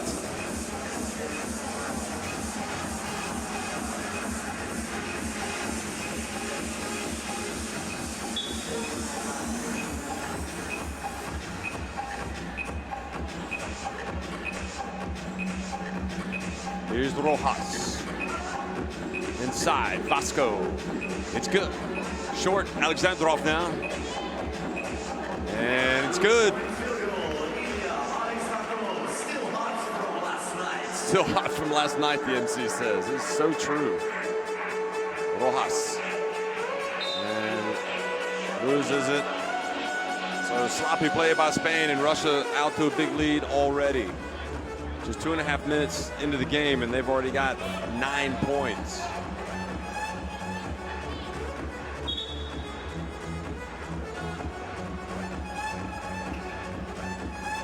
Alexandrov spins, puts it up and in. Shakes and bakes and makes. Sase.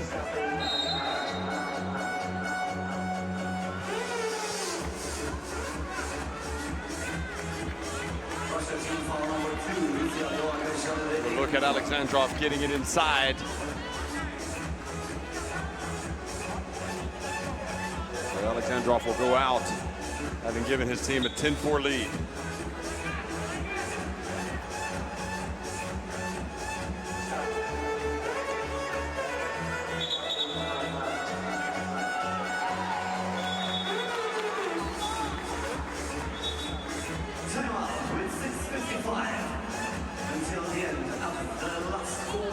So timeout on the floor, 6:56 remain, and Russia in command against Spain, 10-4.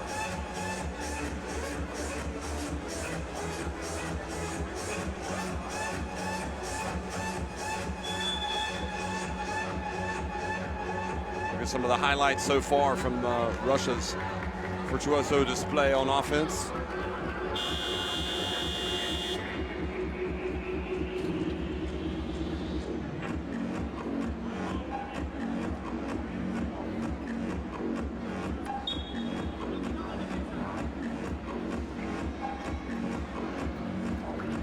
Alexandrov tries to get free. Zakharov now puts it up and in.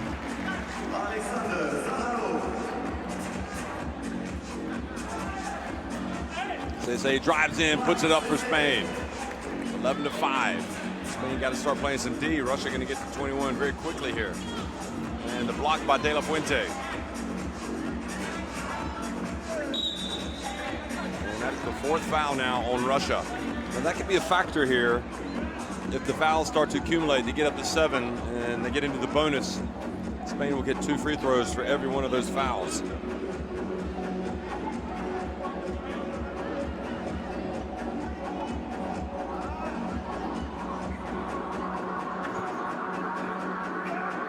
So say out to Rojas.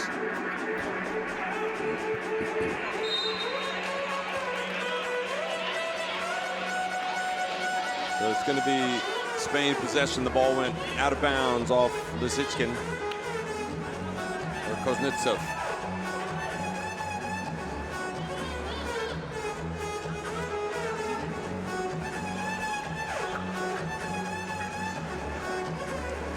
Rojas, 2 on the shot clock. He's got to put it up. Good defense from Alexandrov.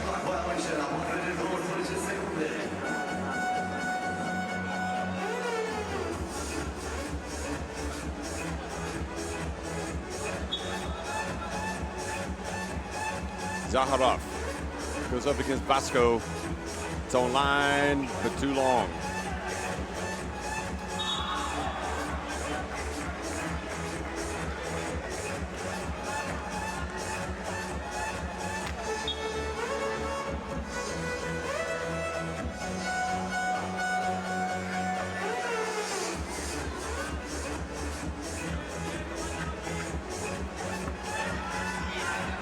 And Alexandrov, oh, can you believe it? His magic continues. And now a little bit of magic for Spain. The ball rolls in.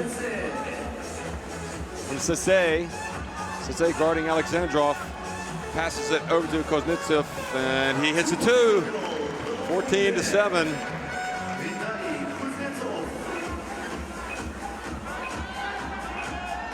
Rojas for 2.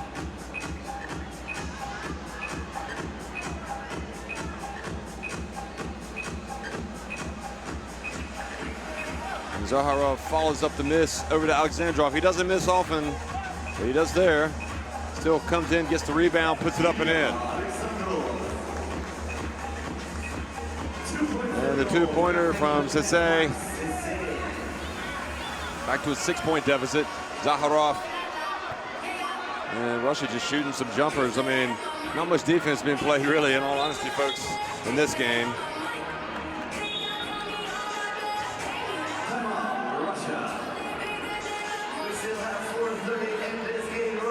Got timeout. Look at that shot by Cisse. That's what caused Alexandrov to say, we need a breather here, folks. Let's slow down and talk about this.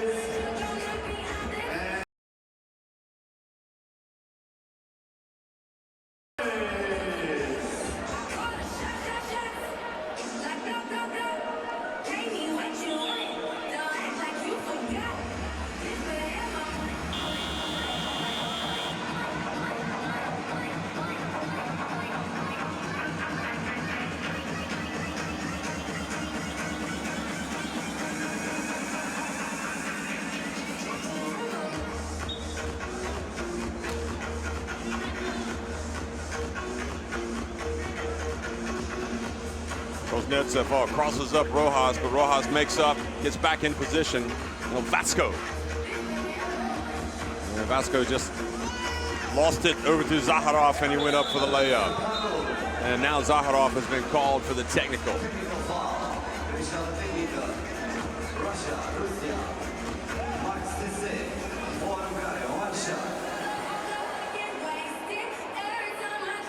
So Sese will go to the line, but really Spain defensively don't seem like they can really stop Russia. But he'll get this free throw, and then they'll get possession. So it's back to a 6-point deficit. Russia now with 5 team fouls.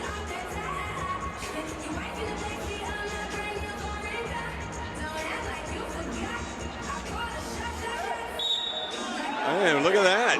He gets into the lane, is fouled, so has a potential 2-point play, a chance to get it to a 4-point deficit. And now that's 6 team fouls on Russia, so the next one, they'll get 2 free throws for every foul, Spain. So this thing isn't over, but Spain has got to play the D. Left wide open, Zakharov. Oh, that's a killer. Talking about 2.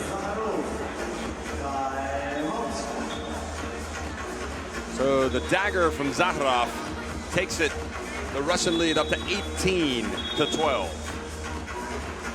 3:59 remaining. Russia just 3 points away from putting this game away.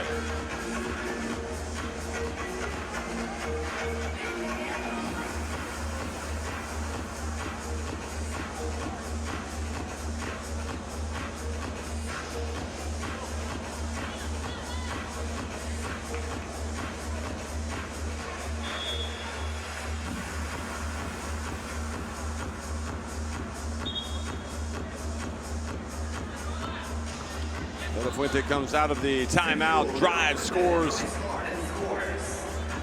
And Alexandrov has it. Has the ball taken away by De La Fuente. Nice D. Rojas open. The ball rattles out.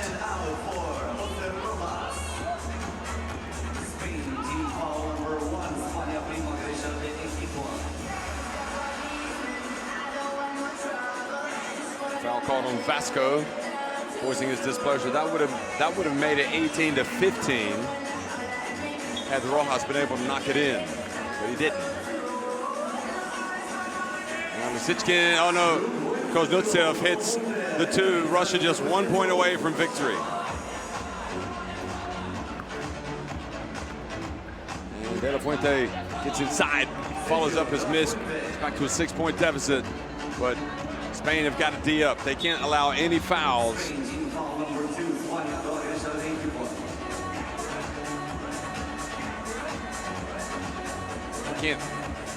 They can foul, but they can't allow any shots. I mean, if Russia score, it's over. And Vasco reaches in, takes it away. Nice behind the back pass, but was it really necessary?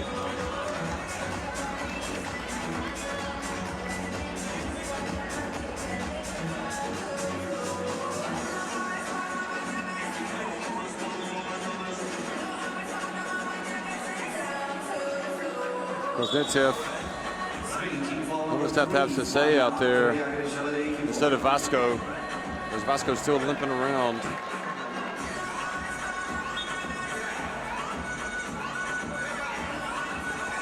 One point wins it for Russia. Alexandrov open, misses. Lisichkin's the rebound. Zakharov passes. Now Alexandrov. And double dribble.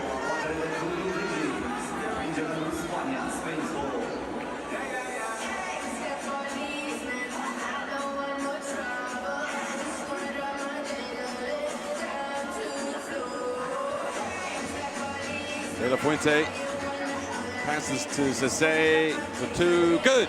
Well, he's hit some 2s today, Sese.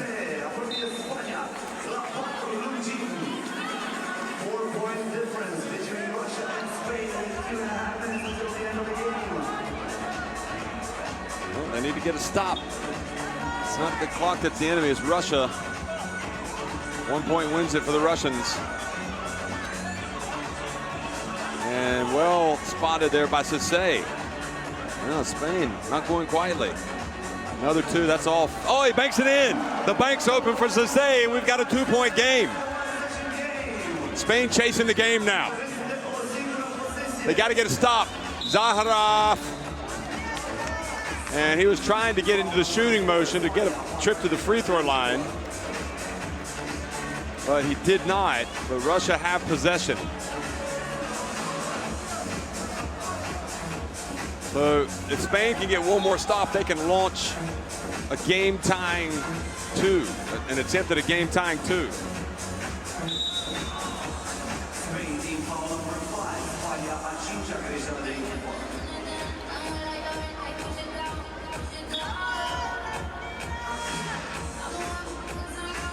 Russia look for the winner. Lisichkin drives in, puts up an awkward shot. Zaharov pushes off. And that is 2 free throws for Spain. Incredible. What a turn of events. Unbelievable. 2 free throws to tie it.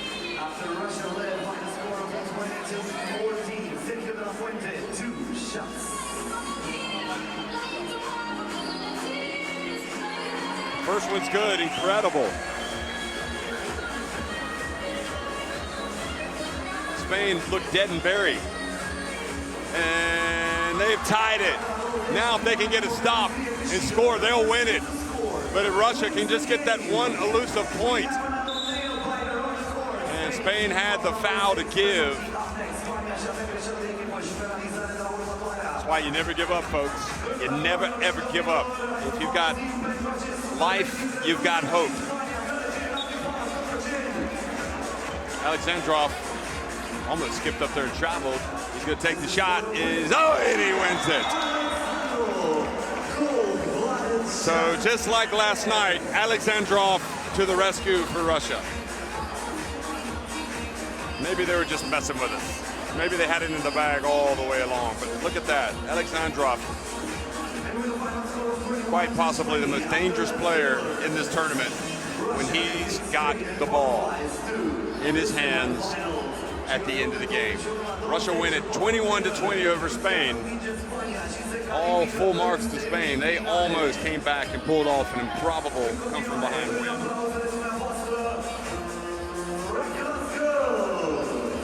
So Russia will play Slovenia in the semifinals. Serbia and the Netherlands will square off in the other semifinal. And just really a bizarre game almost how Spain came back. I'm not sure you see that very often in this sport. That type of comeback. But they played D. Russia didn't execute well down the stretch, but they got the shot they needed when they had to get it from Alexandrov. Russia played with fire, but they didn't get burned.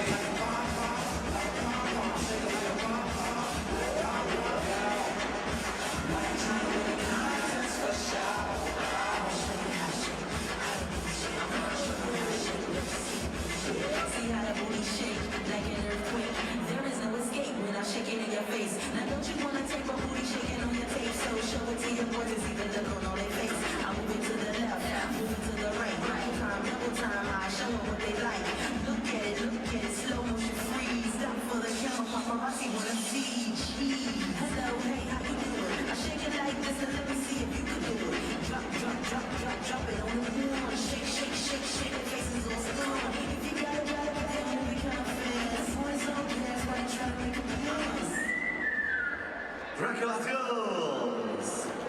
Iar acum, doamnelor și domnilor, vrem să vedem dacă există dragoste. We're looking for love. Up next, avem și un premiu pus la bătaie, 2 tricouri cu Romania to Romania's jersey for the couple who kisses the best. Pentru cuplul care se sărută cel mai bine. Urmează Kiss Cam. Up next, Kiss Cam. Hai să vedem. Nu e ok, se pare. Mergem în altă parte. Căutăm, poate găsim dragostea până la urmă. Ia să vedem.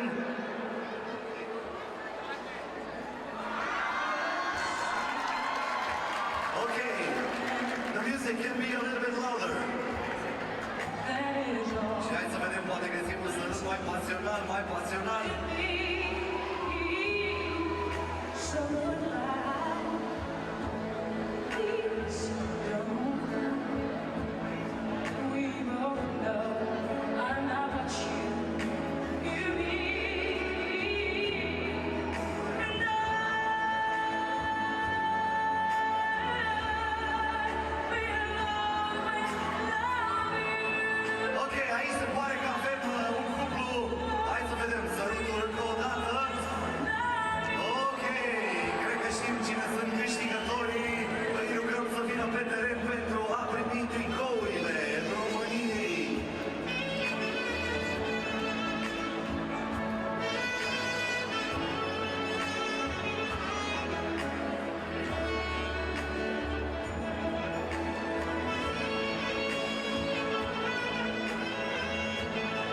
În continuare, urmează prima semifinală în competiția feminină. Up next, the first game in the women's competition. Hungary versus Russia. Ungaria versus Rusia.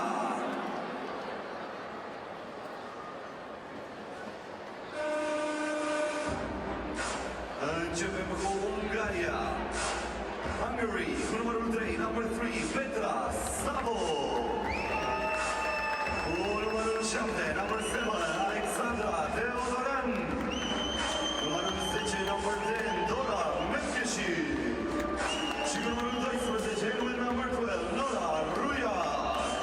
Hungary, Ungaria. De partea cealaltă, campioana europeană antitră, Rusia. The European champion, Russia. Cu numărul 7, number 7, Ekaterina Sitniak. Cu numărul 10, number 10, Alexandra Stoliar. Cu numărul 12, number 12, Tatiana Widmer. Și cu numărul 18, and with number 18, Ana Leshkovtseva. Russia, Rusia.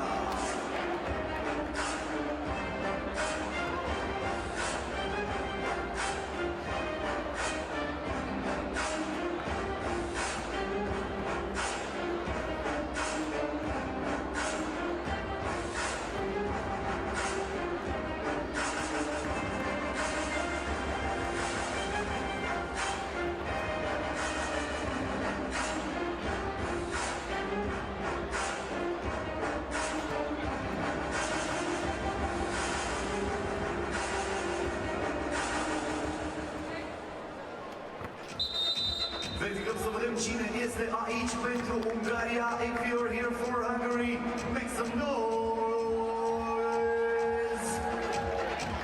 Și cine este de partea Rusiei, and if you are here for Russia, make some noise. După încheierea acestei partide urmează cea de-a doua semifinală. Elveția versus România.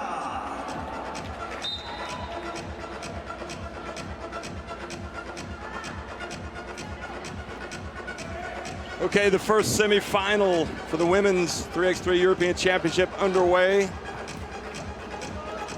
And it's Russia taking on Hungary. This should be a real barn burner.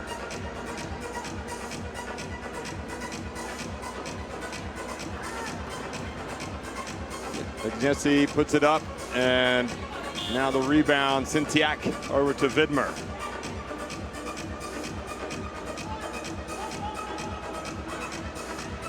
Bounce pass inside, and the foul on Widmer. She'll go to the line.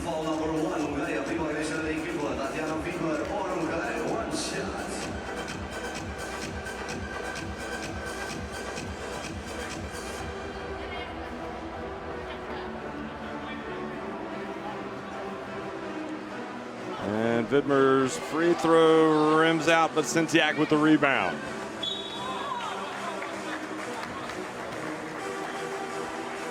Hungary team foul number 2, Ungaria a doua greșeală de echipă.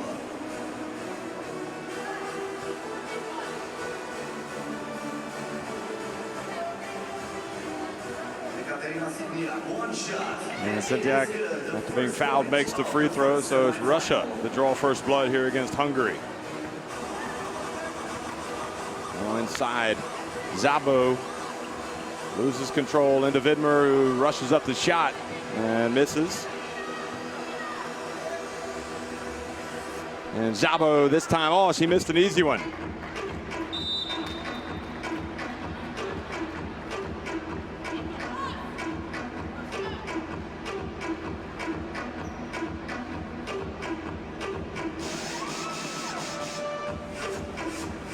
So Leszkowska couldn't quite control it there.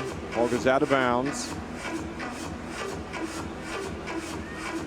Jesse is going to inbound it. Stoller into the game. Now quickly, Szabo. Over to Teodorayan, who puts it up, and an air ball at the shot clock buzzer. Vidmer. And a long one again by Russia. And Stoller steps out of bounds. Leszkowska had a wide open two, but it was off target.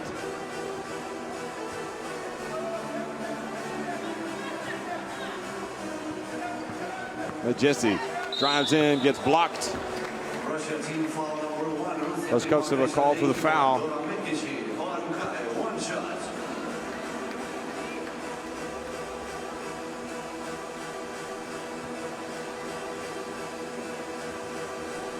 So Jesse at the free throw line. And finally gets Hungary's first points, and then Vidmer turns it over.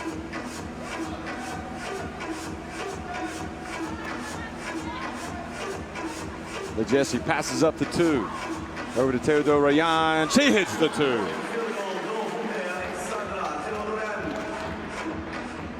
And now Stoller takes the two and misses badly.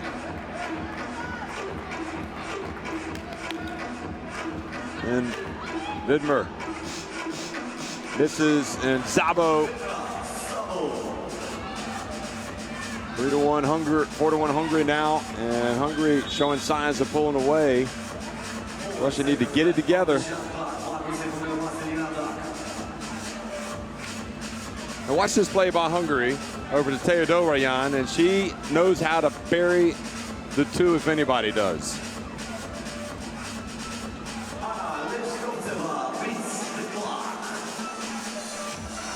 So Leszkowska gets an important basket for Russia.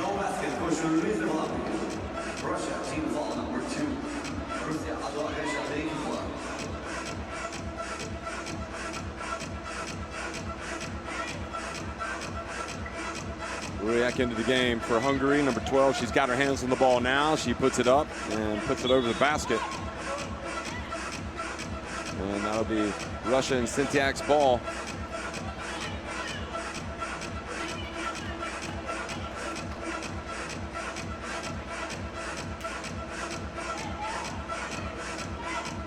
Stoller finds Leszkowska, and she makes another one. So now it's going to be Ruják, who falls down, but she was fouled. Nope, it was Stoller that was called for the foul on Szabo.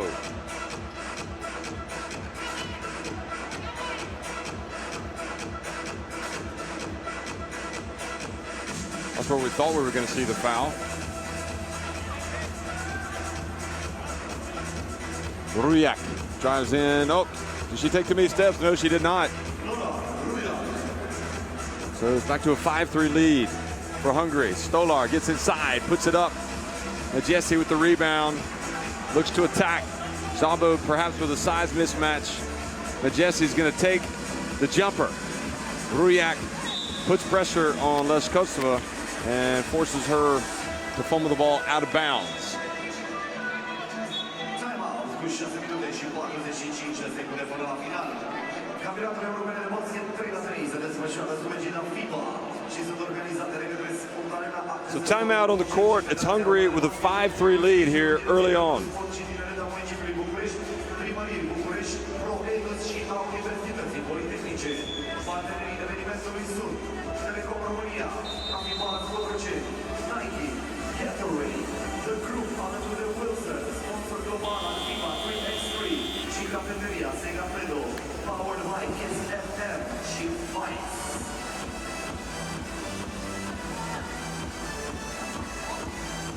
Szabo gets inside. Vidmer recovers, but commits the foul. And Szabo is slow to get up. Look at this. Vidmer is beaten. And she raked her across the face. A swat. She didn't swat the ball, she swatted the face. And Szabo makes the free throw. Hungary back by 3. And now again, another turnover with Vidmer right after the score, trying to push it quickly.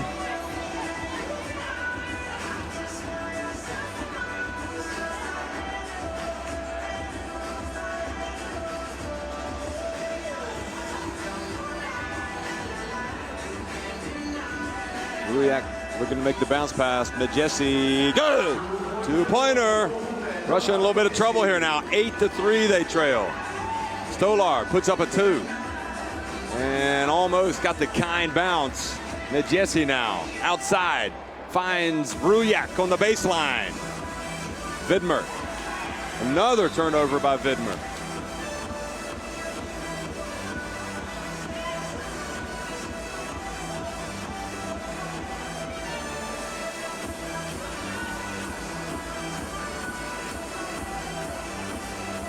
Teodorayan steps outside. Here's now Medjesi now throws it away.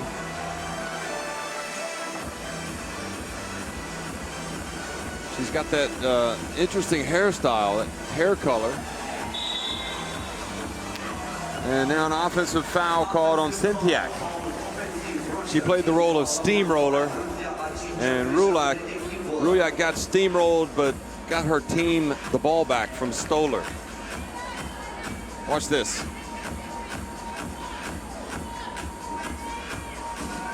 In fact, it was Sintiak, sorry, that steamrolled it. Ruyak gets swatted though by Stolar. Teodorayan gets it back and puts up the air ball right at the shot clock buzzer. 5:38 remaining. Hungary leading it.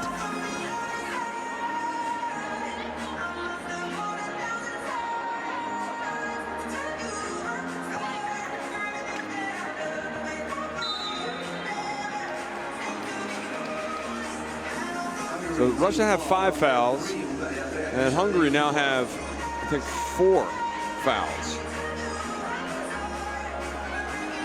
No, 3 fouls. Vidmer inside, powers her way up, misses, gets the ball back, goes back up, misses again. Sintiak there, and fouled.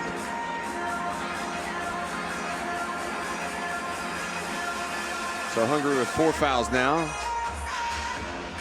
Team foul number 4, Ungaria poate greșeală de echipă. Caterina Stiniak, o aruncare, one shot.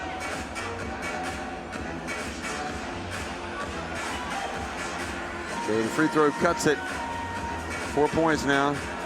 And a nice play by Teodorayan. Gets it right back for Hungary.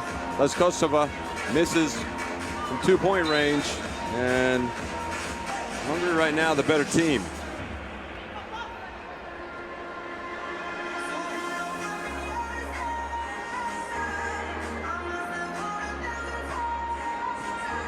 Teodorayan thought about it, passes it back out. Medjesi got the foul called on Sintiak. That's number 6 now, and very soon Hungary will be at the free throw line. In the next foul, they'll be getting 2 shots for every free throw, for every foul trip. Urmează a doua semifinală din competiția feminină Elveția versus Romania. Up next after the end of this game, the second semifinal in the women's competition. Switzerland versus... Well, Hungary's just proven to really be moving the ball around well, getting some good shots, playing a little sneaky at times, making things awkward for Russia when they've got the ball down low. Russia are in trouble. They need to get a couple of stops, and they need to get a couple of pops. Ruyak. Medjesi, pump fake, Vidmer recovers, Bounce pass, Szabo. They're not going to get a shot off. Right when I was just praising their efficiency on offense, they failed to get a shot off. So that was Russia with the good D. Vidmer inbounds it. And two-point shot, no good.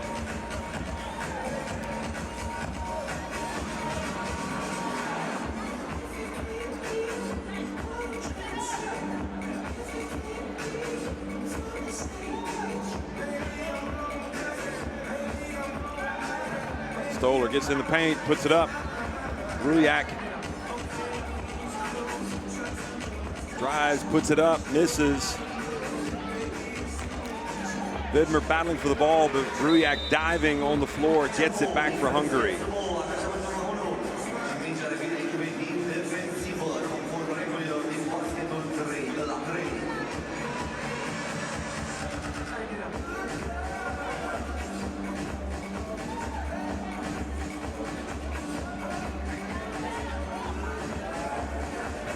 Vidmer drives in. So, you know, in the 3x3 competitions, you don't have jump balls. When you get into the jump ball situation, it goes to the defense. Teodorian loses it. Vidmer knocked it out of her hands. Stoller. Vidmer.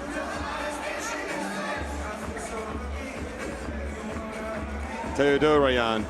Hungary looking to turn the screw. Szabo. And another turnover by Vidmer.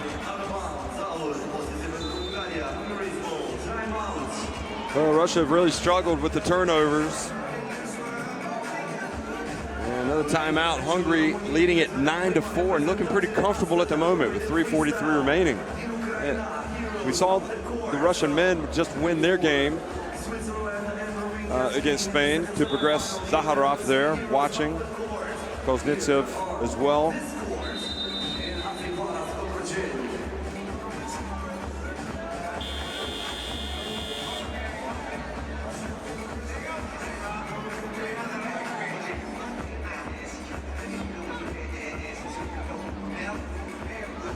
Back to live action, Majesi. Russia running out of time here. They need to get something going. Teodorian, meanwhile, gets inside. Comes up dry. Stoller. Sintiak into the game for Vidmer. Puts up a 2. And the offense just isn't there for Russia. It's as simple as that.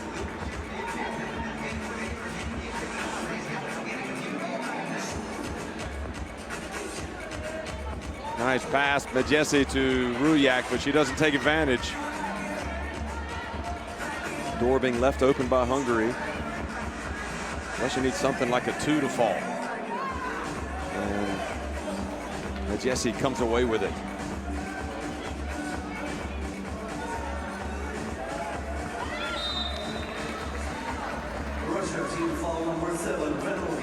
So another drive, further frustration. Russia now with 7 team fouls. That puts Hungary on the line. You don't want to run away after this, folks, because we're going to hear the players' reaction right after the game. Now that we're getting to the semifinals and final, we're in the semis now. The winner advances. We'll face either Romania or Switzerland. But yes, he misses. And Russia continue to struggle offensively. Just cannot get it going. But Jesse outside. Szabo has it knocked away by Sintiak. Vidmer for 2. Chases it down. And quickly the foul by Hungary with 2:38 remaining, but they're leading it 10-4.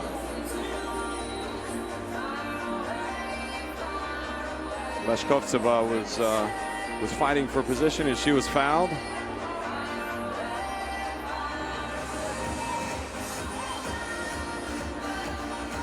Leshkovtseva for 2.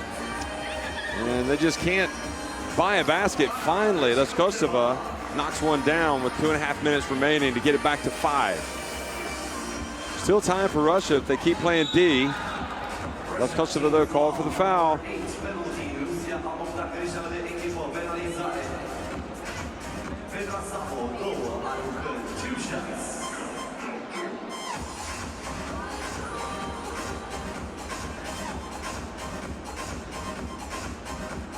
Szabo at the line takes it up to an 11-5 lead for Hungary.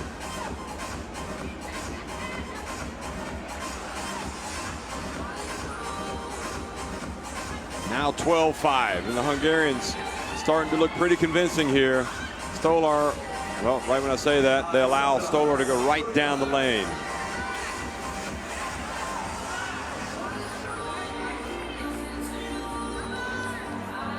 And now Stolar outside, no chance for Russia. Ooh, Stolar may have gotten away with an elbow, clearing out on Ruyak. Sintiak with the rebound, puts it up and in. Now it's back to 5. A little bit of hope for Russia. Theodorian gets it inside to Szabo. And a foul called on Stolar.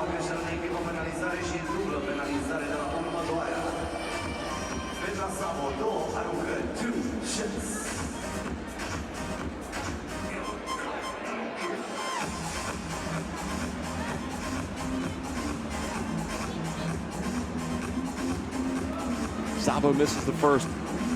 Russia need this one to stay out as well and then to hit it too. They need something. They need a burst. They need a spark, something to spark them into life offensively. So that shot takes it to 6. Stolar was looking to take the 2. They get it to Vidmer. She gets the 1 back.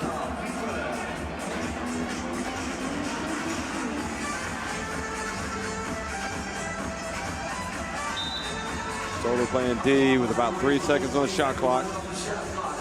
Hungary will try to get something. Timeout. 1:27 to go.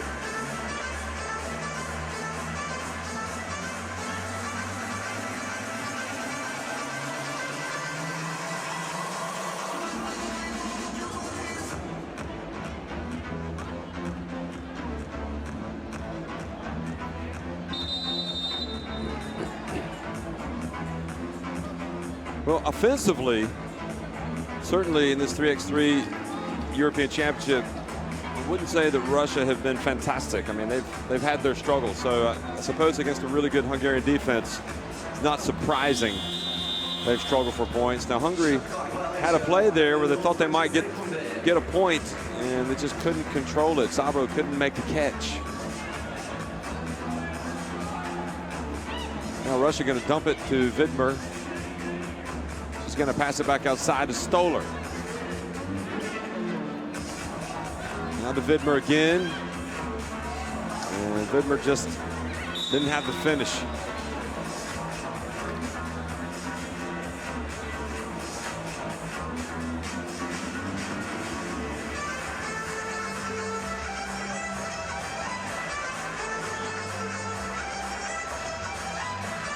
Russia, team foul number 10, double penalty.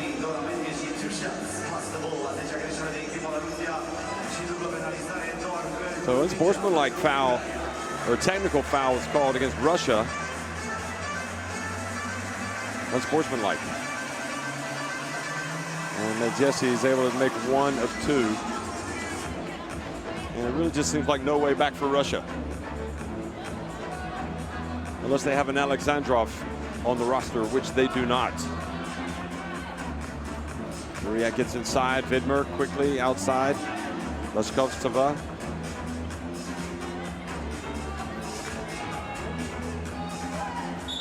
And Stolar drives baseline, fouled by Medjesi. What a great play by Medjesi. That is team foul number 6. So Hungary have done well to use their fouls. So it actually was not a bad foul by Medjesi because they're not in the bonus. I thought that was number 7. Kostova misses. Medjesi 2:07 on the shot clock. Bounce past Szabo. Majesi gets the rebound. That's probably going to do it. Rujak. Majesi. Puts it up, misses. Szabo. Well, Russia can't get the ball. How often do you say that?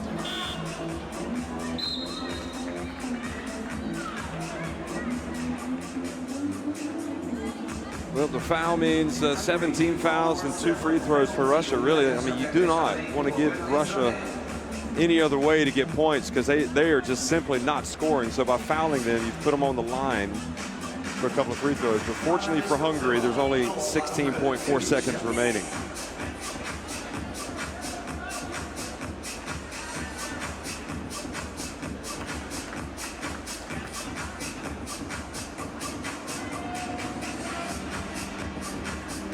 She makes the first one. Needs to make this one. So she makes both. Now Russia need a steal. Russia have already committed 10 fouls, so that's not going to give them the ball. It's not going to do them any favors. They've got to get a steal. So if they foul now, they put Hungary on the line for 2 shots and possession. And they do force a turnover. And the desperation, the 2 falls. They get it back to 14-12, but Russia just couldn't get it going enough. And Hungary, look at that, they are in party mode. They have reached the final of the 3x3 European Championship. They are the first team to make it to the final. Who will they play, Romania or Switzerland? We're about to find out. Russia just did not bring the O today in that quarterfinal. A lot of that had to do with Hungary for really surrounding them, collapsing on them whenever they had the ball down low. But at the end of the day, you got to be able to knock down some jump shots, and Russia simply were not able to do that.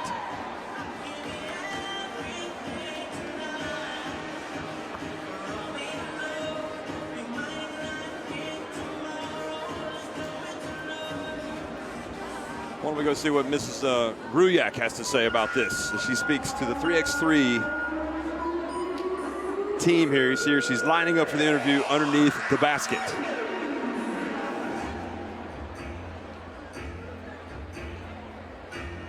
What a big moment for her.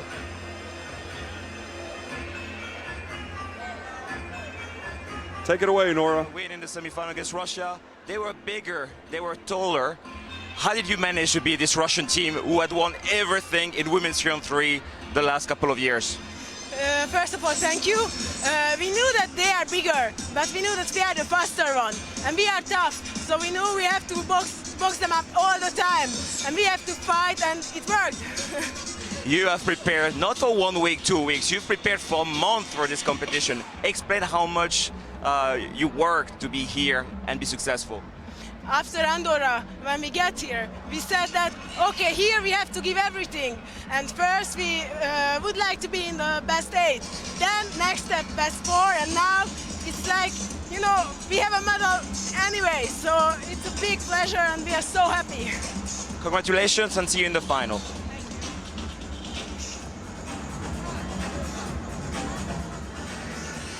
Well, now we've got some highlights after Nora's remarks, and clearly a big moment for Hungary. But I mean, really, in terms of the world rankings and everything else, when you look at their players, Majesi is the world number 7, Petra Szabo the world number 8, Teodora Jan the world number 25, excuse me, the world number 15, and the world number 19 is Rujak. So the highest ranked world ranking, the highest ranked player in the world ranking for Russia was Vidmar, number 42, and Sitniak was number 65. So Leskostova was number 444, and 242 was Stolyer. So perhaps not all that surprising, that result.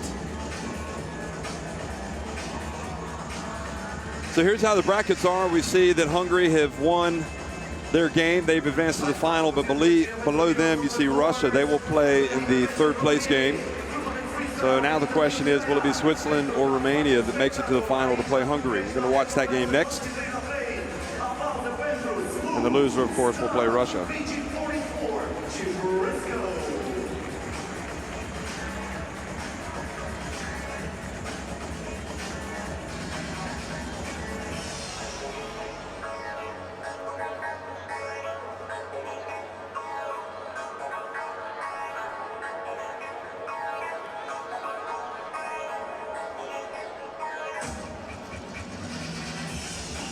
Well, you can see this is the setup here inside the AFI Palace Quarterfinal here in Bucharest, Romania. It's a great event. And I have to say, Romania's win over the Czech Republic seems to have sparked things just a little bit more. A lot of these fans here, obviously, they're going to have the partisan crowd backing them.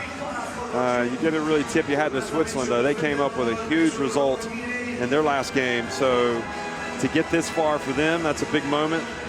Upsetting Ukraine. But the question is now, who's going to win that game between Romania, who will have the home backing, or Switzerland?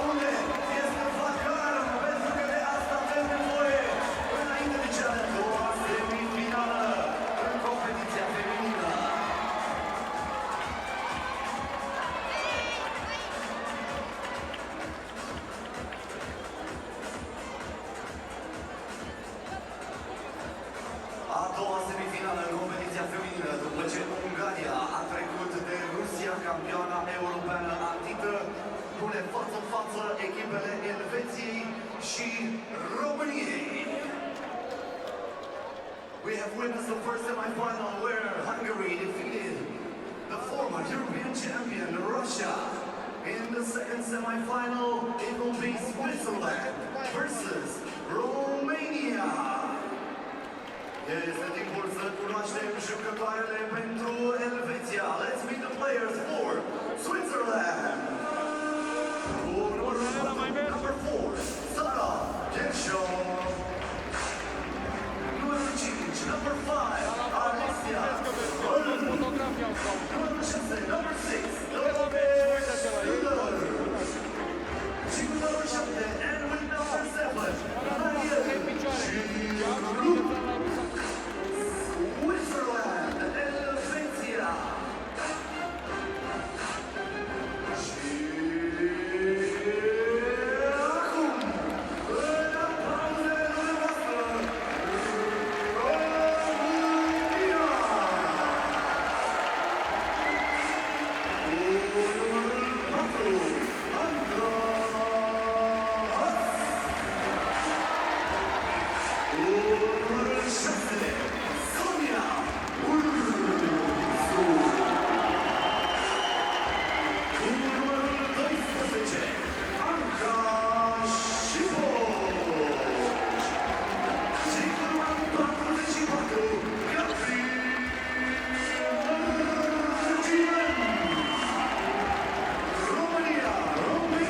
Well, folks, as you can see, the second semifinal about ready to get underway here in the women's 3x3 European Championship.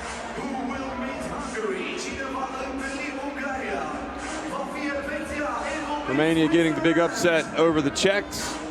And, of course, Ukraine falling in the upset to Switzerland. So both these teams trying to get to the final. Romania, the lineup, Andra Haas, Gabriela Marchenin, Anka Sipos, and Sonia Urshu. Urshu hit the big shot to force overtime.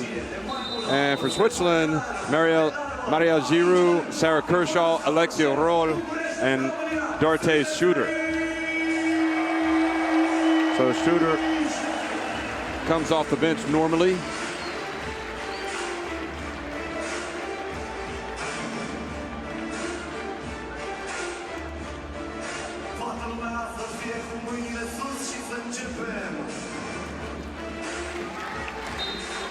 Well, that was some inspirational stuff, the way both of these teams won their last games, but especially Romania.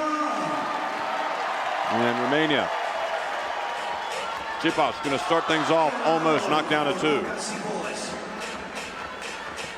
Roll drives in, and a free throw will be awarded.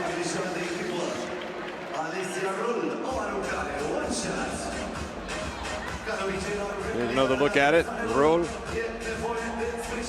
Tough call there on Tsipas.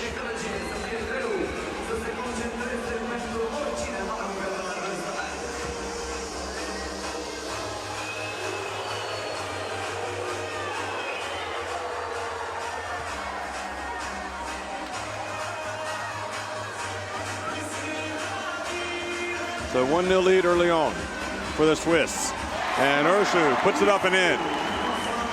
Okay, the way these Romanian women are playing right now, I would not put it past them going all the way at this tournament. But Kershaw, who was really the star in that win over Ukraine, knocks down a 2. Remember, Switzerland trailed Ukraine 8-4 and came back led by Kershaw. Now Giroud, a roll. Both of these teams right now in the clouds. Giroud drives in, out to Roll. Drives in, but doesn't get the shot off in time. Urshu, she looks to go to the rack. She puts it up and in.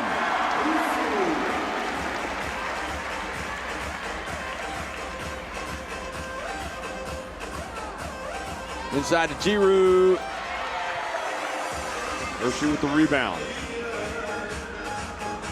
Now Marginin rolls to the basket, and Romania have knotted it. Boy, this is we've talked about it before, how 3x3 basketball is really loved in this part of the world, in Romania, and the crowds have been great, and they are thrilled to see Romania getting here to the semifinals, that's for sure. Urshu puts her head down, gets inside, is fouled by Alexia Roll.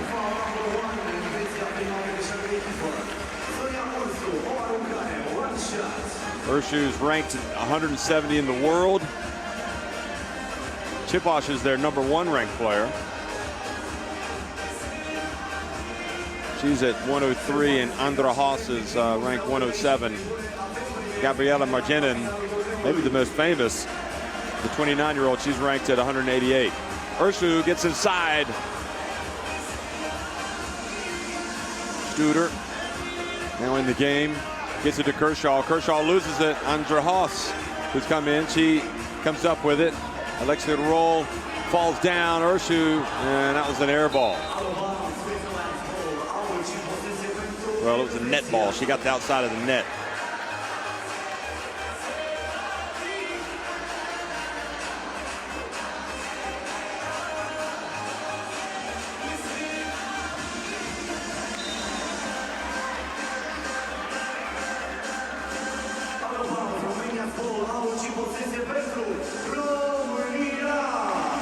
Here comes the chance of Romania. Romania, you know what that means. They usually raise their game. Marginin drives, puts it up, and gets it to go. Quickly, Giro back to Kershaw. Gets it over to Studer. Studer, the shooter. No, not this time.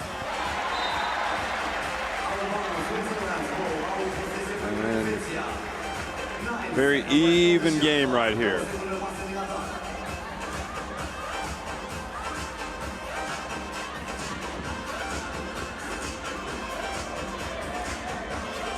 Goes up against Haas.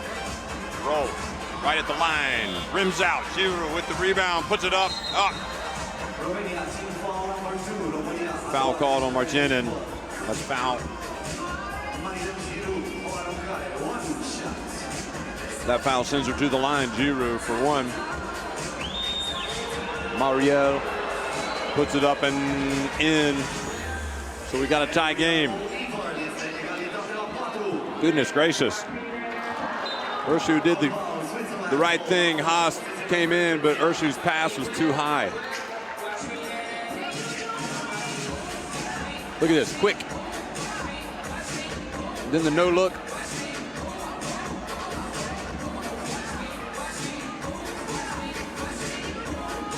Alexia Roll.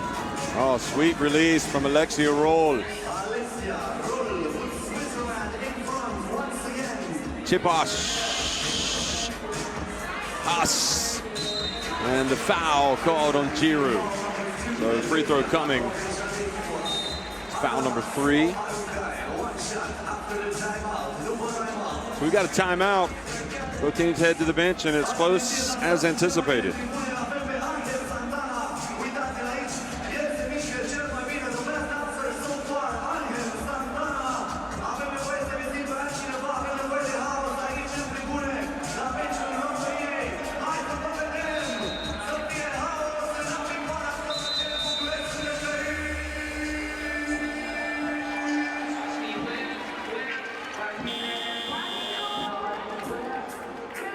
Nope, Santana could not get it done earlier for Romania, but look at him. He's having a good time. And so are those Italian ladies. They didn't make it out of the group stage, out of the pool phase, but they're up there enjoying it. That's what it's all about. It's an event. Even if you go out, you can still have a good time. Even if you don't make it to the knockout phase. Alexi Roll drives in, puts it up and in. Rolls to the basket. Now Chiposh spins, gets inside, puts it up. Ball rims out. Giroud. Roll inside, Kershaw back to Roll. And Roll is on a roll. Chiposh quickly to Marjanin. Roll puts it up with the left hand. Somebody better get a hand in her face. She is smoking hot. Now Marjanin. Haas puts up a, man, she brings some rain with that shot. At the end of the shot clock. So it was a shot clock violation, and Studer, Giroud, and Kershaw in the game right now. So Roll takes a seat, takes a breather.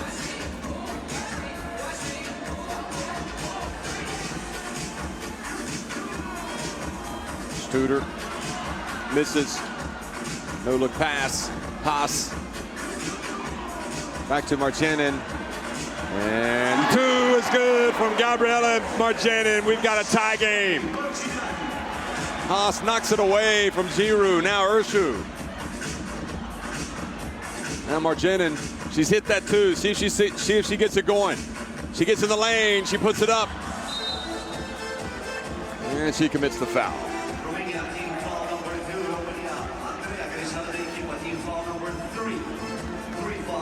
Look at Marjanin's release. So Alexia Roll is back in the game for Switzerland. When you got the hot hand, you got to be in the game. Giroud takes a contact.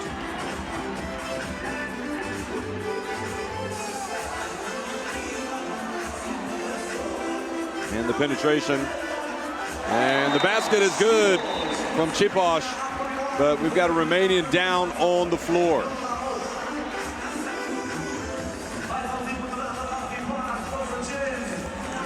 Marjanin was it.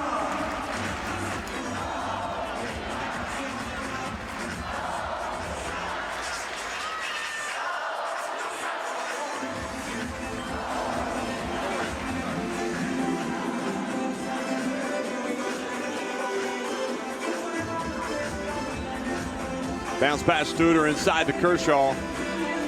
Kershaw gets it.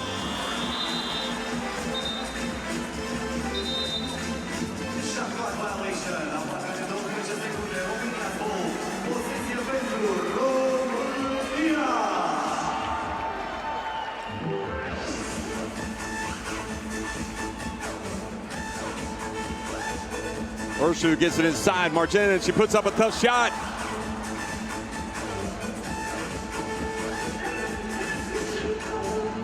Kershaw, that's going to be short. Marjanin with the rebound. Romania with a 9-8 lead.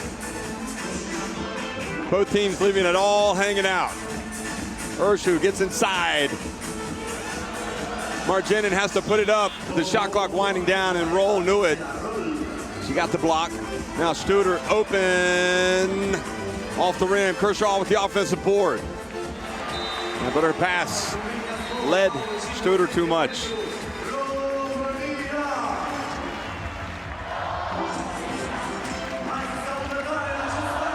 So look at that. Look at the crowd, look at the score, look at the time. We're in the semifinals of the 3x3 European Championship.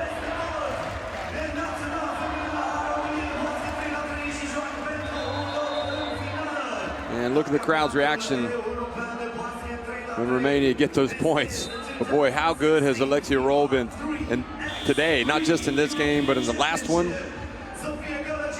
against Ukraine, and Marchenin as well. She hit the winning free throws to beat the Czechs.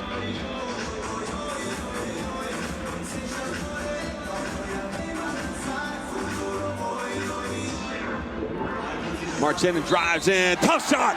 She hits it and one.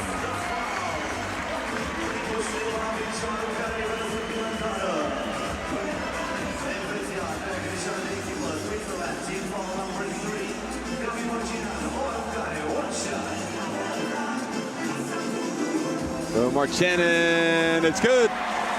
Takes it up to a 3-point lead for Romania.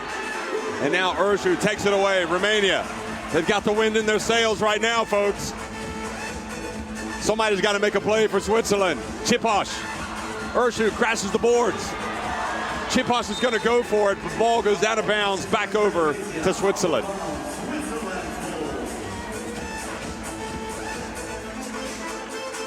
Look for Kershaw to step up in this situation. She's going to take it 2 off the front of the rim.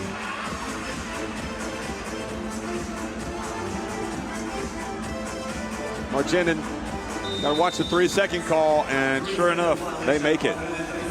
Can't camp out in there.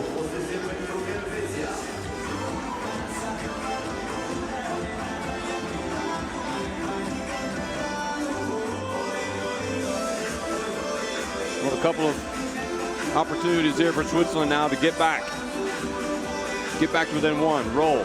She spins, puts it up, too hard. Giroud follows it, puts it up and in.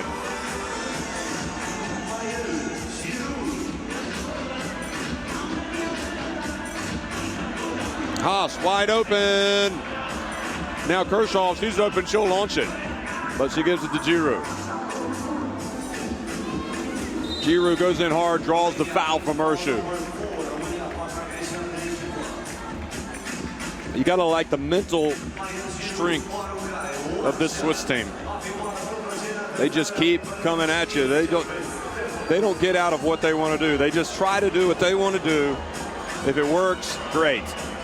Giroud's going to attack the basket, try to get fouled, and she does on that occasion. Now she's having to guard Chiposh down low. Chiposh gets inside, puts it up, and Roll goes in, comes down with a board. They can tie it with a 1 or go ahead with a 2. And Roll just rolls to the basket. Tie game. And now Chiposh misses. Studer has it.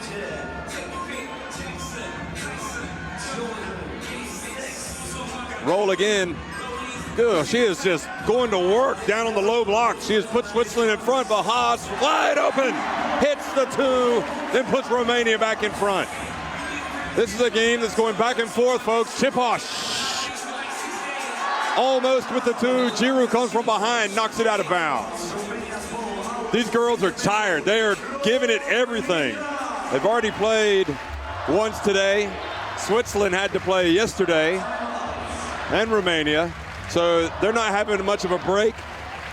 They've got heavy legs, and the winner's going to have both of these teams are going to have one more game to follow anyway.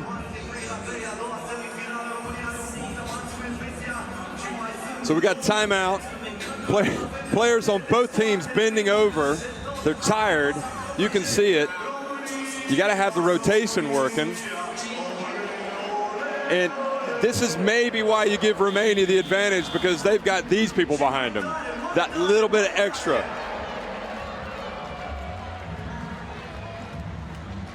But the way the Swiss have been playing, they are dangerous. Urshu inside, powers her way up. Giroud with the rebound, but Urshu takes it away.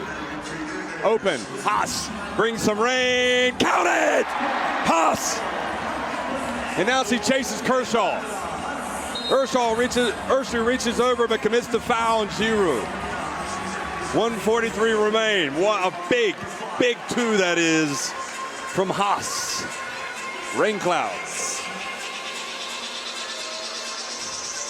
Urshu goes out. Ciposh comes back in. Boy, Haas has hit some big shots for Romania in their earlier win, and now that one. Roll. Gets into the lane, puts it up, misses a shot. Giroud there battling for the board. It's Romania that come away with it. And a foul called on Switzerland.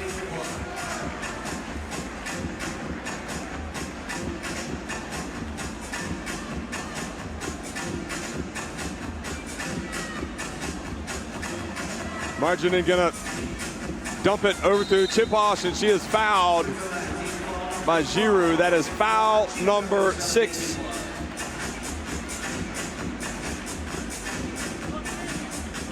Look at this crowd. Marginin this time drives in, puts it up off the glass and in. It's a 4-point lead. In fact, it's 5 fouls on Switzerland, 5 on Romania. And the pass to Kershaw, she's able to get it, put it up. What a play by Kershaw. Ciposh almost intercepted that. Haas. Oh, doesn't drag it. And she did travel, in fact. So did not go unnoticed by the referee. Good call by Joris, the Serbian referee, out on the perimeter, make that one. 1 minute and 1 second remain.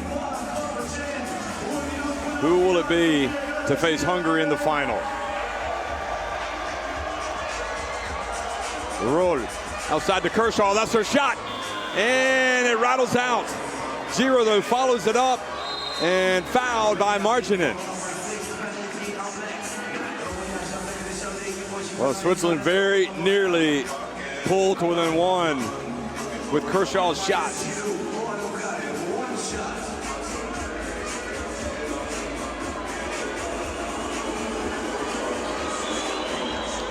And Giroud makes it, cuts it to a 2-point game.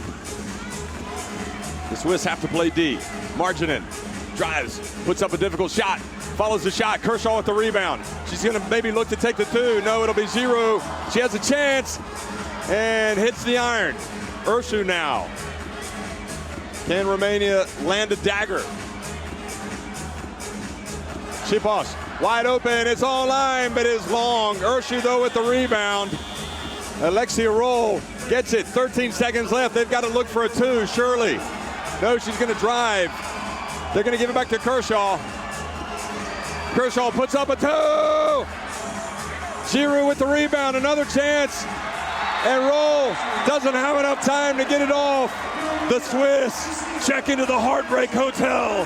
The Romanians, an improbable story, have made it to the final of the 3x3 European Championship. They will take on Hungary. Look at them celebrate. Your heart goes out to the Swiss. They have been terrific. And they simply did not have quite enough against Romania.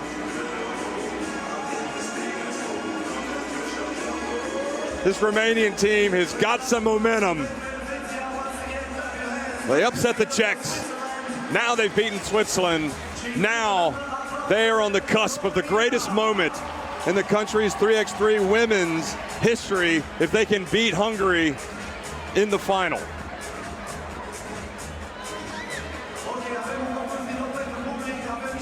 Well, you don't want to leave now, folks. If you leave now, you might lose your seat. You better stay seated. Stay right there. Don't go anywhere.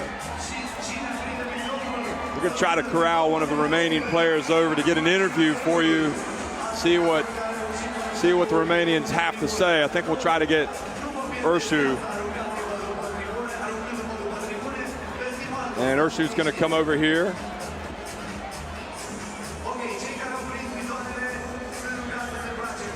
So let's go down to the court and hear what Urshu has to say. Congratulations for this win in the semifinals. So yeah, congratulations for this win in the final. What a support from the crowd here in Bucharest. Man, the crowd is fucking amazing. I'm sorry I cursed, but I'm so hyped. Like, we did a good job in defense, in offense. We played as a team, and you can tell the results. That was a very tight game. They gave you problems. How did you manage to turn it around? I mean, when you're tired, that's when you have to keep pushing, and everybody did amazing. Like, it's about the team. It's not about individual players, right? Congratulations, Sonia. No cursing after the final.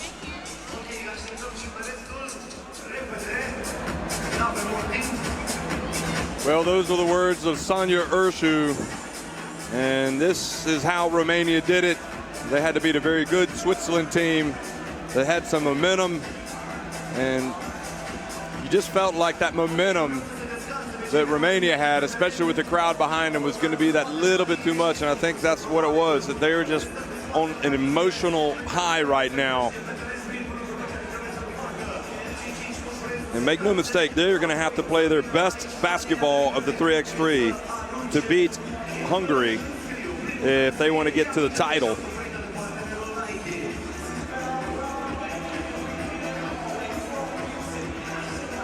Switzerland, of course, will go on and play Russia for in the third place game.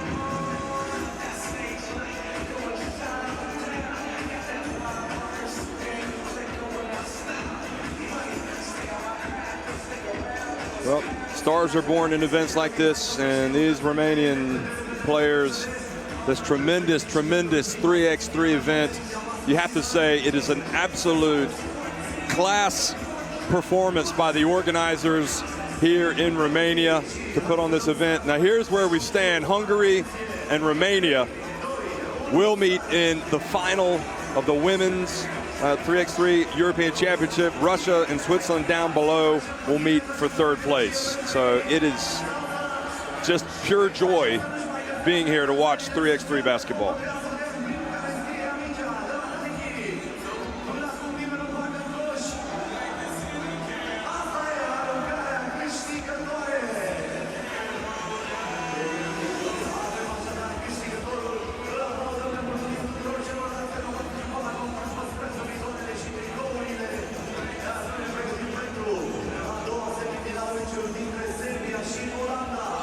Well, this is the AFI Palace, Quarterfinal in Bucharest, Romania. It's been the home of the 3x3 European Championship, the FIBA 3x3 European Championship. And it's been a fantastic event. And you have to say, whenever 3x3 basketball comes to this country, it just, you are guaranteed quite a show, quite a good time. And the beauty of the 3x3 is that, you know what, the sport goes to the people. You don't have to take the people to the sport. In other words, they don't have to pile into the car, drive to an arena. Nothing wrong with that, but it's nice. It's kind of like you're spreading the gospel. You're taking 3x3 here to the AFI Palace. The people show up and do a little bit of shopping, and the next thing you know, they're watching some basketball. And it's just a fantastic event overall. And I can't stress enough how well the organization is.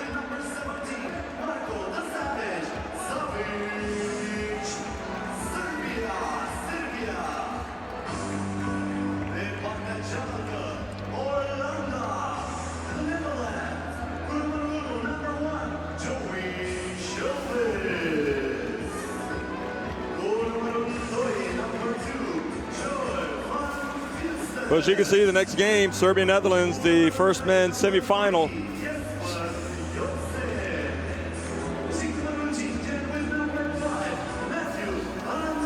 Serbia, no doubt, start as favorites, but you got to play the game.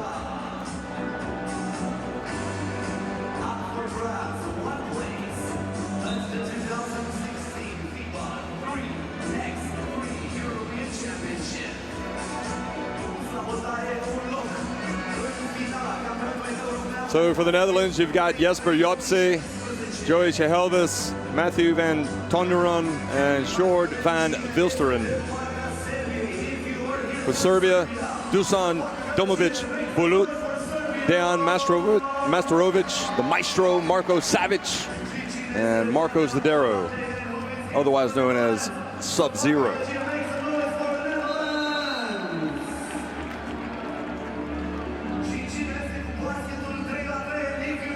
Here is the graphics.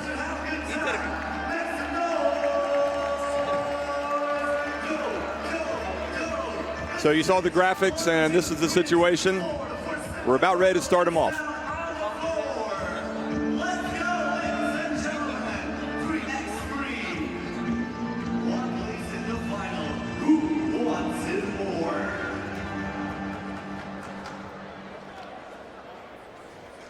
So the coin toss, and it's going to be Netherlands ball. So if it goes to overtime, Serbia will get possession.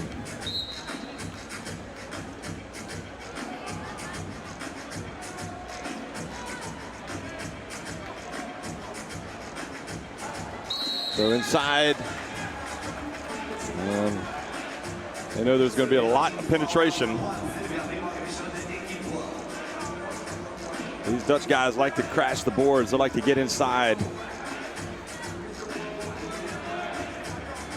Inside it goes, Yapsi. But they're going to call offensive foul against the Netherlands.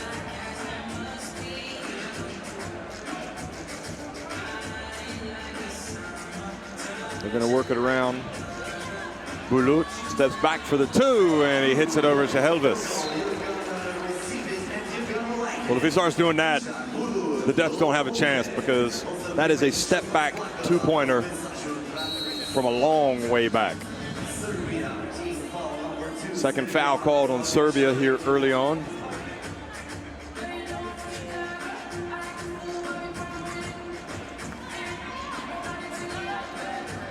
And behind the back pass to Zdero, and then the pass thrown right into the hands of Yapse.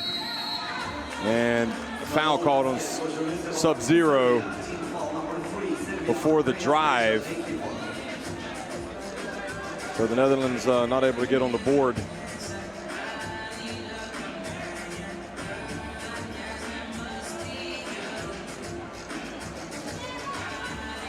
Shehelvis rather, he hits the two, so he answers Bulut's two. And good D. You like the extension of the D from the Dutch, but at that time, the Maestro was left open. And then Tonrun did what he wanted to do, but he missed the layup.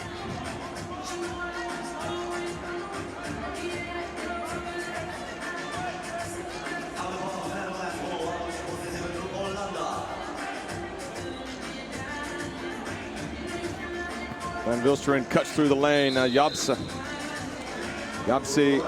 travels.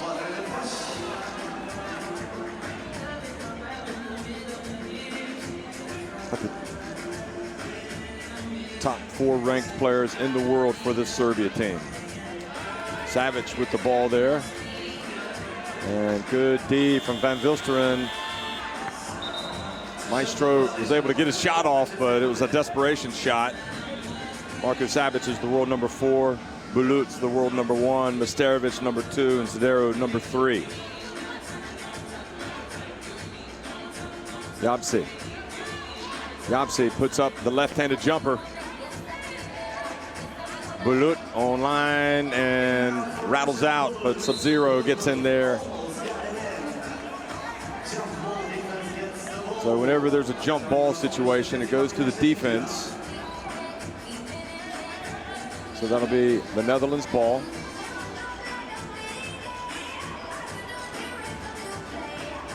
And the pass to Yapse.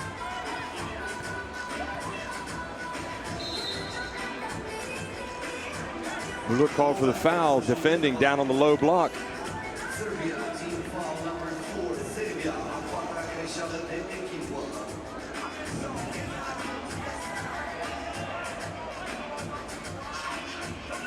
Van Vilsteren, nice pass to a cutting Yapse.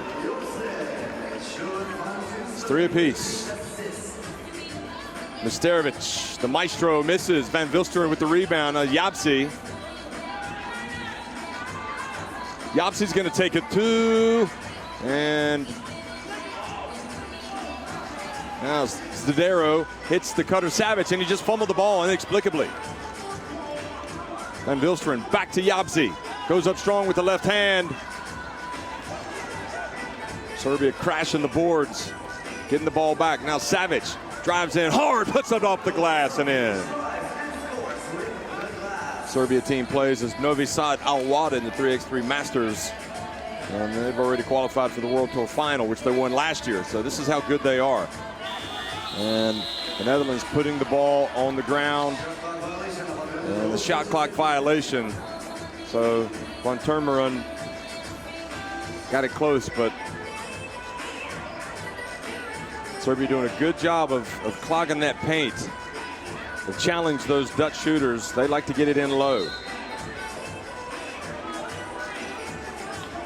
Bulut. That's now foul number 2 on the Netherlands. Shehelvis is back in the game, number 4 for the Netherlands, and he's being posted up by Misterovic.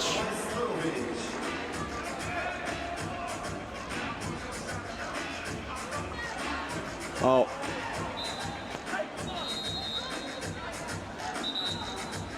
Van Vilsteren complaining that he was being held, but Serbia with a 5-3 lead, and we've got a timeout. 6:45 remain. The second semifinal in the men's competition between Slovenia and Russia.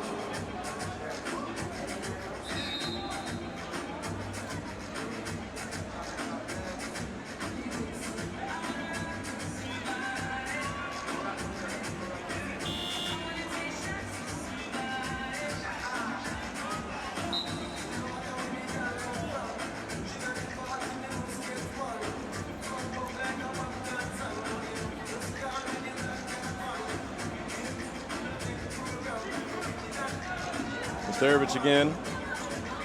Now Bulut. And that was on target. That was a 2. Now Serbia putting a little distance between themselves and the Dutch. Shehelvis for 2.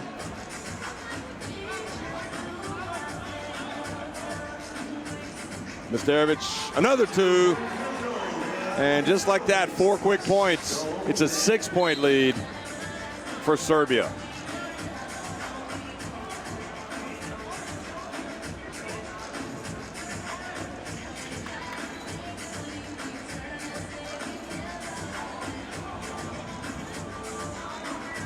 Crossover. Yapsi goes in, makes it. He's able to control himself as he got in. Now Savic down low, a little bit of help, but leaves Misterovic wide open. Good. 3 consecutive 2-pointers from Serbia, and they lead it by 7. And Turmeren puts it up. And a foul call, that's number 5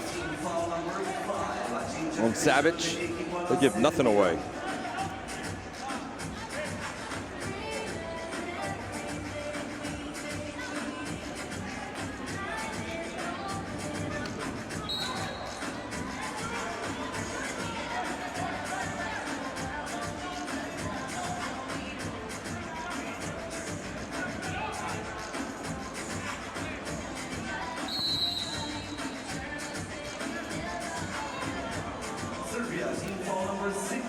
So 6 fouls now on Serbia, so this could help the Netherlands because every foul from here on out on Serbia will give them 2 free throws, the Dutch.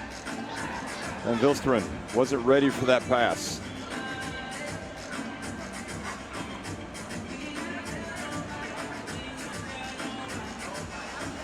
Bulut puts up another 2.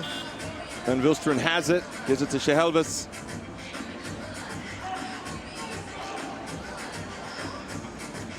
Shehelvis drives in, puts it up. What a tough shot that was.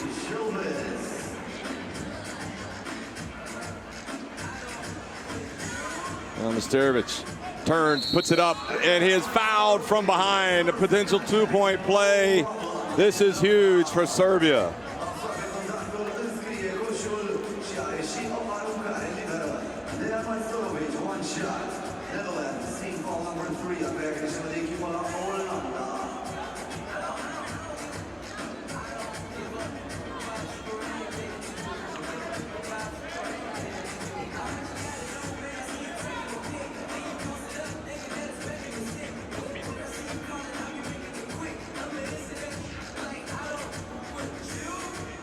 And the free throw's good, so it's a 13-5 lead for Serbia. Nice bounce pass inside. Yapsi makes it for the Netherlands.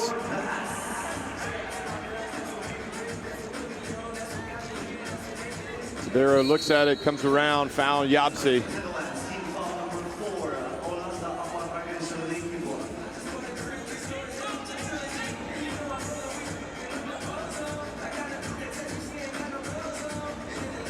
Zadero takes a seat. Savic, Bulut, Nesterovic in the lineup for Serbia. Up, and they're going to have to take a look at the court here for a second.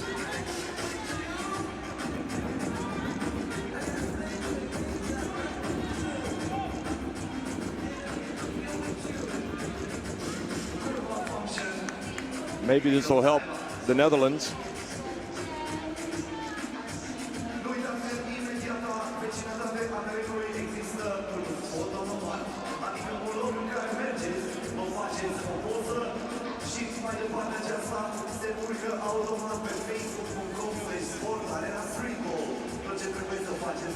Boy, you really appreciate, you know that Serbia are good. They play together all the time as Novi Sad Al-Wada and the 3x3, but you can see they're physically tough, defensively minded, but also understanding how it works offensively, how you get the penetration, the kickback outside, how you move quickly, try to score before the defense is set. And a nice play there by the Netherlands. Savic drives in and gets it right back for Serbia.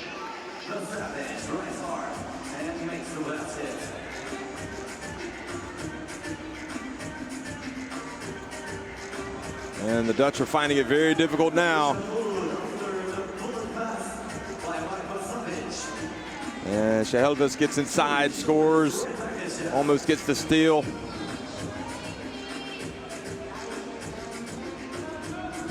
Nesterovic, that's online, nope. And you could just see how Bulut gets into position to rebound the misses. They just make it difficult. They're so good in all aspects of the game. So another timeout, 3:51 remaining.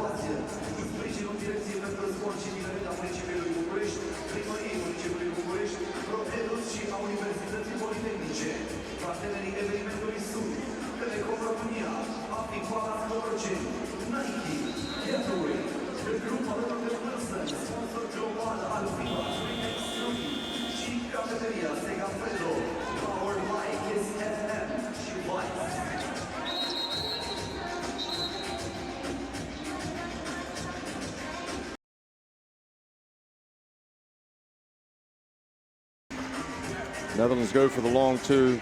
Van Vilsteren back in the game.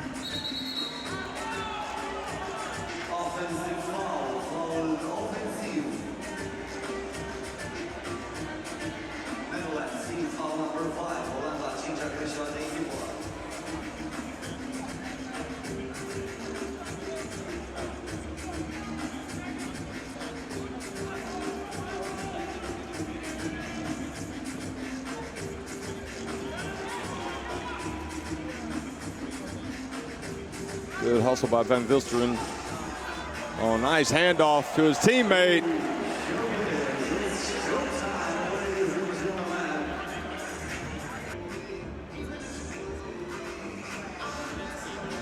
Shehelvis hits another two that gets it back to 18-11. That might be the best policy offensively right now. He's stroking it, and they need twos.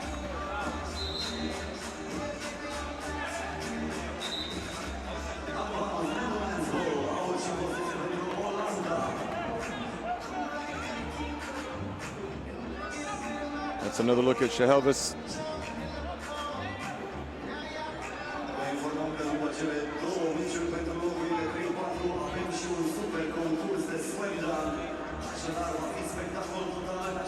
Shehelvis again. Well, I thought it was worth a try.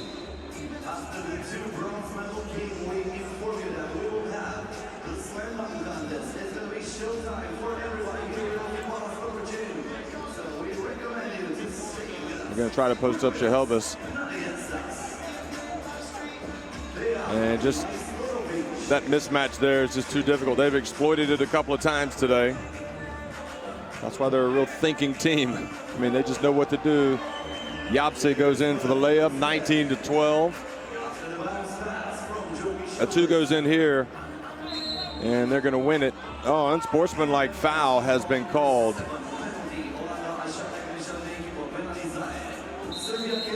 So they can win it here with a couple of free throws.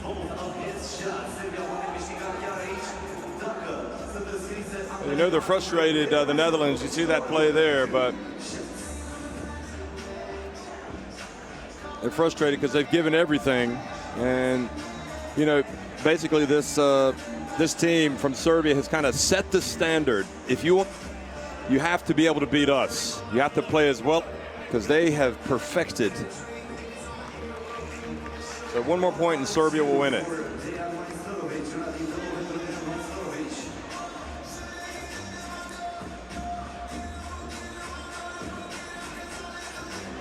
Savic gets it to Bulut. He drives in, and that's the win. And Serbia have won it convincingly, 21-12. They march into the final of the FIBA 3x3 European Championship.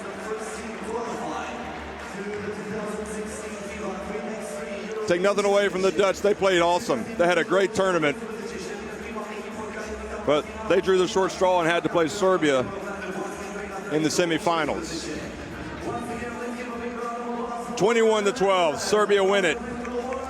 They're knocking on the door of the title. They will face either Slovenia or Russia in the final. Slovenia and Russia coming up next.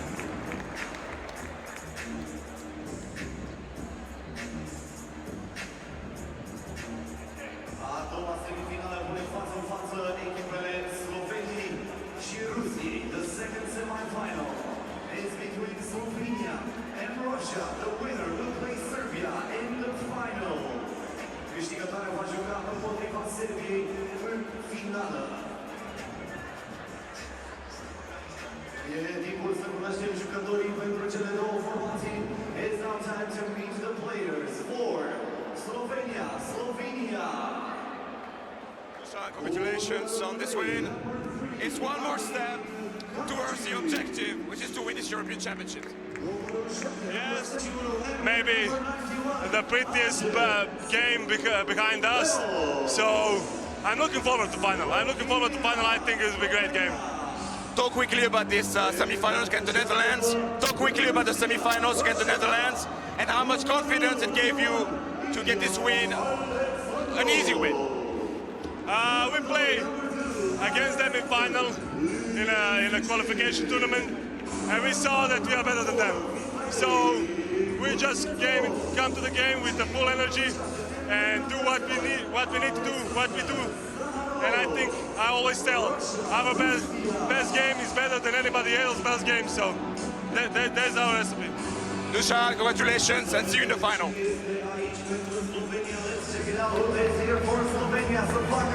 Well, the words of Dusan, bulletproof Bulut, and he said it all. They'd seen him in the qualifications. They knew they were better than them. As long as they came out and played as hard as they could play, they knew they would win the game. And I think it was pretty obvious that was about as hard as we've seen Serbia play. Now, we're going to have Russia and Slovenia. With Russia, Alexandrov, Kuznetsov, Lisichkin, and Zakharov. Alexandrov, of course, one of the hot players in this tournament with game winners in their last two games. For Slovenia, Finjgar, Kavzic, Gasper Ovnik, and Andrzej Sribot.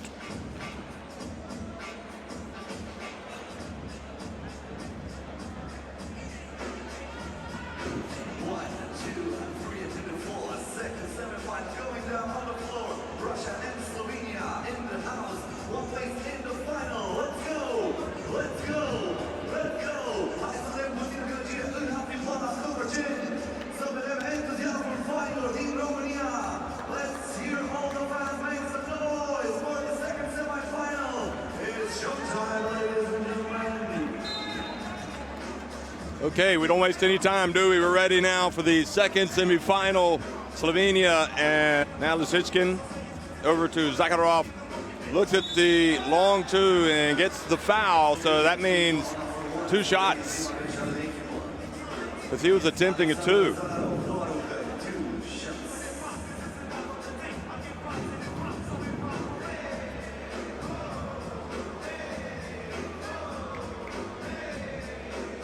Of course, the winner of the semifinal is assured of a medal, so Serbia know they're leaving the European Championship here with at least a silver. And the winner of this game will know the same, and Zakharov makes both free throws, so quick 2-0 lead. I think the key for anybody that plays Slovenia is not to fall behind by several points. They're very difficult to play against coming from behind.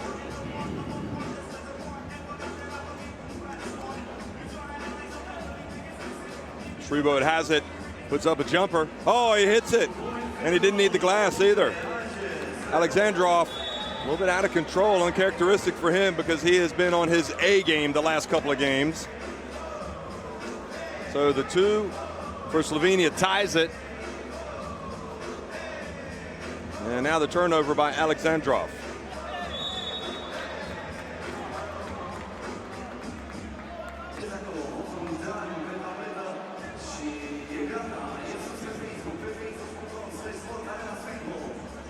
Yeah, he's saying that he got it from Zakharov, but Zakharov didn't look like there was much force in the arm when he had it up around the, but you never know. Now Shreboat guards Lisichkin, and Lisichkin takes the difficult shot. Shreboat takes another one, tries to bank that one in on Zakharov. And Shreboat again, not Slovenia, obviously. Alexandrov. And the foul on Kovacic, who's just come into the game.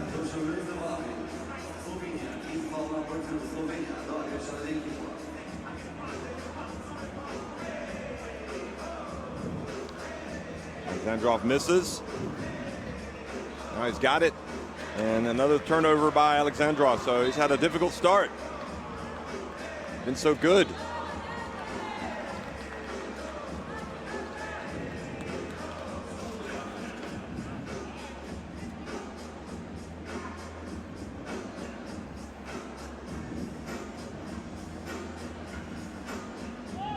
Kuznetsov off target.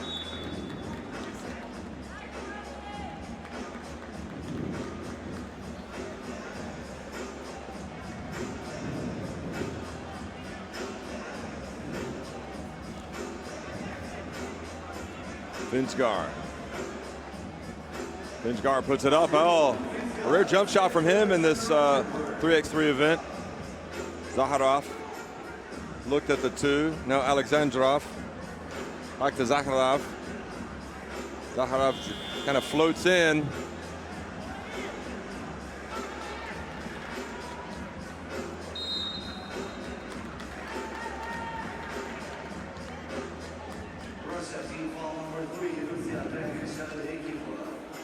Lisichkin comes out. Kuznetsov comes back in. Shreboat's back in as well. He's going to go right at Zakharov again. Misses.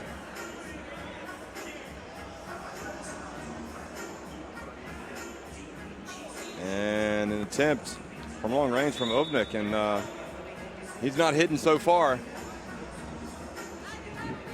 Slovenia still lead it.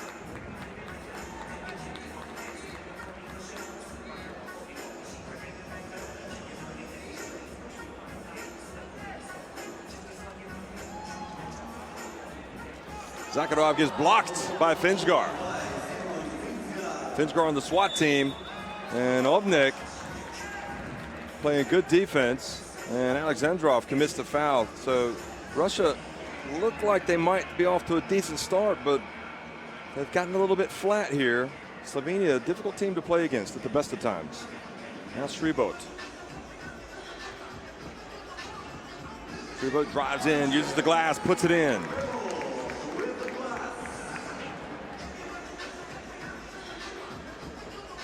Alexandrov. Looks like he wants to go now. And Alexandrov maybe trying to do a little bit too much. And Sribot, meanwhile, getting it done, as you can see in that replay.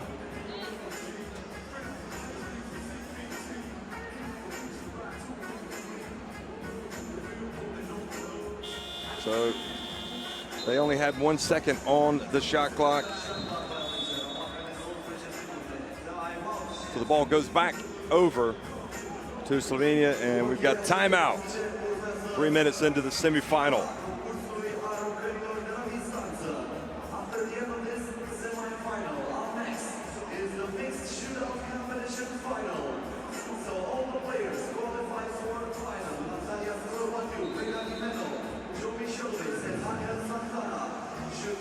Well, it's interesting.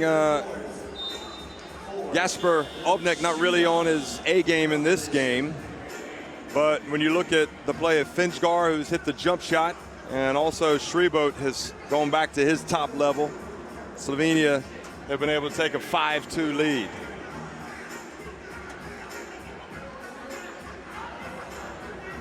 Here's Finchgar, goes behind the back. The Sphinx puts it up and fights for the rebound, gets it back.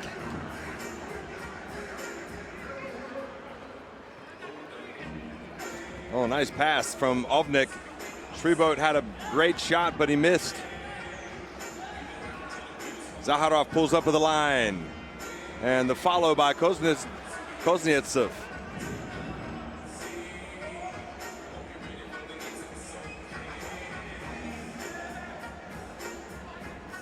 Sribot a little bit too hard there.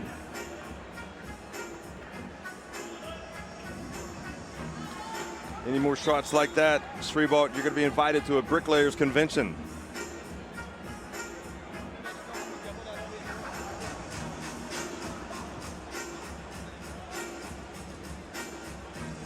Well, to be fair, he makes a lot more than he misses. We're just doing a little bit of trash talk from the commentary booth. Finchgar, the Sphinx. Is that going to be in? Nope, it's going to be too long, and Zaharov boxes out on the perimeter, gets the rebound. And Gasparovnik commits the foul.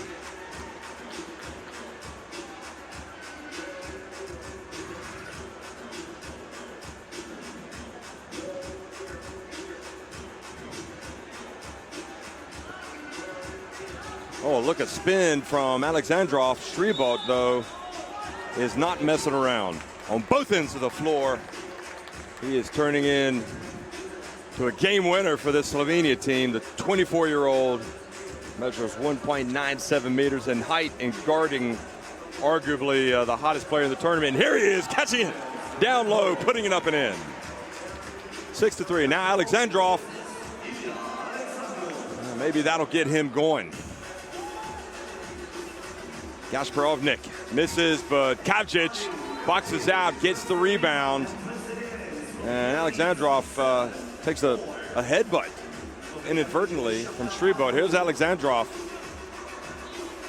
And Kavcic and Slovenia not taking any prisoners right now. They are playing some tough basketball. Look at Sribot get inside again, and he uses the glass.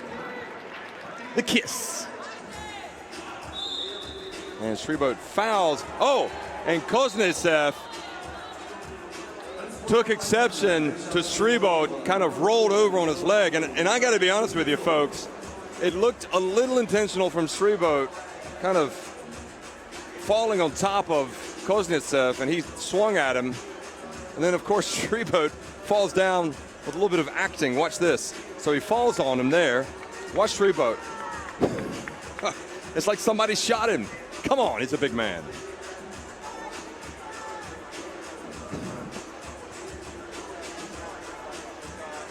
Not a bad idea, but they are actually calling the unsportsmanlike foul on Kuznetsov, because I think that's what it is, because you can't be swinging at people.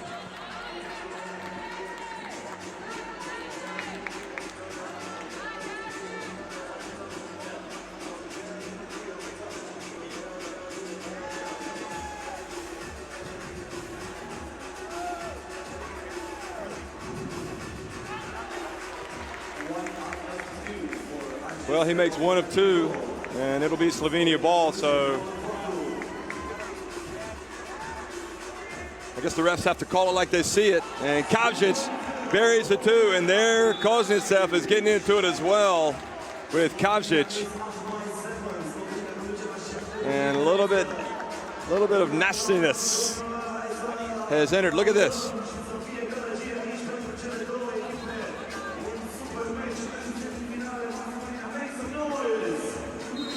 And Lisitskin takes the two, and he is fouled by Kavcic taking the two.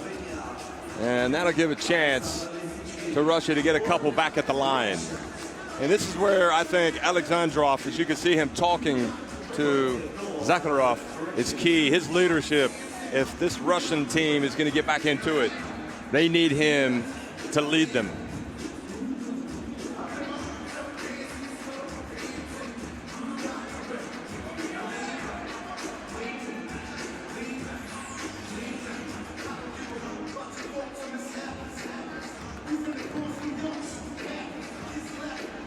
Finsgaard takes the ball out, made just one of two. Ovnik puts up a two, and Alexandrov did a good job of getting that to Zakharov, but Zakharov kind of rushed it, could have gotten it back to Alexandrov. Now Ovnik wide open. Boy, he is just not hitting them in this game. That's the only good thing you can say for Russia, because if he were hitting it, the kick will give the ball back to Russia, but they've only got 4:18 remaining, and they're playing against a very intelligent Slovenia team that also is pretty good in the gamesmanship department. Well, that jump shot was good. It gets it back to 11-6. Bounce pass Sribot, and Sribot goes up and makes it. Now Alexandrov shoots it off the side of the backboard. 12-6. Finsgaard over to Sribot, and look at that, Ovnik, beautiful play, Slovenia, the behind the back pass to Sribot, and they're just delivering a clinic right now. And Lisitskin bats it back out. Ovnik can't get it to go, it doesn't matter because Sribot's doing everything else. He catches the ball, puts it up off the glass. Like him or not, he is a showman, and Sribot, at just 24 years of age, is the best player in this game. 14-6. Boy, did anybody see Slovenia getting on top like this? That was him scoring before. Here he is taking the contact and scoring.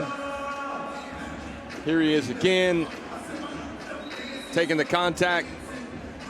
And watch this. You didn't see it. He came in and scored with a behind-the-back pass.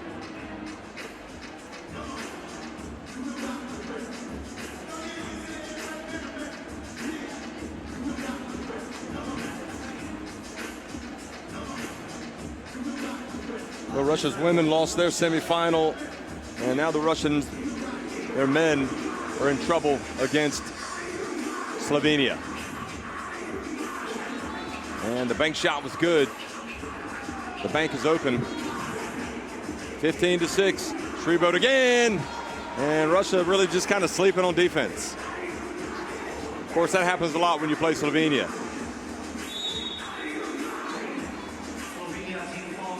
(16-6), 3:25 remaining. As we saw when Russia played Spain, however, Spain were down 20-14 and came back to tie it. So you don't give up, you keep playing, and maybe something will come back. Something will happen. Maybe the Slovenians will lose their concentration.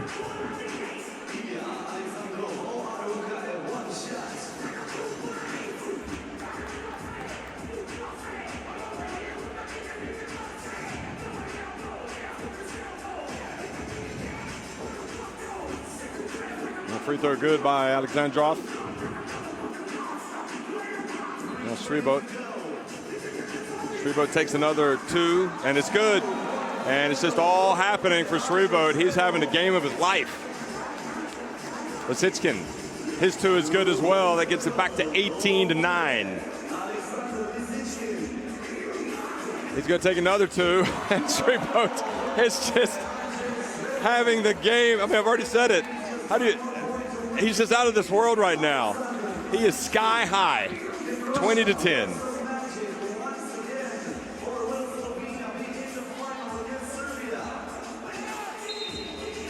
And that will get him a trip to the line, and he can win it for Slovenia, 21-10, if he makes this free throw. The question is, will he try to bank it in? Because he likes to go to the bank. Look at him. He's the MVP. He has dominated this game. He does. He banks it in. He loves the bank. And Sribot, wonder if he's going to hug Kuznetsov.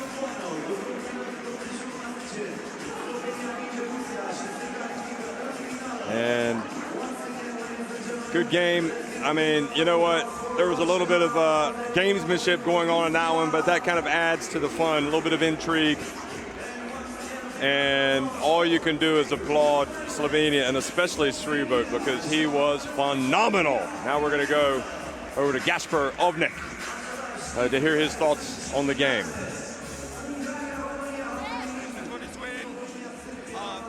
That was actually unexpectedly a route of Russia. How was the game for you? You know, it was a very physical game. Fortunately, Anže made some big shots, made a couple of big threes. He was a force down low under the rim, and everything is easy if someone takes so much pressure under him. So a physical one, but luckily we won. And in the final, you meet your old friends from Serbia. Maybe some people listening to us don't know how much you know about them and how much they know about you. Talk about your special relationship and rivalry with the Serbian team. Yeah, we know that they're probably the best team right now in the circuit, playing 3-on-3. So every time you get a chance to play against the champs, you always want to give your best. We got some good, some memorable highlights before us. The games we played, there were some great memories. Unfortunately, a couple of last games we were the losers. So we'll give it our all, and hopefully to get on top. Gasper, congratulations. See you in the final. Thank you. Copy.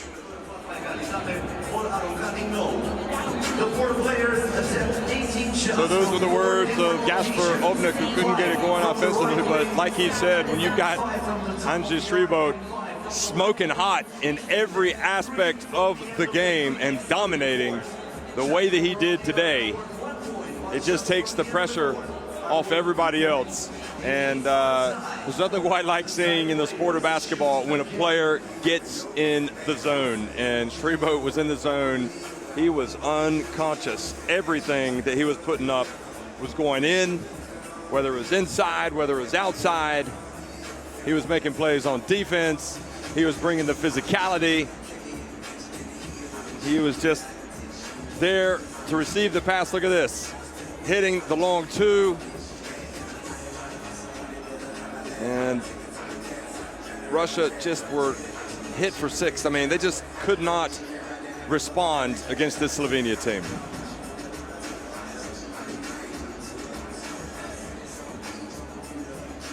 So they will play this Serbia team, Slovenia, and they know them well, as Ovnik was talking about. They know each other because this Slovenia team is also together.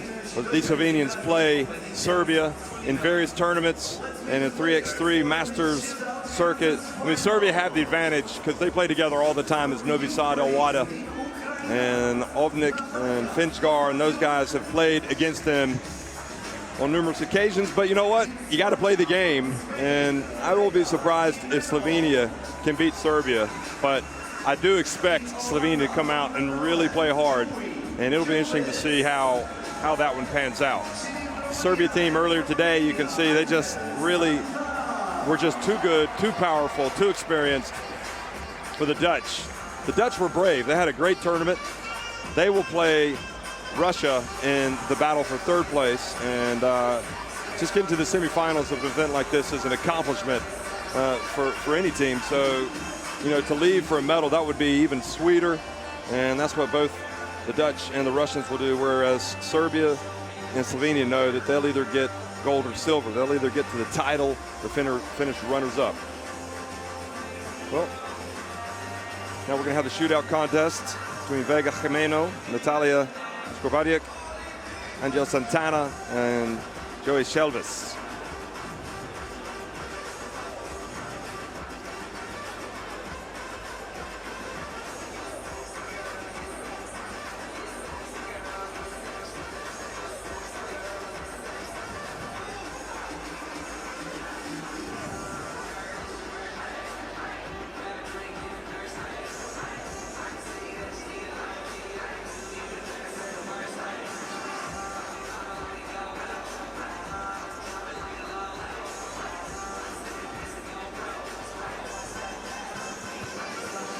Așadar, încă o dată, 60 de secunde la dispoziție pentru 18 aruncări din cele 4 poziții.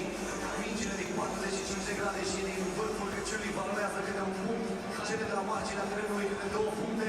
Fiecare jucător are la dispoziție maximum 60 de secunde. So all these players have come through the qualifying rounds that were held on the first couple of days of the tournament. And you've got now in the final the 4 players that we just saw, 2 men and 2 women. They're each going to attempt 18 shots from 4 different locations, 5 from the right wing, 45-degree angle from the baseline, 5 from the top of the arc, same location as the qualification phase, 5 from the left wing, 45 degrees from the baseline, and 3 from the end of the 3x3 court. Shots from around the arc are worth 1 point, while shots from the end of the court are worth 2 points. And in the case of a tie, same points in time, the tied players shoot again. So again, it's Vega Jimeno, Natalia Skobadiak, Angel Santana, and Joey Shelvis.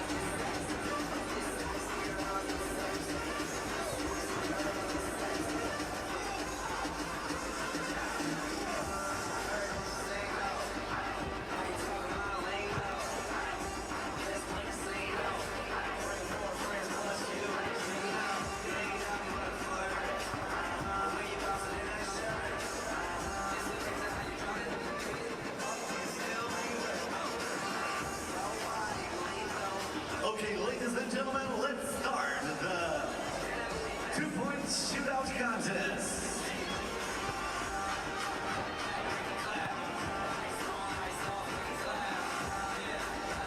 Up next, from Ukraine, din Ucraina, Natalia Skobadiuk.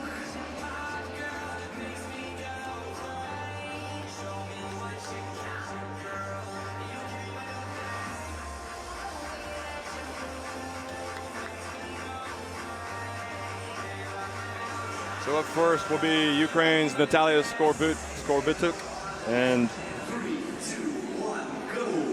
Skobadiuk puts up the first one. It's too long. She needs to get into that rhythm. There it is. That's what happens. Just got to get him to start flying in, dropping in. 2 out of 5 so far.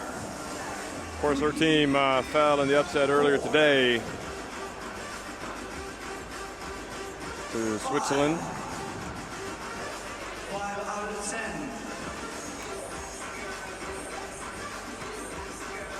6. 7.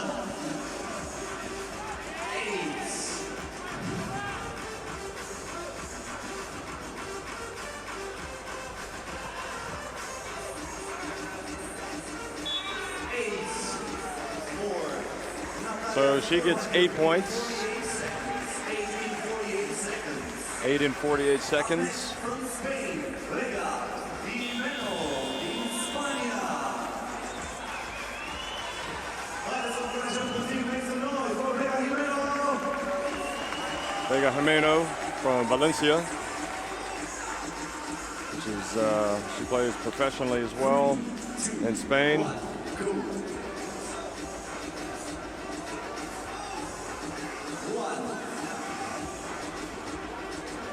She's made 1 of her first 4. 1 out of 5. 2.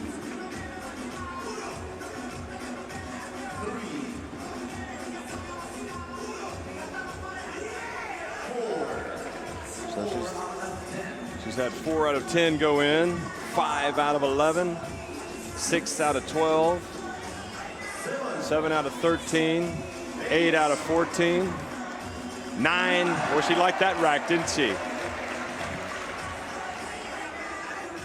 Air ball. 2 air balls from the longer distance. Takes a while to get into it. She's got to hurry. And she couldn't quite get it. She went from making all of them on the one rack to really struggling, not even hitting the rim on the last. But you know what? She did a heck of a lot better than most people, including myself. Joey Shehelvis, we saw him knock down some 2s today from the Netherlands. 1, 2.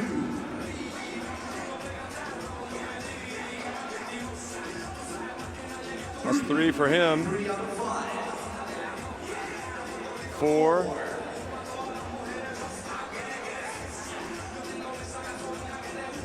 5.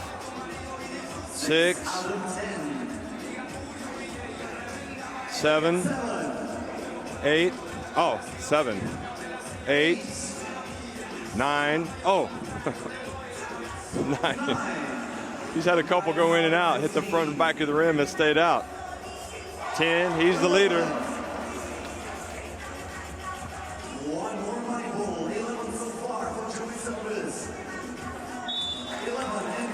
So he's got 11. So he's being supported by his Dutch teammates. That's good to see. All for one, one for all.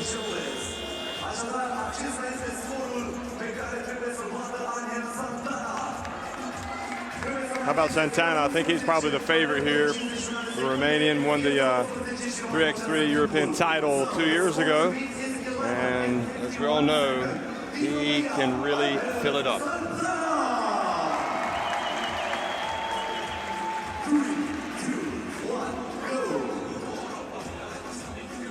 1, 2.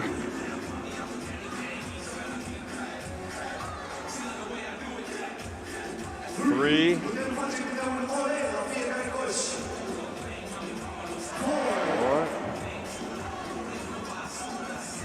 5.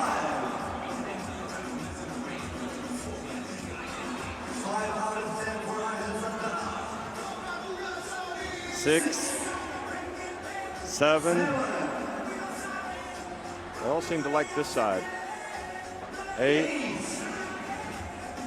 9. He needs one of these to go to tie Shehelvis.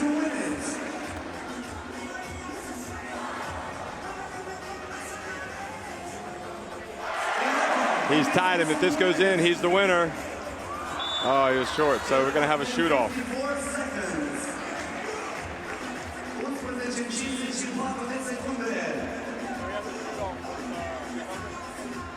So the winner of the mixed shootout contest, câștigătorul concursului de aruncă mix, din Olanda, from the Netherlands, with 11 points in 51 seconds, Joey. Oh no, so Shehelvis won it because he got his in 51 seconds. Excuse me, folks. So well done to Joey Shehelvis. So he got it in faster, and at the end of the day, such a gift to be able to knock down some shots, isn't it? The shootout contest on the third place, local Algeria, in Spain, from Spain, Vega Jimeno, with 9 points in 59 seconds. So she had 9 points. Local Algeria on the second place, from Romania, in Romania, Anel Santana, 11 points in 54 seconds, 11 puncte în 54 de secunde. Și câștigătorul concursului al aruncărilor de 2 puncte and the winner of the mixed shootout contest with 11 points in 51 seconds, 11 puncte în 51 de secunde, Joey Shehelvis from the Netherlands.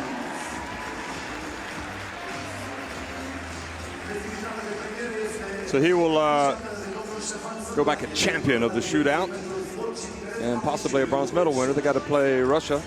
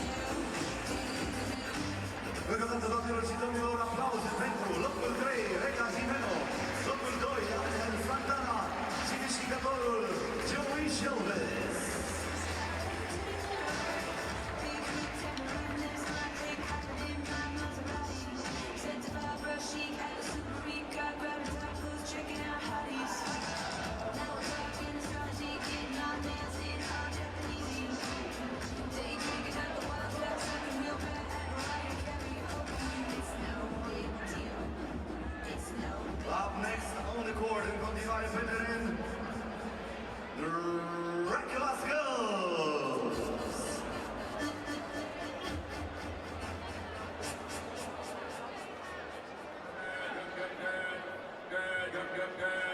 I'll be your sunshine, you can be mine.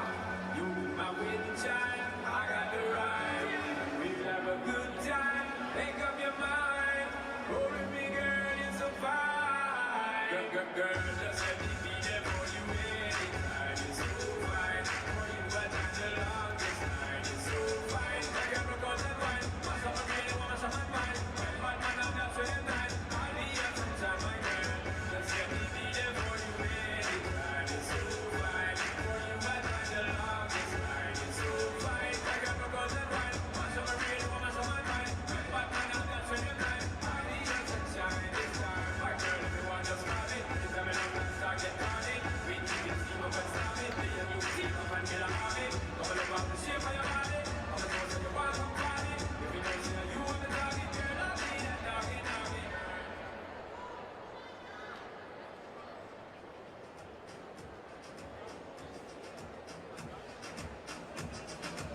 Încercăm încă o dată să vedem cum stăm cu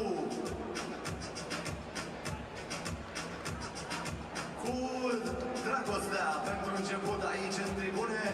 Avem din nou Kiss Cam. We need the DJ to play some love song. Avem nevoie să vedem cine să vină cu dragostea aici în FIBA 3x3. Cei care se sărută cel mai pasional vor primi 2 tricouri cu România. Hai să vedem DJ play that love song. All you need is love. Ok, pare în regulă. Hai să vedem dacă găsim pe cineva mai mult de atât.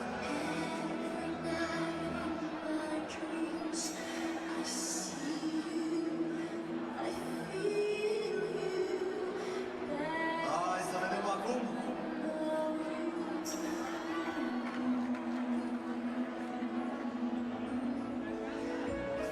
Ok, și mergem mai departe. Ia să vedem, acolo pare a fi ceva activitate în tribună. Hai să-i găsim, ia să vedem.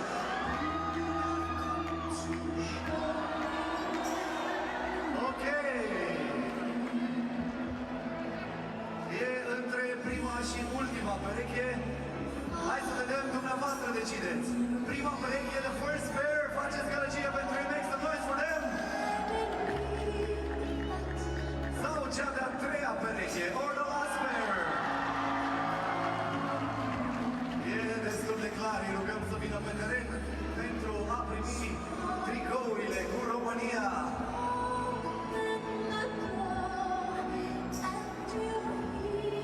Și dacă am văzut cum stăm cu dragostea, o să căutăm imediat să vedem cât de bine vă pricepeți și la dans, pentru că trebuie să fie gălăgie aici în FIBA 3x3.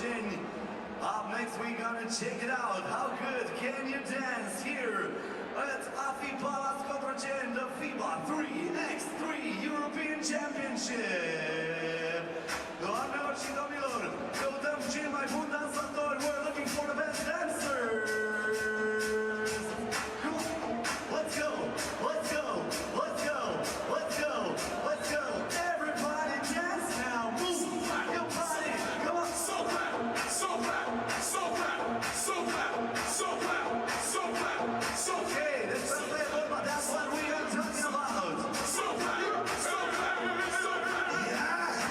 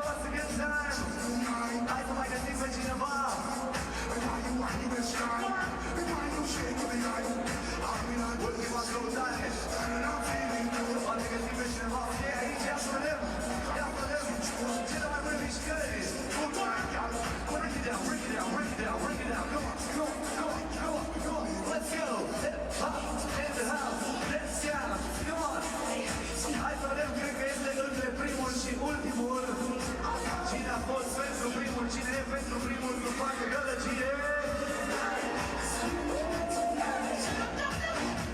Și cine este pentru ultimul care a dansat aici, bine de tot să facă gălăgie. Cred că avem câștigătorul chiar aici, îl invităm să vină pe teren. Primește un tricou cu România și o minge oficială de la Nike. Asta e vorba la campionatul european de basket 3x3. Ne distrăm, ne simțim bine și vedem meciuri tari de basket 3x3. Încă o dată la FIBA Cotroceni. Faceți puțină gălăgie de 2016 FIBA 3x3 European Championship.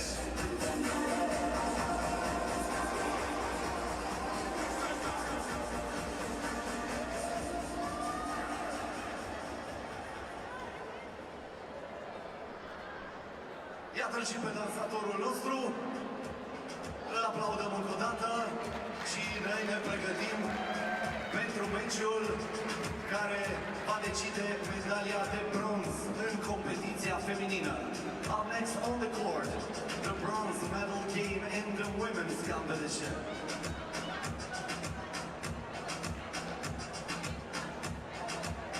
But before that, we're gonna have a contest just for you.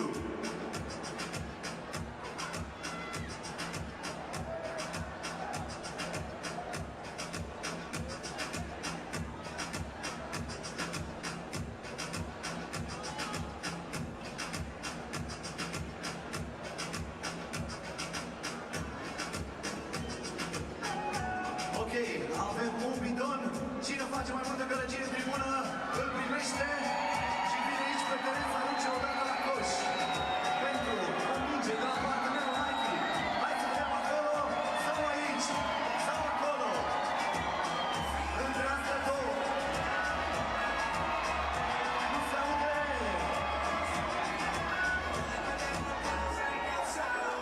Ok, repede pe teren, repede pe teren, o să ai o șansă să ne iei o minge Nike, sperăm să o faci.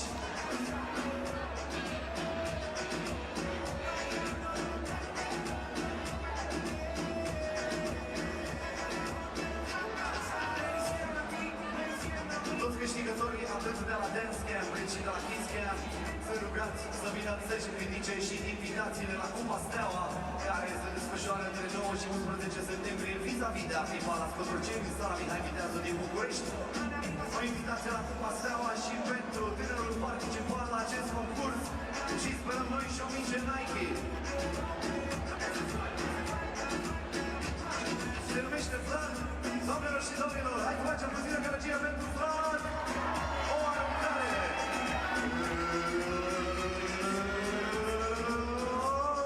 N-a fost să fie. Veni Vlad, e oricum bidonul e al tău, primești o invitație la Cupa Steaua. Și un tricou cu România, iar noi ne pregătim pentru meciul care va decide medaliile de bronz la feminin. Up next, the bronze medal game in the women's competition. Pentru medaliile de bronz, for the bronze medal, se întâlnesc Rusia, Russia, și Elveția and Switzerland. Să cunoaștem jucătoarele pentru Rusia. Let's be the players for Russia. Cu numărul 7, number 7, Ekaterina Zimniak. Cu numărul 10, number 10, Alexandra Stoliar. Cu numărul 12, number 12, Tatiana Figmer. Și cu numărul 18, and with number 18, Ana Leshkovtseva. Russia, Rusia. Well, no rest for the weary here. We're getting ready for the third place game here at the FIBA 3x3 European Championship between Russia and Switzerland.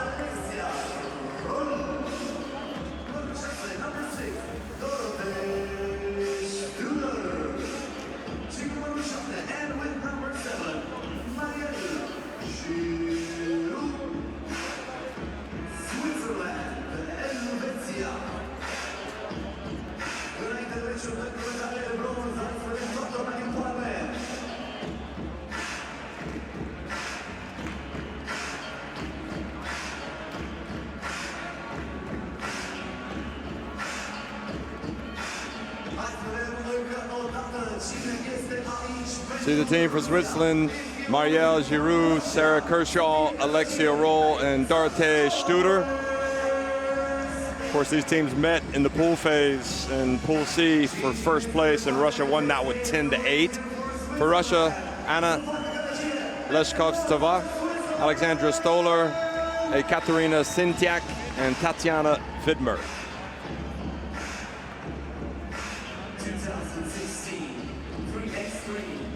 Here's how it stands, folks. This is, from the quarterfinals on today, which we started, then the semifinals now, right in the middle, there at the bottom, the third place game, Russia against Switzerland, and the final will be between Hungary and Romania. That'll come after this.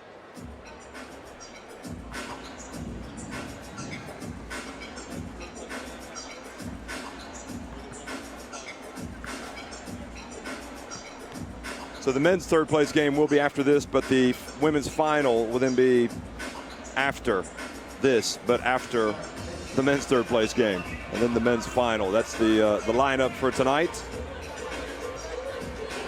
So as is always the case, teams have to rally in tournaments like this and European championships and bounce back from disappointments in third place games, or disappointments in semifinals.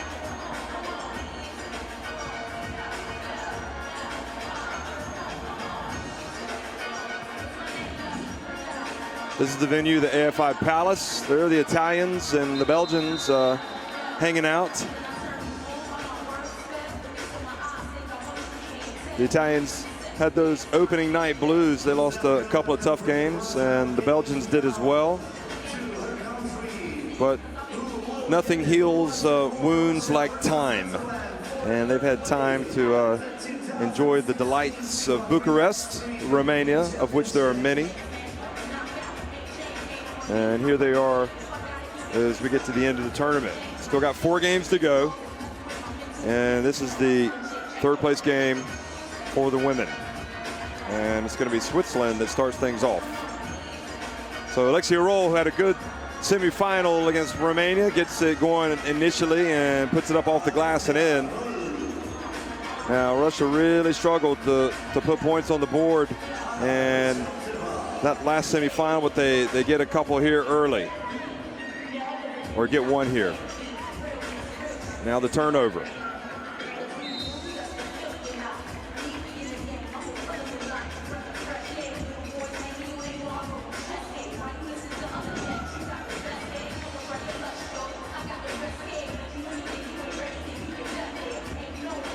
Entry pass to Vidmer.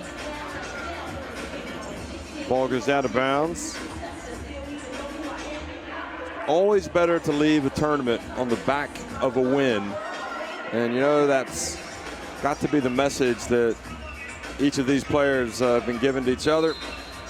Let's come out and play hard, give our best, because we want to get to the podium, so to speak. We want to get a medal.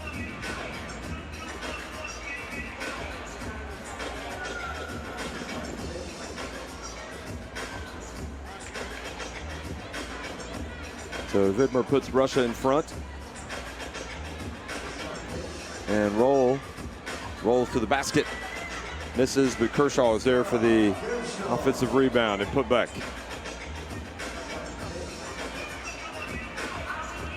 Stoller on the baseline.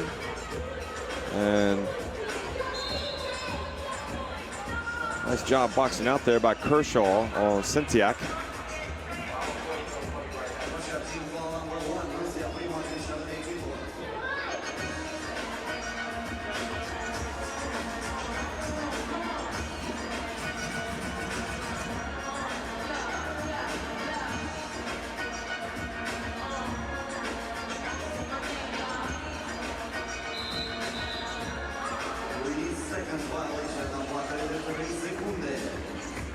A 3-second violation turns it over.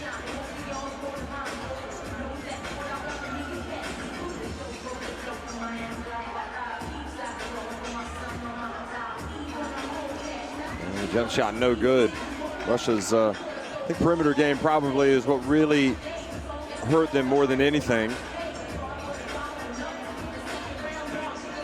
They had the size, the athleticism to get to the semifinals, but ultimately you run up against a good team like Hungary, and you've got to score. I mean, the first time they played Switzerland, they only put 10 points on the board and won it.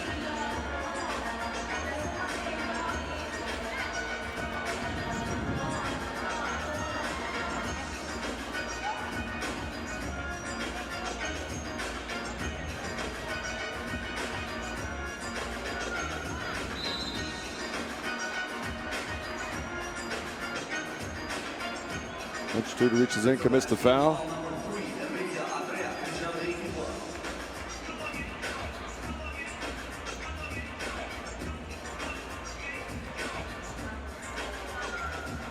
Stoller goes baseline and scores with a reverse. So a nice play by her.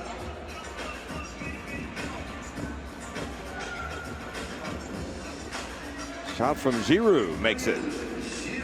Knots it at 3. Leshkotseva answers for Russia.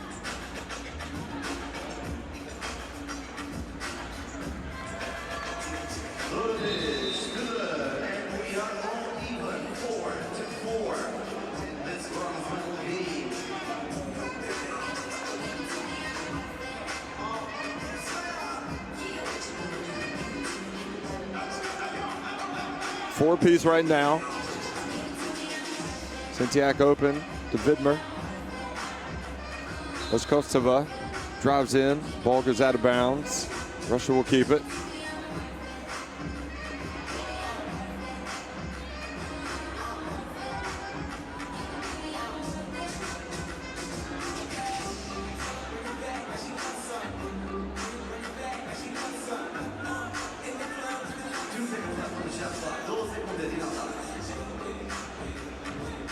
Leshkotseva gets it again, goes in, misses.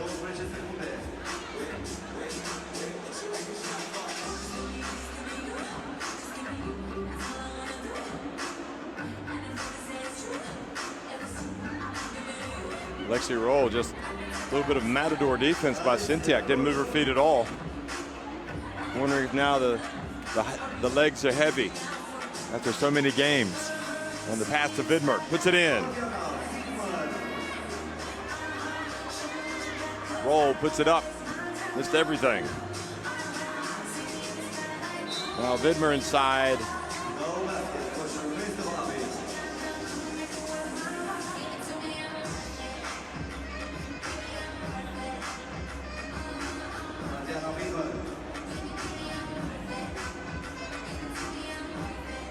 So the foul was before the shot.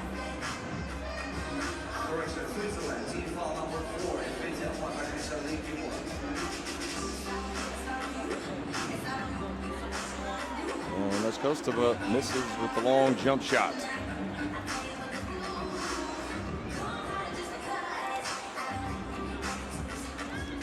Kershaw.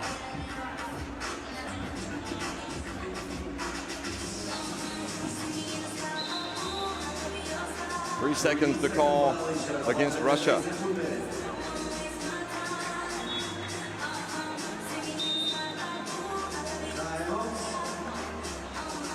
So timeout on the floor.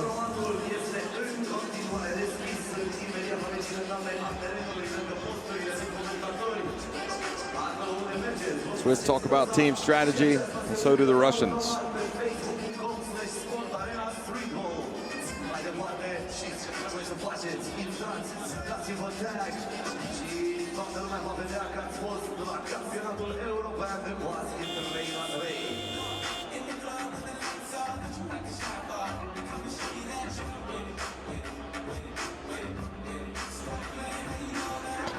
So back to live action, and Russia defending against the Swiss, and Alexei Roll, who hasn't been quite as effective getting to the basket here as she was against Romania. Russia cutting off that penetration, and Russia struggles from long range continue.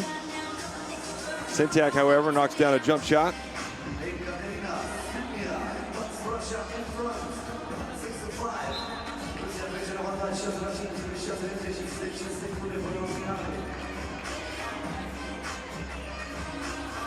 Cynthia hit some shots today to help her team.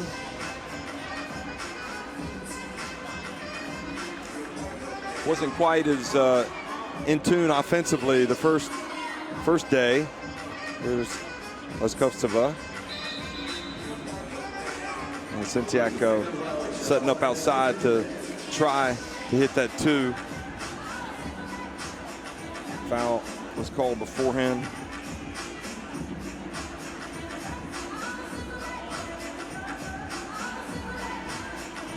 Roll over to a wide open Giroux. Ball batted out to Kershaw.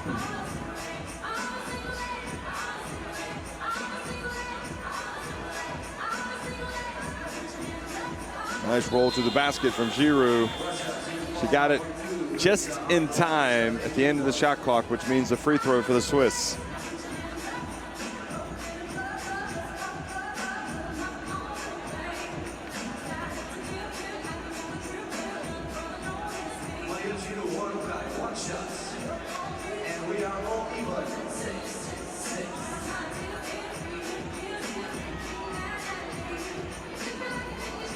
Kershaw open. Well, both teams really seem to be struggling offensively here in the last game for each team. They've gone the distance. Leskovtseva does not get it off in time.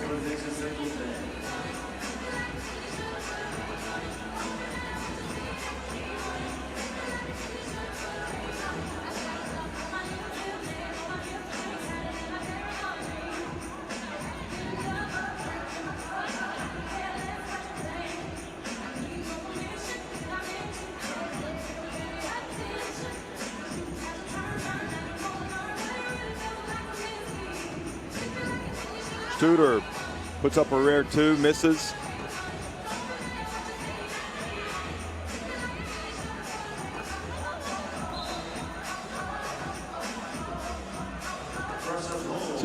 See some of the other teams all around the court here, watching the last bit of the action along, mixed in with a lot of the fans that live here in Bucharest.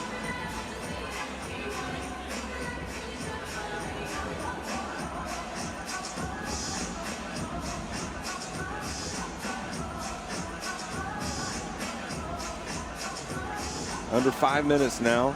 Roll passes up the jumper, goes inside, but meets the Russian trees and the shot clock violation.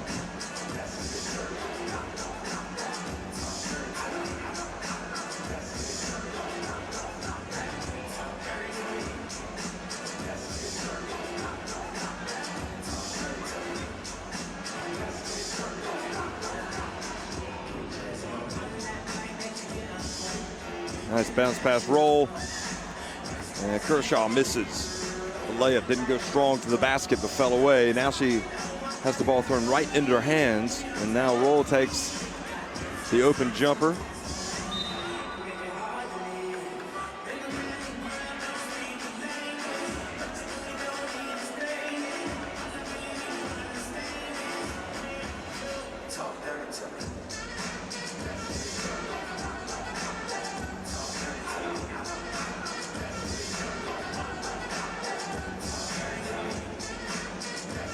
Vidmer over to Leskovtseva, and a jump shot from her right at the line puts Russia back in front.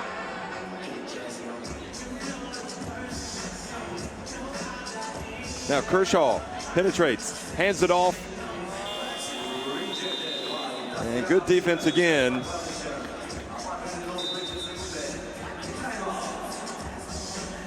A timeout on the floor with 3:56 to go. It's Russia edging it right now, 7-6.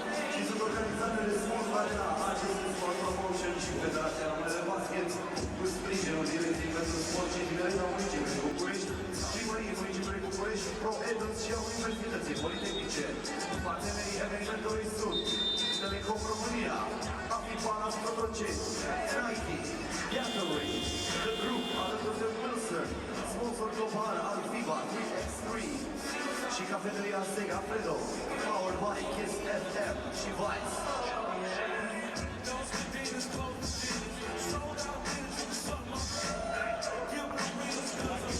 And back to live action. And Vidmer follows up the miss, puts it up. Just got some good news. I've got some sushi coming. I need a little bit of an energy boost, and it's going to be in the form of California Maki. Look at this. Vidmer putting it up and staying after it. I might go give a piece to the Swiss girls. It looks like they could use a pick me up as well. They're only trailing 7-6, but they can't get it going. It's the same type of game that these teams played the first time around.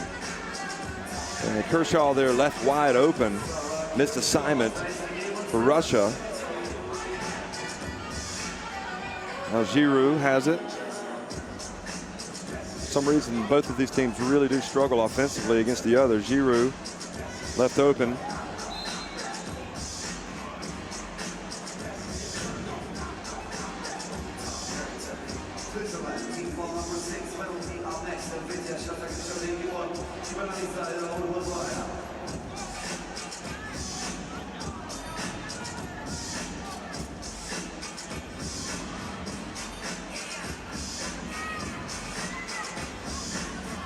And the battle, Kostova, it's going to go back over to Switzerland.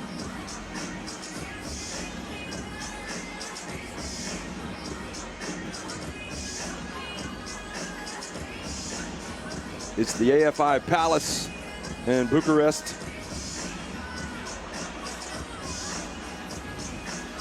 Should say Cotroceni as well. AFI Palace Cotroceni. And you've got a foul that's been called on Russia.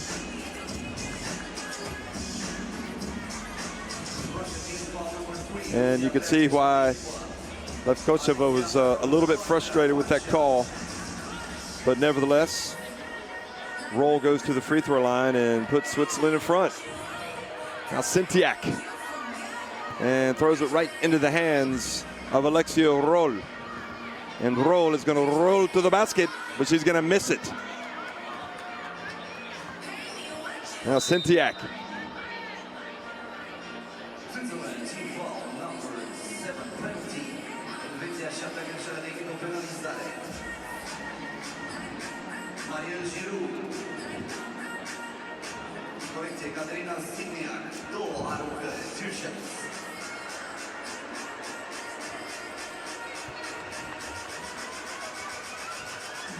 Now Sintiak at the line. It's 8-8. And they are in the bonus.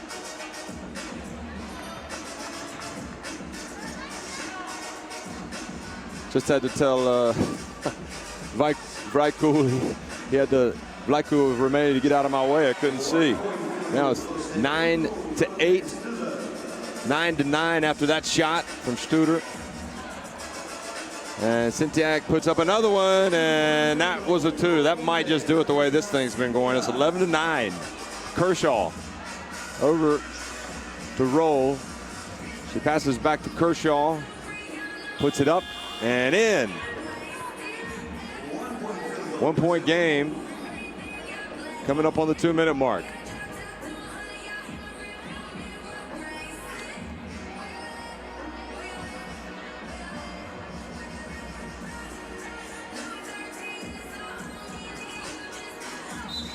And Roll does a good job of getting in the lane, then taking the contact, putting it up, and getting the foul.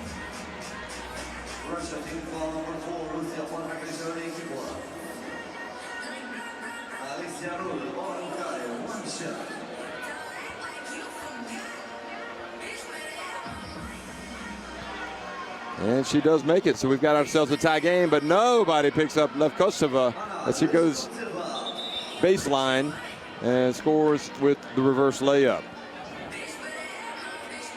Well, the good thing is we know that we're going to score more points than the first time these two teams played. It was quite a low-scoring 10-8 affair. Right now we're 12-11.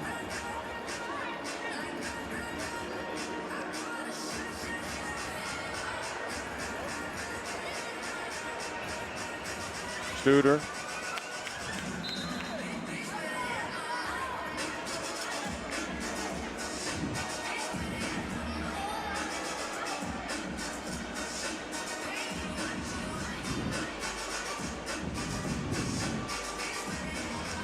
Russia with that 1-point lead, 8 on the shot clock. Kostova has it knocked out of her hands as she gets into the lane. Now Studer. Kershaw. Back to Studer, 2 on the shot clock, and she gets blocked.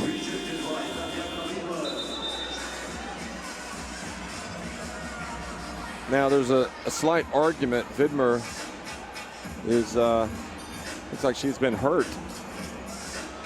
They were like,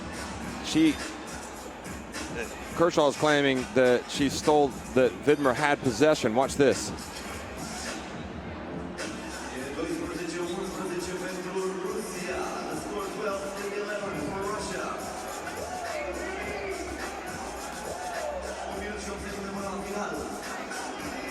So Vidmer is helped up. They were complaining, Switzerland, that she already had possession. She threw it back into the hands of Switzerland so that they should maintain the ball, but the referee is saying that Russia, she did not have clear possession.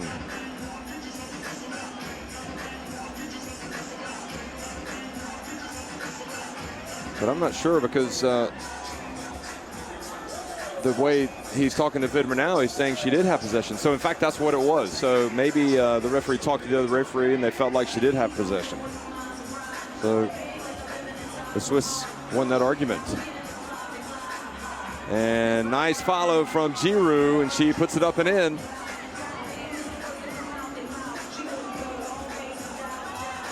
And the block. And now Giroud out on the perimeter. 41 seconds to go, and rolls to the basket and is fouled by Sintiak.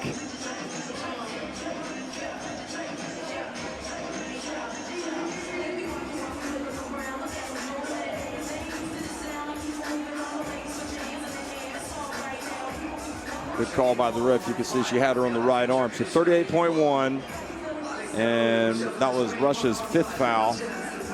So just 1 free throw. Oh, and Rold missed the opportunity to put her team in front. Wide open, Let's Kostova. That's good.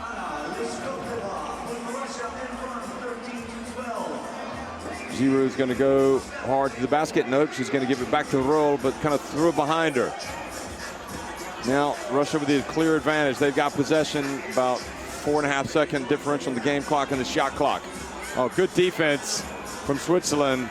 Rold is going to get inside. She picked up her dribble. She puts up a prayer and she scores. Can you believe it? It forces overtime.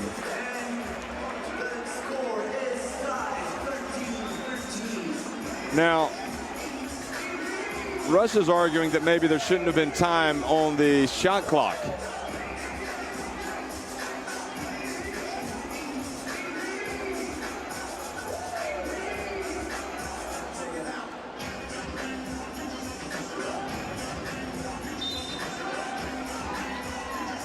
No, they confirmed that they have forced overtime.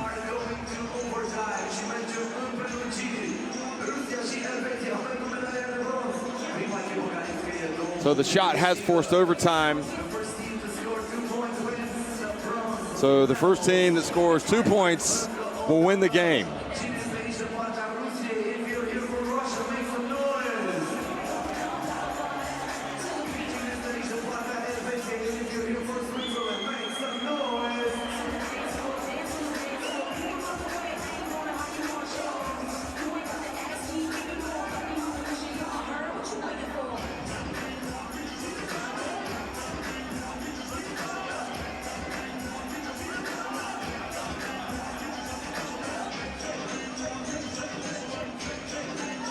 First team to 2.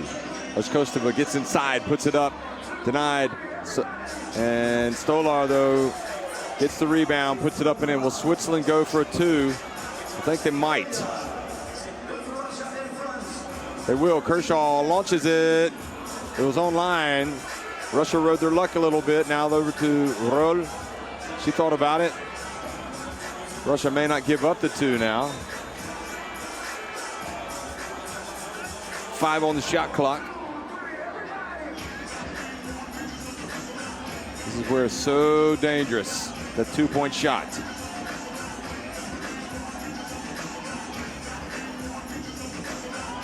And Roll does get it off just in time, but not enough now. A point will do it for Russia.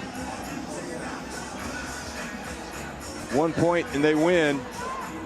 And they don't get it, but Widmer is there for the putback. So Russia, the game goes to overtime with the late Roll basket. And Roll ends the game on the ground.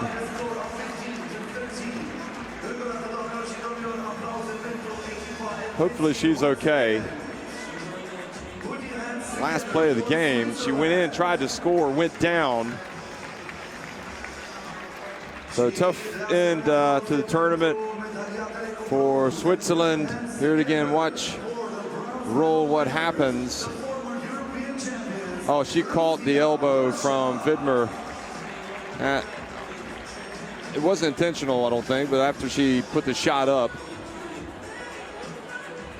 and she came down and caught her in the face. So frustrating end for Switzerland, but great finish for Russia. They win it 15-13, and they get third place. I wonder what Cynthia has to say. Let's go down and hear her. Ekaterina, you just won the bronze medal.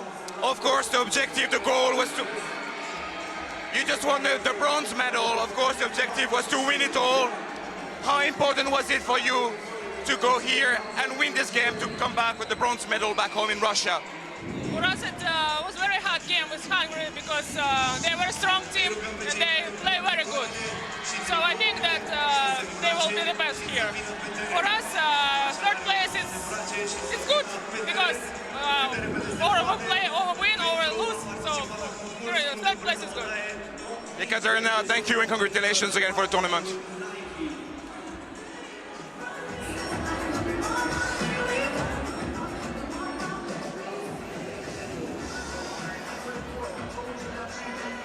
Okay, so you look at the highlights of this game, and Russia ended up winning it. So now we're going to shift our attention to the bronze medal game, the third place game for the men shortly.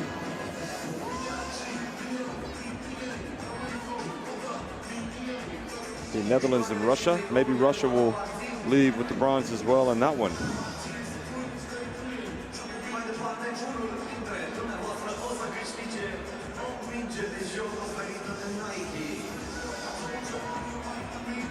So Tatiana Widmer's shot right at the end gets her team the win.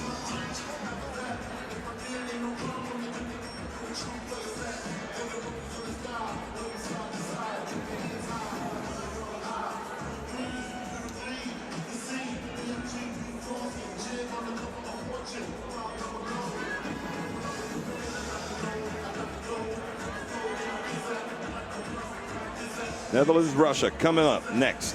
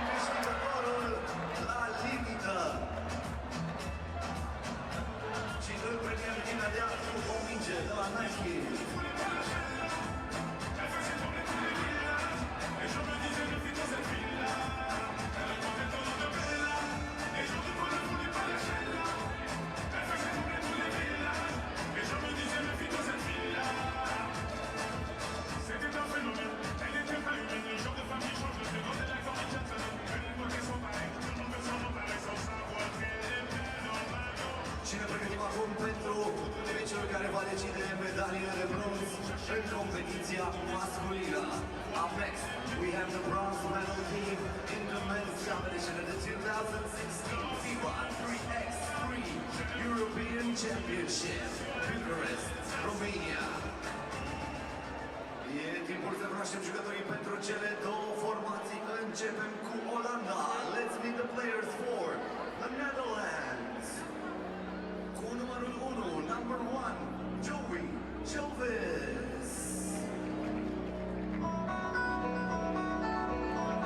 Cu numărul 2, number 2, Joel van Filsteren. Cu numărul 3, number 3, Jesper Jopse. Și cu numărul 5, and with number 5, Matthew van Tongeren. The Netherlands, Olanda. Pe partea cealaltă, Rusia, Russia, cu numărul 1, number 1, Ilya Alexandrov. Numărul 2, number 2, Alexander Lisichkin. Cu numărul 4, number 4, Vitali Kuznetsov. Și cu numărul 7, and with number 7, Alexander Zakharov. Russia, Rusia. Încă o dată, cine a venit aici pentru a susține Olanda? If you are here for the Netherlands, make some noise! Și cine este de partea Rusiei? And if you are here for Russia, make some noise!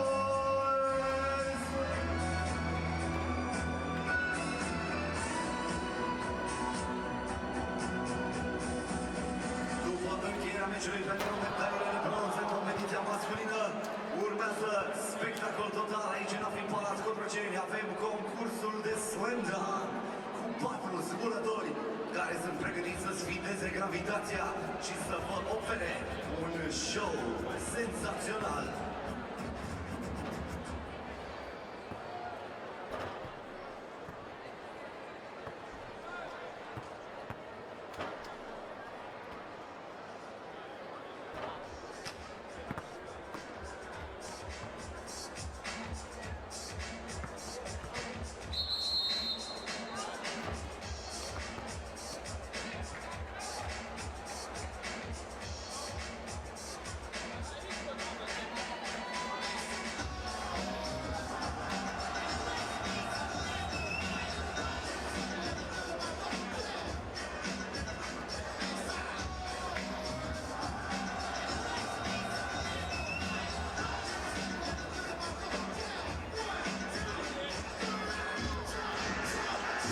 Okay, we're about ready to start things off here. Russia and the Netherlands in the bronze medal game.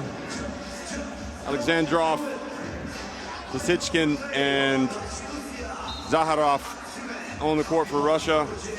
Sheheldis, the point guard, along with Tonmuren and Jobsi in the game for the Netherlands. So good start for the Netherlands.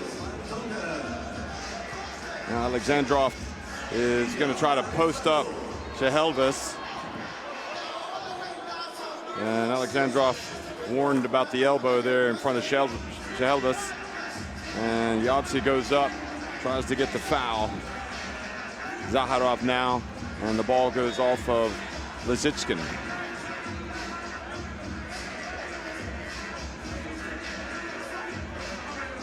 Netherlands falling to Serbia, and Slovenia beat Russia in the semifinals.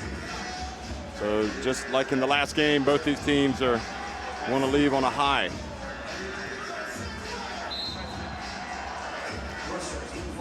And the sushi has arrived.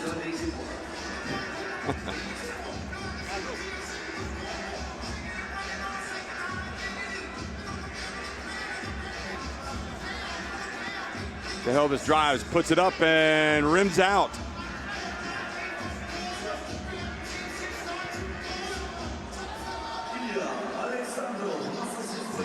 And Alexandrov, another basket for Russia. And boy, there's some real banging going down on there in the low post. Van Vilsteren. And Yahtzee is going to come out of the game. And Van Vilsteren is going to come in. And it's Shehelvis and Alexandrov. Interesting matchup. You want to watch them. Zaharov now on Shehelvis. And Van Vilsteren puts up a 2 that was no good.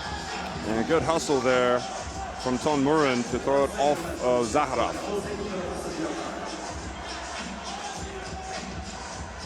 Shehelvis right at the shot clock buzzer. Good box out.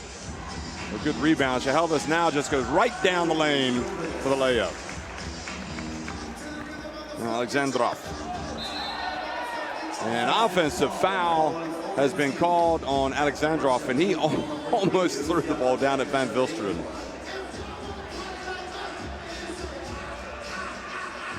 Here's Shehelvis getting inside. Now watch this. And then well, you didn't see it, but Alexandrov almost lost his cool here. These teams coming out, they realize they got to put their bodies on the line if they want to get to the bronze.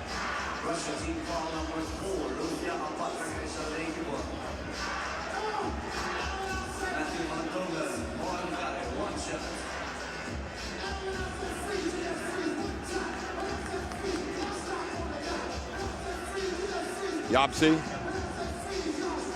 Ball goes out. He drives up, boy. A little bit of contact, isn't there, folks? Zaharov outside. Lisitskin gets inside. Foul called.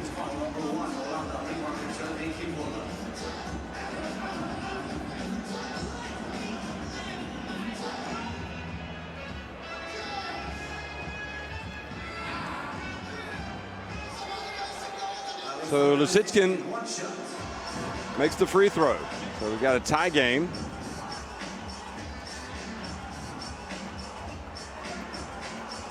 Ton Muren, a little bit hard. Lisitskin with the rebound.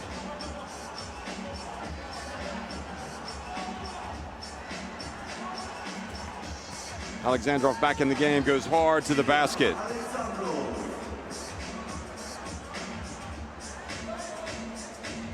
And Yahtzee back in and hits the 2.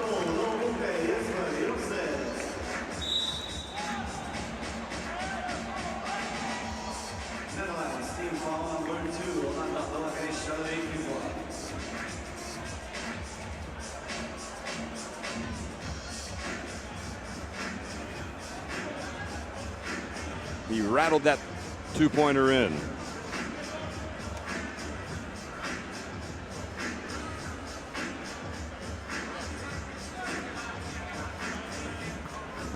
Zaharov this time bulls his way in. That's the second time that Shehelvis has been taken down low by different players. This time to bounce past to Shehelvis. Couldn't quite catch up to it. Now Alexandrov has it. And the turnaround, no good. Don't think that's his main part of his game. Yahtzee puts it up and in, and he's got a chance for a 2-point play.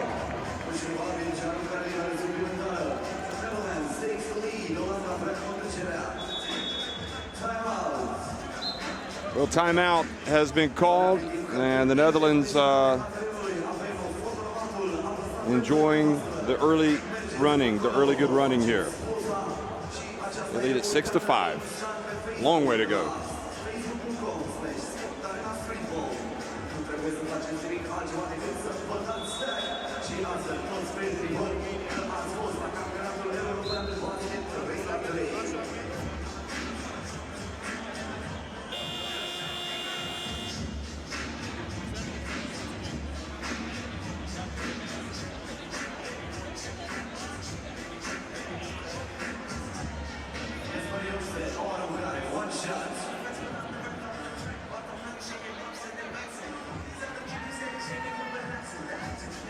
So back to live action, and Yahtzee makes the free throw, so it takes it to a 2-point lead. And the air ball captured by Alexandrov.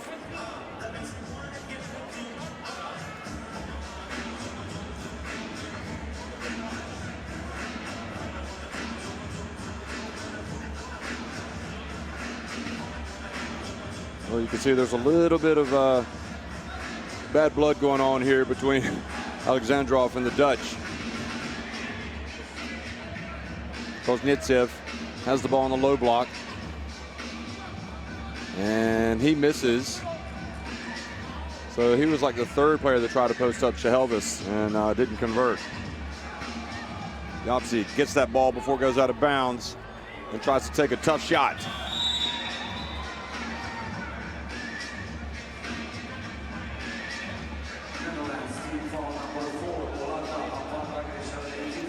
Fourth team foul. Wow.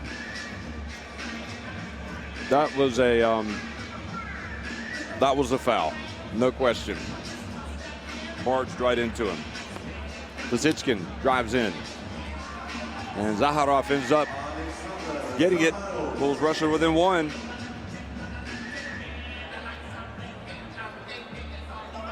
And Shehelvis hits a two-pointer.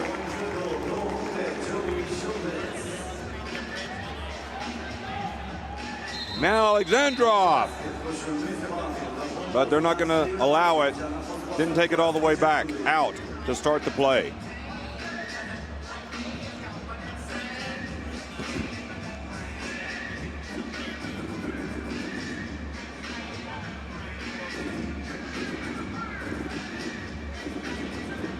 And Tomrin's back in the game. Puts up a tough shot, banks it in.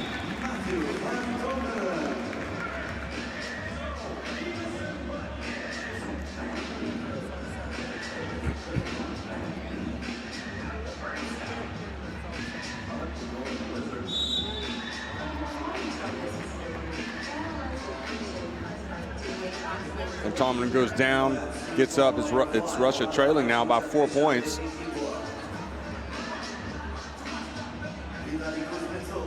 Kuznetsov.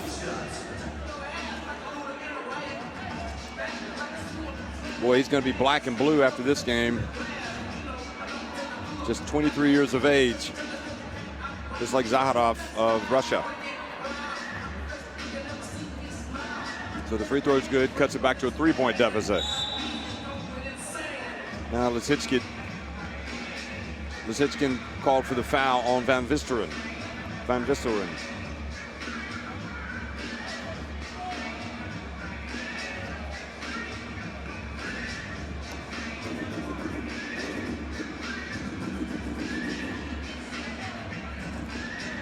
Now Shehelvis. And he was trying to pass to Van Visteren, and they're saying he was being held by Zaharov. So everything not clicking right now for Russia. You can see they're getting a little bit frustrated. And you can see this Dutch team is fired up. They want to leave here with a win and a medal. In fact, it wasn't. It wasn't Zaharov. It was Alexandrov. Van Visteren makes the free throw, so Russia already in the bonus in terms of fouls. 7 fouls for them, so 2 free throws every time for the Dutch when they go to the line. They're up by 4.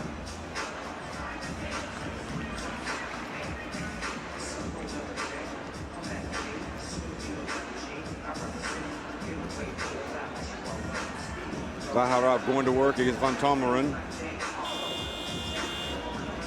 And Van Tomeren gets the rebound.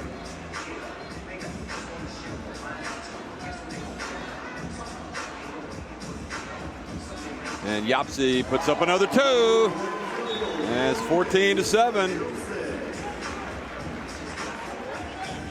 Midway through this bronze medal game, the Netherlands opening up a 7-point lead.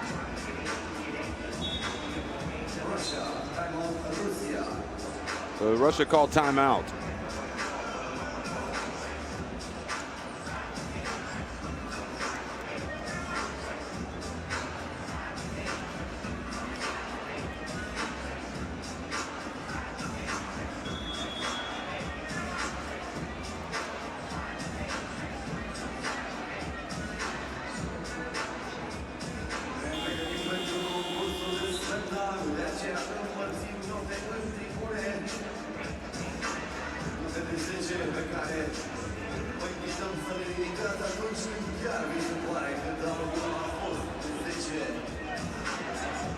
Alexandrov backs up. Yopsi coming out of the timeout, hits it. Could be Alexandrov time. That's a good sign. He's heating up. He's ready to take matters into his own hands. And Zaharov.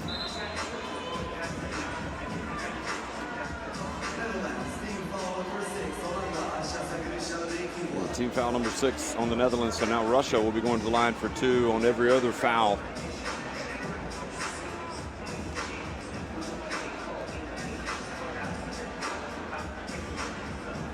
The pass, and Lisitskin, oh, he missed the layup.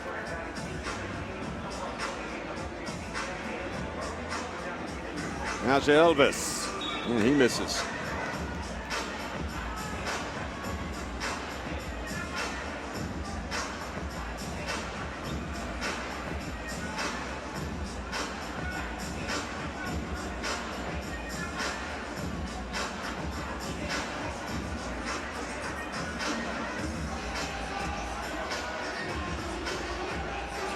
Good D from Jehelvis.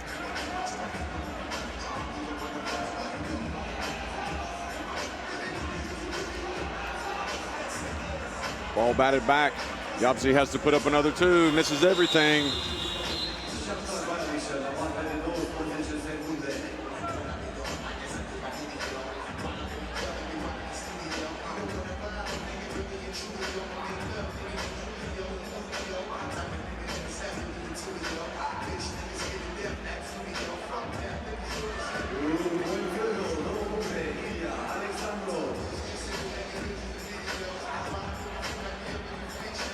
And the drive, the turnover.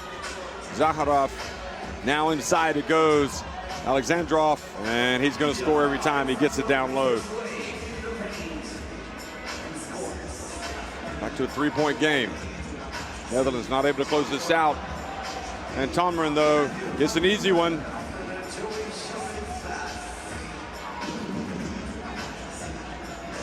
Koznitsev over to Alexandrov for 2.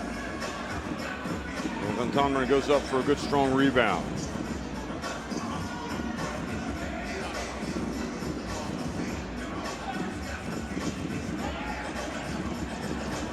Zaharov for 2. Now it's a 2-point game.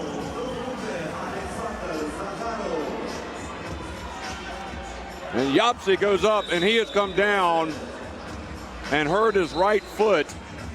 It looks like he's twisted his ankle.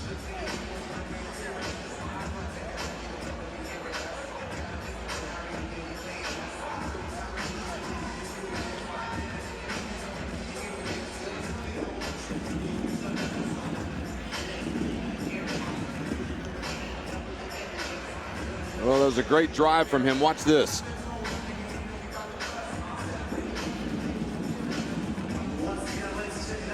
Just kind of an awkward movement after he had already planted. It looked like he came down okay.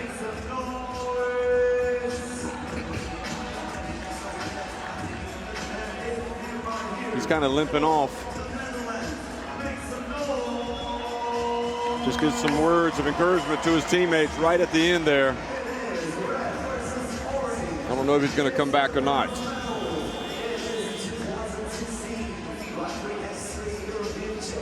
He's going to try to lace him up tightly. Just try to gut it out here. Maybe he can come back in. You lose him when Russia kind of in the midst of a comeback. So that's not good.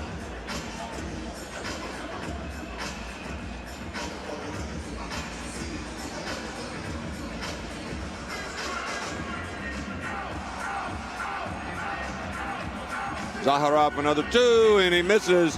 Jehelvis trying to box out. He can. Zaharov again. Misses badly. Wow. Alexandrov didn't know the ball was right there. And Jehelvis, 2 shots are going to be called a foul. I think it's on Zaharov for holding. So Van Vilsteren will go to the line, and he's getting some ice immediately placed on that ankle. He may not be back.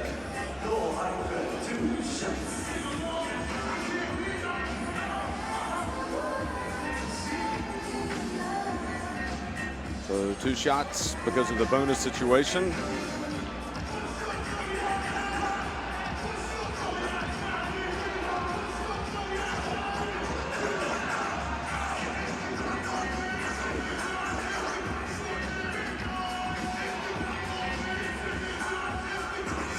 Back to a 5-point lead. Zaharov.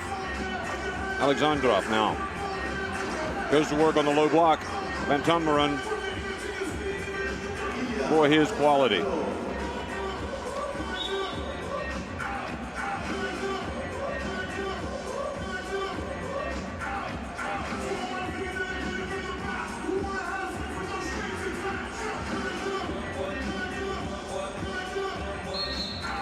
An offensive foul called on Van Vilsteren.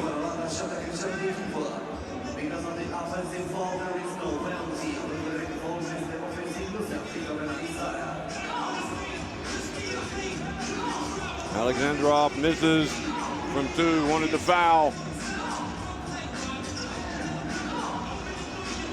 And Shehelvis gets to the ball. 1 second, he's got to launch it. He does get it off just in time, misses everything. And the shot clock violation.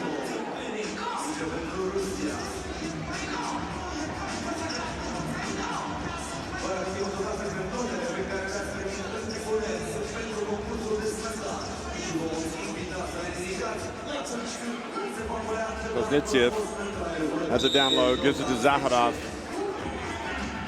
And Van Tumeren called for the foul, trying to keep his man Zaharov out of the paint. Yep, you can see he was holding him. That was an easy one for the referee. Now that's two free throws coming for Russia, for Zaharov.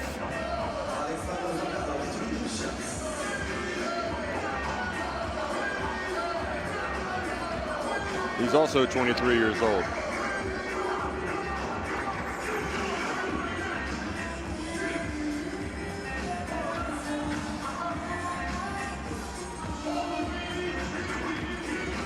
Only makes 1 of 2, so that's a big miss late in the game. Shehelvis.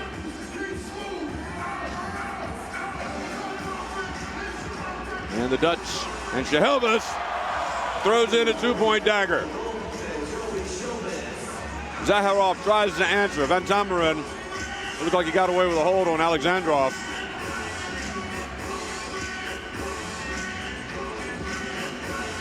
And terrific play by Kuznetsov. 4-point lead for the Dutch, and Shehelvis drills another 2. And look at him celebrate. Takes it up to a 6-point lead. And they have won it because they've reached 21. It's 22-16. The bronze goes to the Netherlands.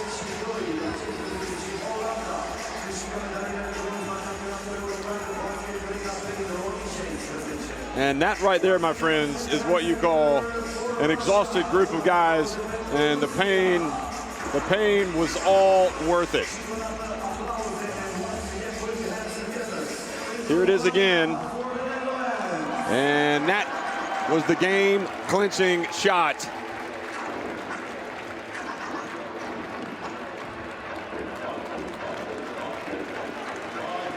And it was a team win with Yapsi having to leave when he did with the foot injury, whatever it is. Hopefully, could have been a high ankle sprain. Looked like he had ice on it up high, but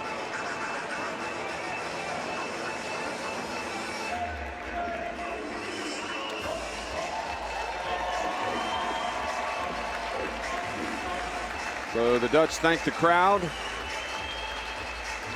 and they will be happy campers when they return home.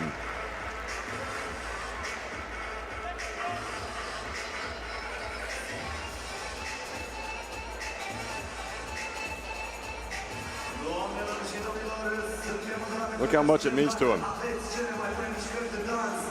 Now Shehelvis is going to talk about it. Joey, congratulations, you just won the bronze medal here. How does it feel? I can't describe it.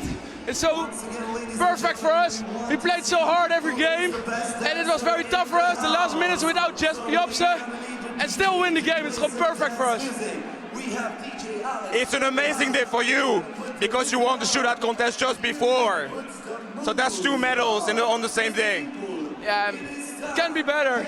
You know, first European Championship, now I win gold with 3-pointers, and then third place with the whole competition.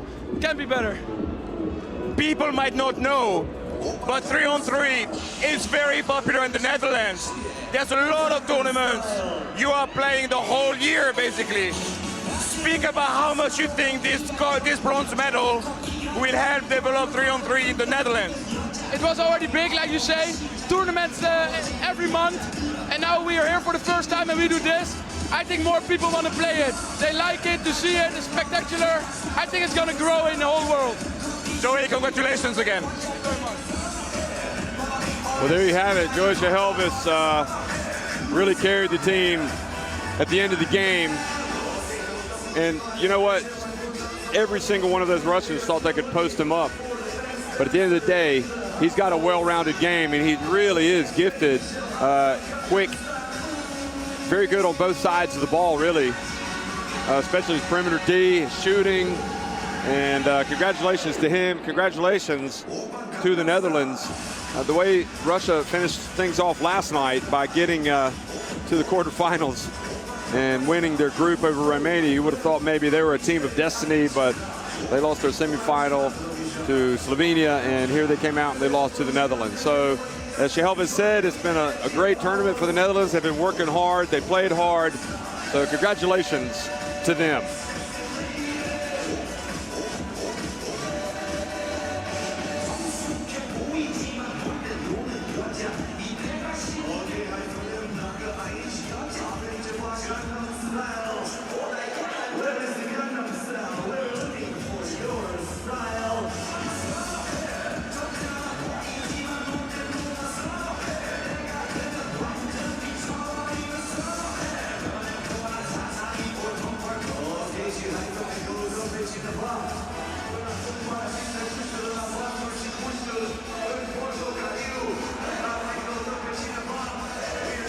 So we're going to have the gold medal game coming up here now. Hungary, after a few dunks.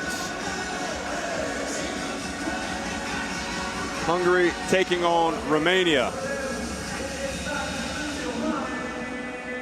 for the women's gold medal.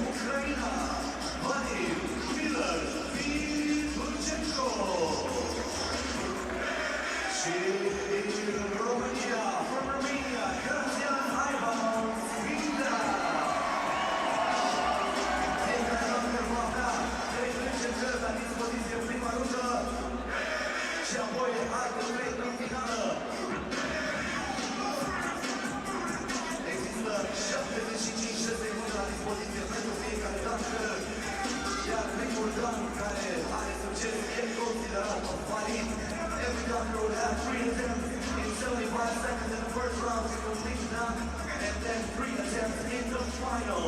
The best two are going to the final. We have grades from 5 to 10. Dumneavoastră ați primit note în tribune. Dacă vedeți ceva de 10, dacă vedeți ceva de 10, ridicați sus, să le vadă și jucătorii și să încercați să faceți juriul să arate aceste note.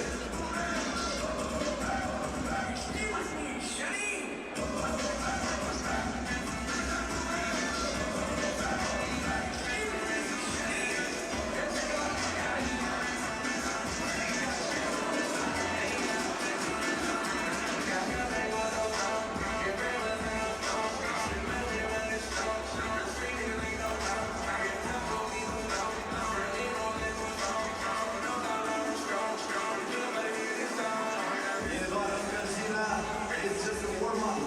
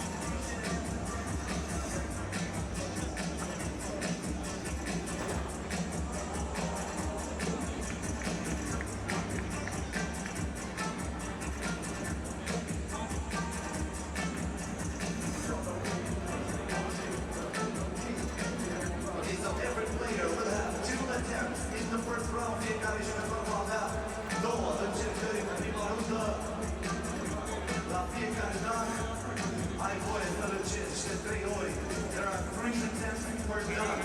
3 attempts per done in 75 seconds.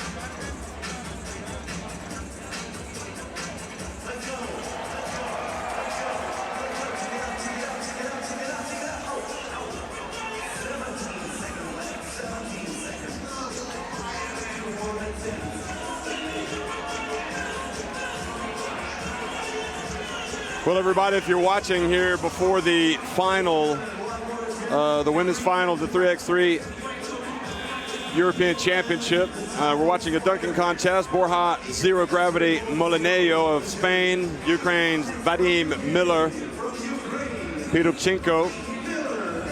Here he comes.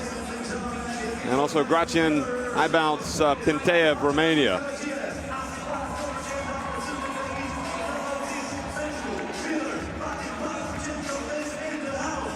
Here comes the Ukraine power man judging from his warm-ups. Let's see what the judges give him. They're gonna like that. That's a look at the judges. That's why the dunking contests are so much fun. Oh yeah. Those judges.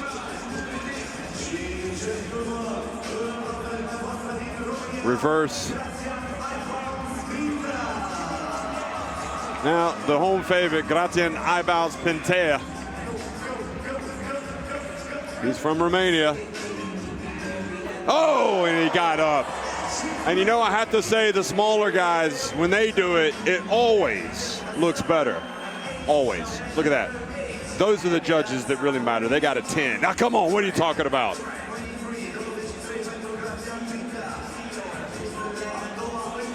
I think that was a little low, judges. Who are these judges? I need to have a word.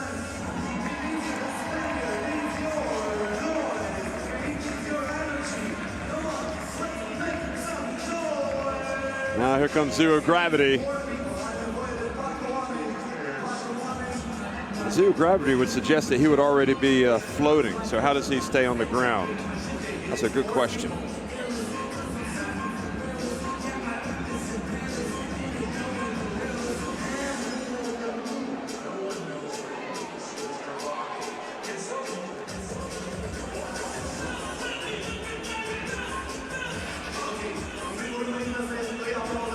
Okay, let's get to, we're talking about crowd involvement here, as well as Vega Jimeno. So he's chosen a fellow Spaniard to come out to help him out, Vega Jimeno, who was third in the shootout. There she is in a gray t-shirt.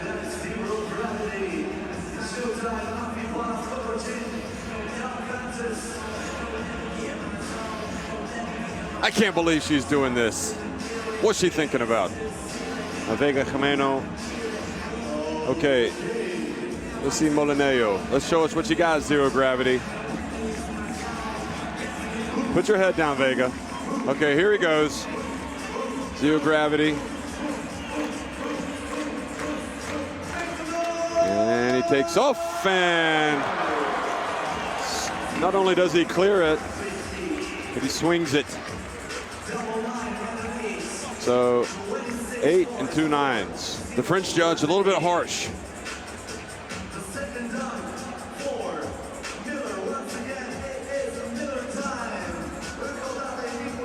Well, it's Vadim Miller time. Pirubchenko from Ukraine.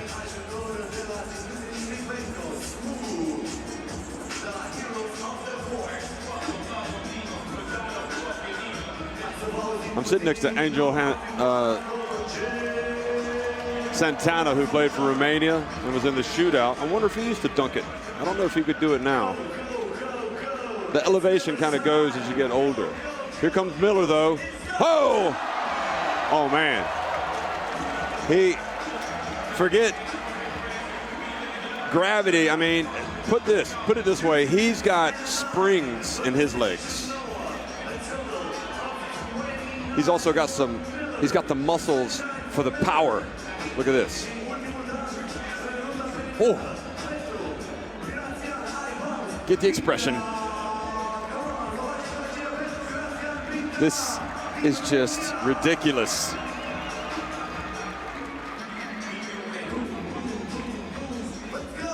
And Pintea. He's got 2 more attempts. Come on. High bounce. And he's up there.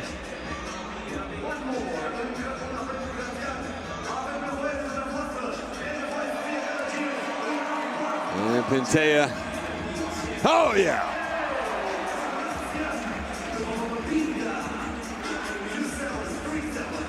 Three sevens. I think his feet are off the ground higher than the bigger guys. That's just my opinion.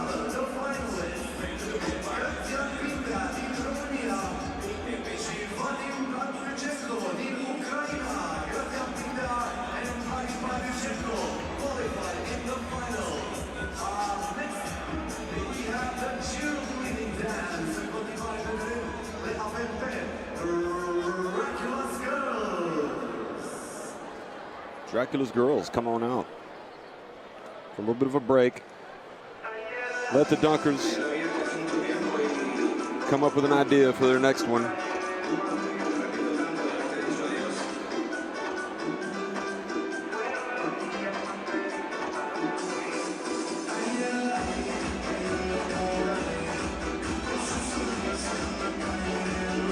Well, it's a festive atmosphere here in the Bucharest 3x3 European Championships, the AFI Palace, Quarterfinal.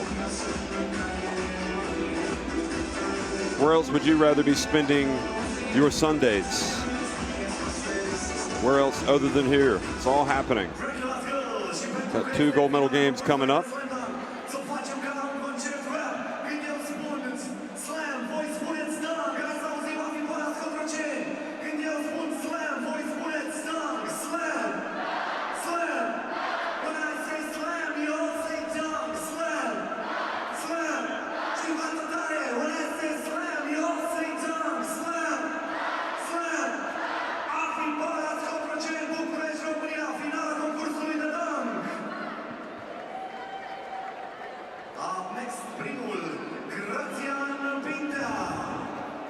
So Graziano is coming back out.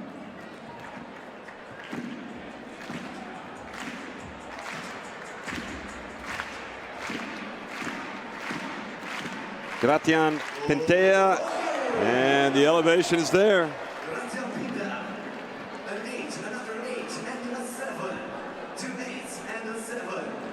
2 8s and a 7.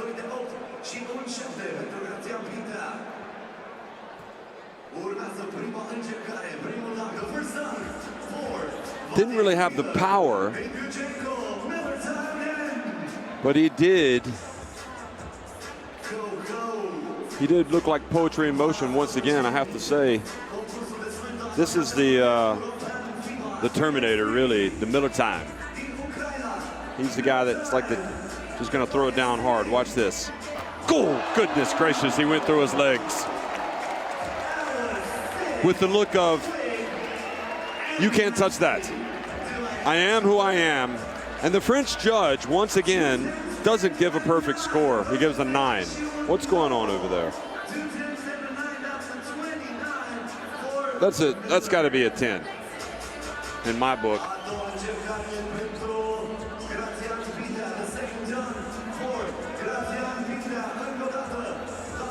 I mean, the guy is about to hit his head on the rim. He goes through his legs. He throws it down extremely hard. So we're in the final. And High Bounce has another one, Pintea. So unfortunately for Molinello, he didn't make it to the final, but now that did not constitute an attempt. He's got 2 attempts left.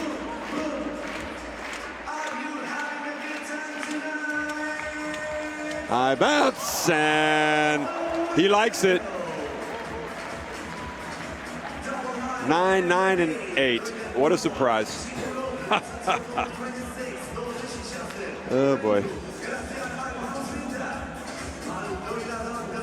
I mean, that could not have gone any better. That was a beautiful dunk.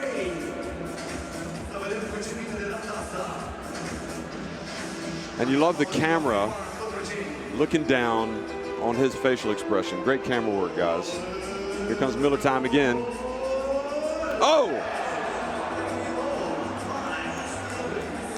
He was doing a 180, it appeared, a twisting through his legs Was he trying to dunk that with his left hand? I think he did this on the 3x3 Masters Tour. See if he does it again.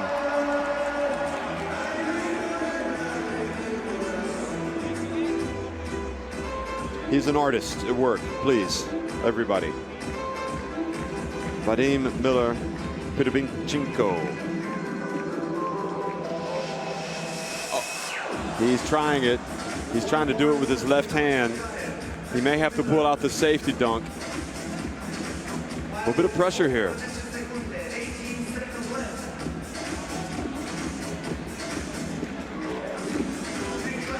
You can see how much time he's got on the shot clock. See it? 6, 5, 4, 3. Here he goes. Oh, he just went up and then hung on the rim. Now, I don't know how the judges are going to react to this one. 3/8.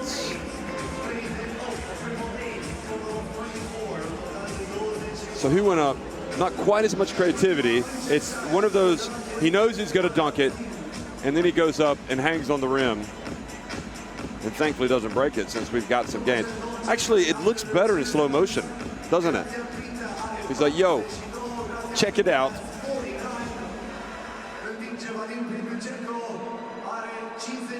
Miller has 53. E strâns. Mai avem un dan. Nu mai există timp. Hai să auzim pentru Grațian. Ai bonus. Pizza. High bounce coming up again for his, I think this is his last one, isn't it? Anyway. Oh! That would have brought the house down. But I think if he can pull this dunk off, he's going to win this competition. I think so. And Vadim, it's Miller time. Pidovinko knows it.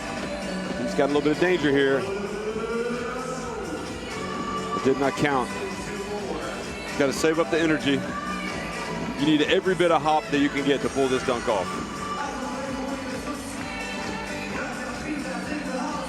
Oh, he's trying it.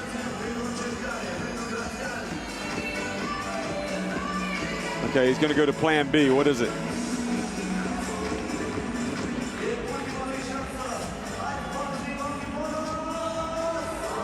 And he tried to jam it home. A safety dunk, but he went off the back of the rim. And unfortunately, he got 3 zeros. But the effort was there. That was important. You know, what's Miller going to do? Is he going to try to give us that dunk that he missed before, or is he going to do another one? Interesting hairstyle, by the way. It's aerodynamic.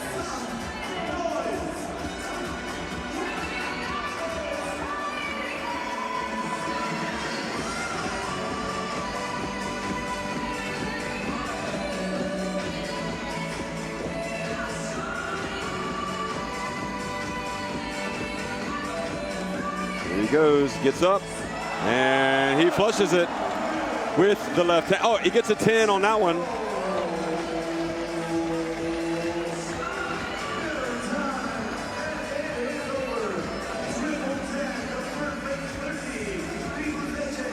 Yeah, that was good.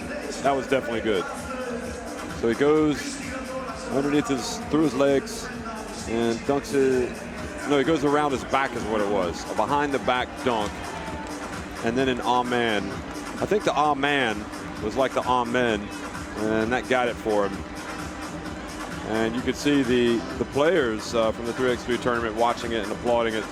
So it's Miller's time again. Once again, it's Miller time. He's won the dunking contest.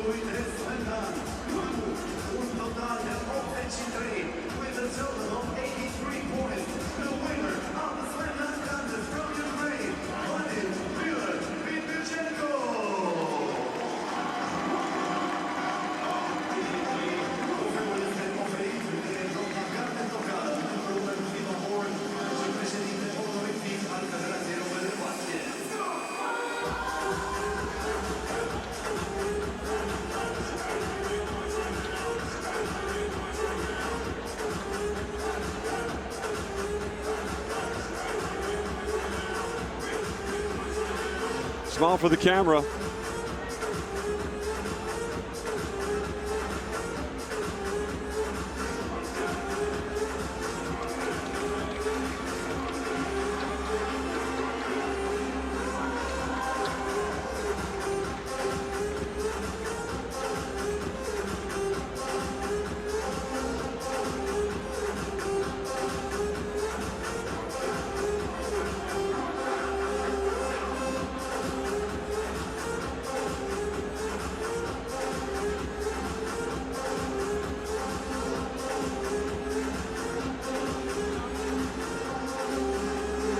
So they're going to clear the court, and we're going to watch the gold medal game, the title game of the women's 3x3 European Championship between Hungary and Romania. Just minutes away from that, so don't go away.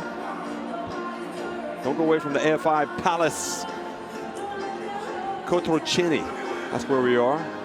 Pull you up a seat and watch the action. Here is how we've gotten to this point. We just watched Russia win the bronze down at the bottom there, 15-13. You see, we started with the quarterfinals, then we got to the semis, and here we are with Hungary and Romania in the final. Hungary beating Russia, and Romania edging Switzerland 16-14. So 2 close semifinals won by these 2 teams, and here we are in the final.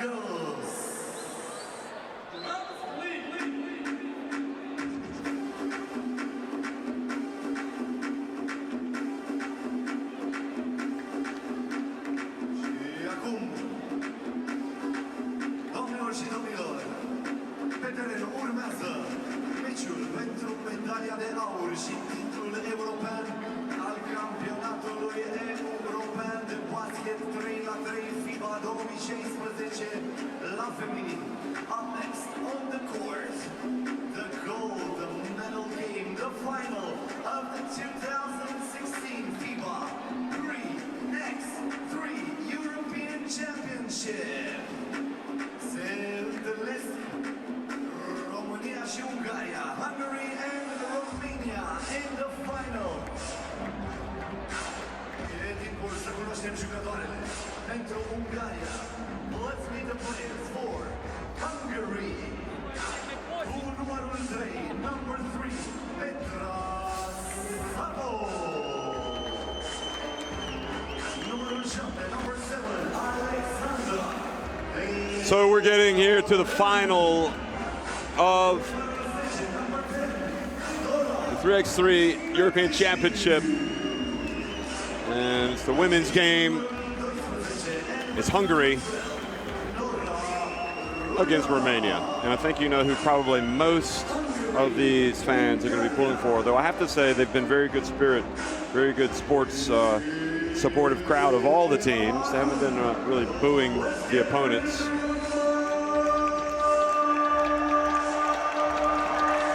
Here are the Romanians. They're going to get the cheers. There won't be any cheers, that's for sure.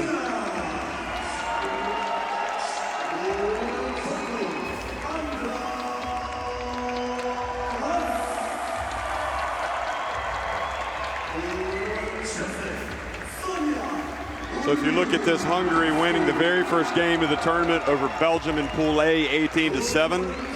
Then they won against Romania, 17-13. So these 2 teams have met already. Makes you wonder what type of implication that'll have on this game. Romania were able to get into the next round because they beat Belgium. So that kind of tells you they only won against Belgium 18-16. So Romania weren't looking that strong early on. And when they lost to this Hungarian team, they lost 17-13. They played okay. I mean, they weren't a disaster, but they advanced. And then today, Hungary had to pull out all stops, really, to beat Spain 19-16. And Romania came out and won 18-16 over the Czech Republic. Now Romania, here's their lineup: Haas, Marginian, Chipos, and Ursu.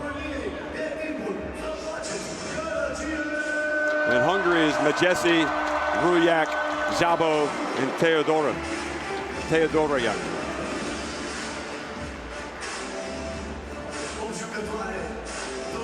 So in the quarterfinals, Hungary edged Spain, and Romania won a real thriller over the Czech Republic.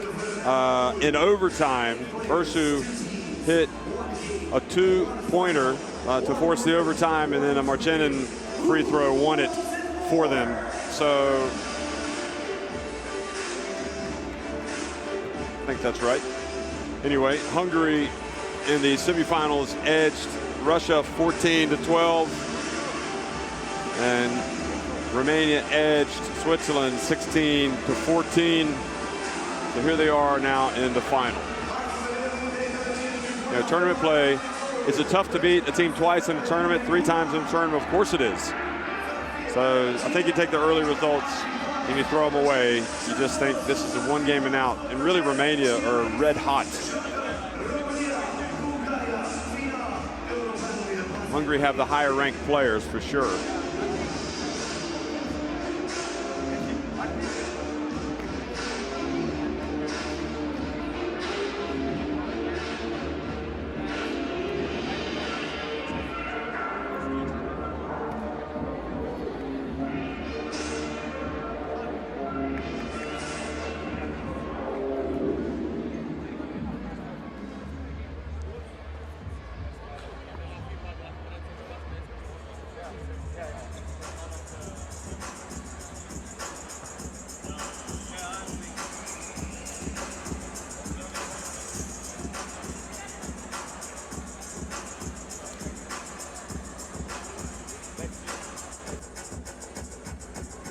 Fans getting ready for this one. It's going to be a humdinger, we expect. Look at the crowd. They're even up on the gangway, on the walkway that connects them all. That, you know, that rock right there behind the court, actually, you can come here and do rock climbing. So those are the fans looking down. I mean, they've got more of a bird's eye view of events.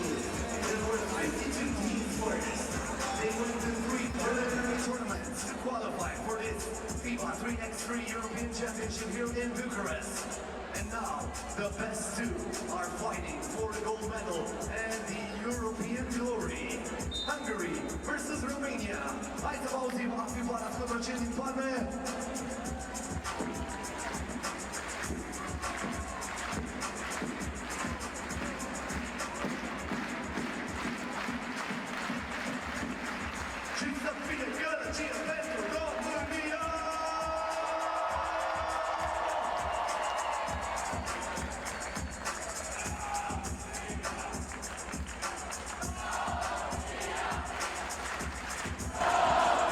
So we are about ready to start. Romania are going to start here with the possession. First possession, chance of Romania, and Hungary take it right away.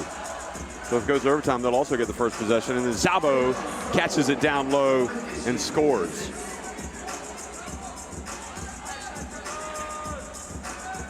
Marchinin passes to Chipos, and she falls down.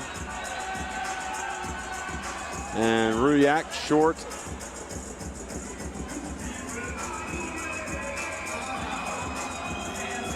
And the pass to a cutting Zabo. Be 3 on the shot clock.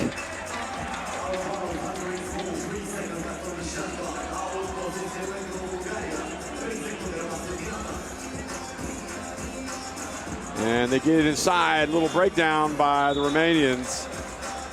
And there'll be another Hungarian possession.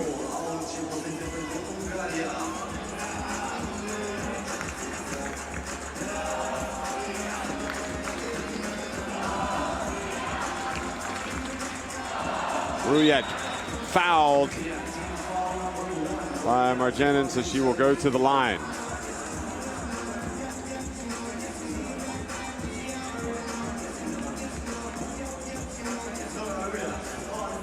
Teodoran is going to come into the game. Rujek is at the line, and well, a little bit of gamesmanship is from the fans as she gets booed while taking the free throws. Ursu now back to Marchinin, and off the front of the rim. Haas, Marchinin,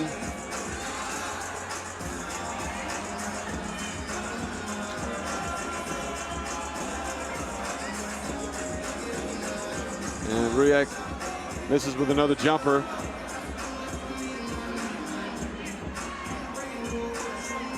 And Ursu comes out, puts some pressure on the ball, knocks it out with 5 seconds on the shot clock.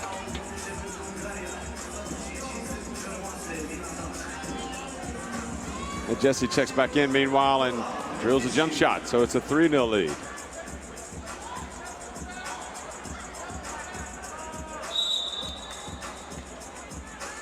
And a hold called by Majesi.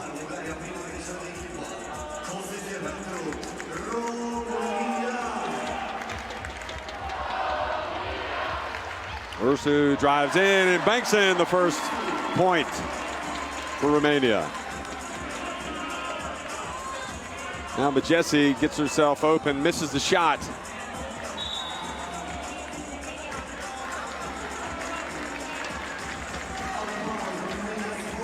This was Ursu for the first basket of Romania.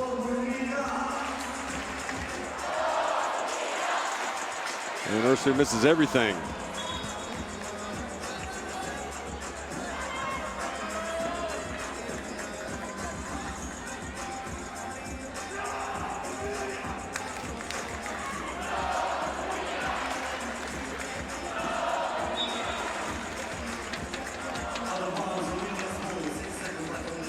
Standing room only in this place. You can see the place is packed. People want to watch the Romanian women, see if they can bring home the gold, but they're going up against a strong Hungarian team. 3 seconds to call.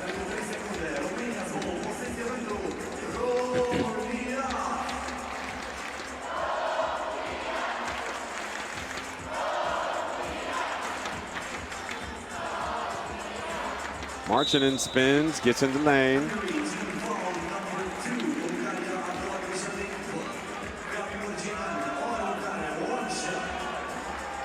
And the reach and the foul on Rujek.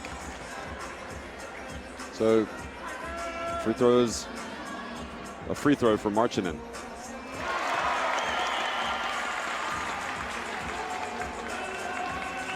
Now they find Majesi inside. She misses the layup. Ursu chases it down.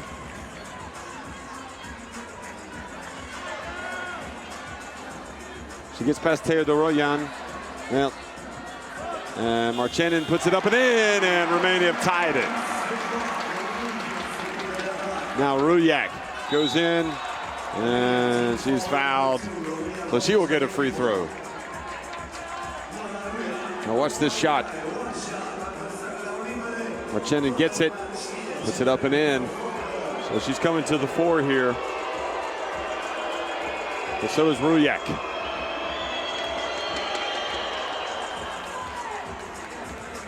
So she puts Hungary back in front.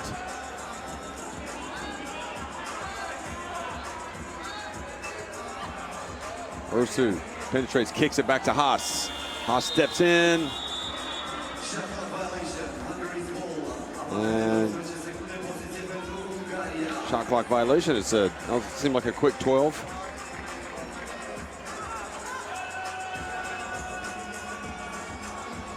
Rujek. Shabash. Oh, turns to her right. Kind of a turnaround shot, but a little bit too hard. Rujek gets inside, misses. Marchinin with the rebound. Marchinin spins, gets in the lane. She was hoping for a 2-point play. So we're going to get timeout. It's 4-3 Hungary, 6.5 minutes remaining.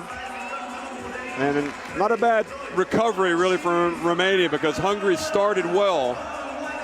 And Margina especially has provided kind of a scoring thrust for this Romanian team.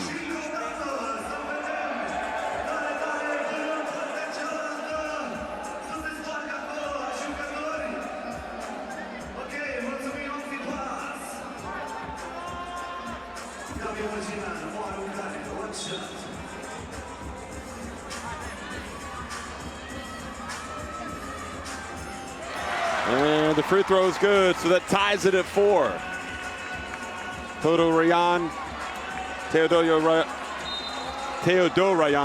tries to pass inside. 5 on the shot clock. The 3x3 fan base here in Bucharest.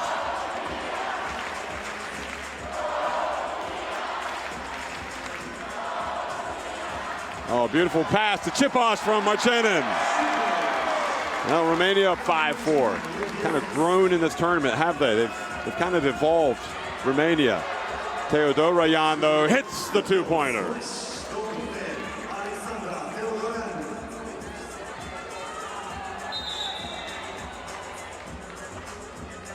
And traveling was the call on Chiposh. Now watch this last play by Teodorayan from the arc.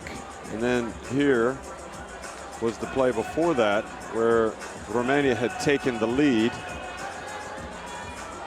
Ruyak goes in, misses, and Ursu was able to hustle, get it over to Chiposh. And Chiposh keeps it alive, a new 12-second shot clock. Ruyan on Ursu. Ursu puts it up, and it's good. Well, she does have that ability to create, and now the turnover to Marchenin, and Marchenin puts it up and in. Well, Marchenin's playing her best game of the tournament, and now Szabo passes it out of bounds. Watch Romania, how they've attacked the last couple of times with Ursu. She goes, I'll take this. And then watch Marchenin just put it on the deck and go hard to the basket. She's been terrific. And we've got timeout on the court. 5.5 minutes remaining. It's 7-6, Romania.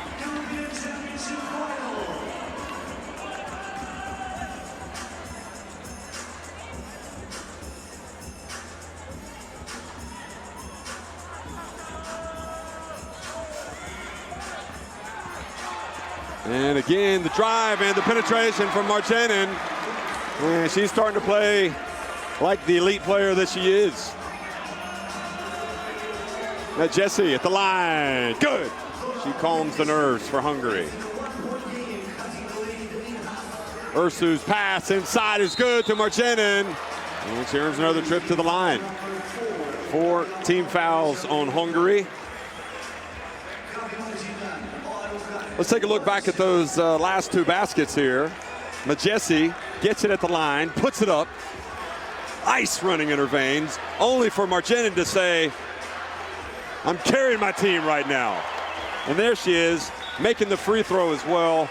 Takes it up to a 9-7 lead. Remember, the first team 21, or whoever's winning once the 10 minutes is up, that's the winner.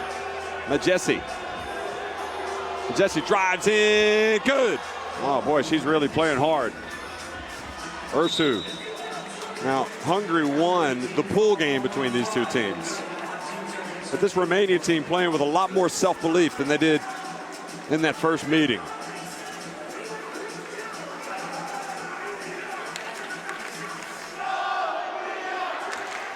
Chance of Romania ringing throughout the AFI Palace. Coach Rocini, and the follow. Well, Chiposh couldn't hold on to it, but Ursu was at the right place at the right time. Back to a 2-point lead for Romania. Majesi over to Ruyak, and Ruyak knocks down the open jumper, mid-range. Now Ursu gets in the lane.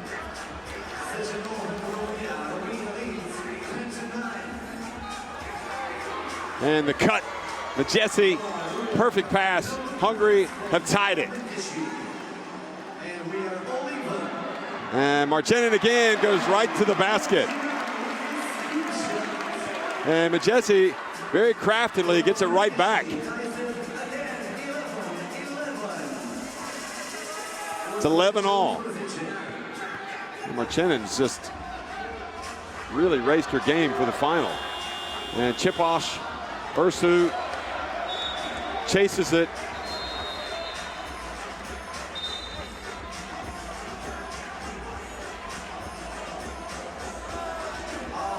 So Rudiak is going to come out, or no, there's a timeout.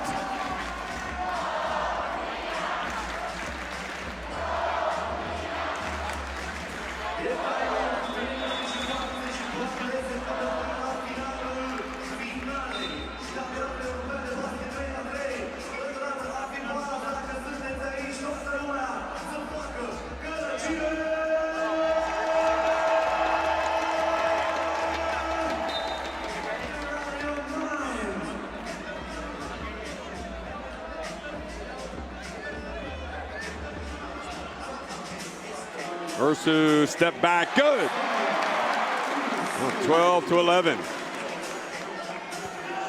Szabo, her pass over to Rudiak.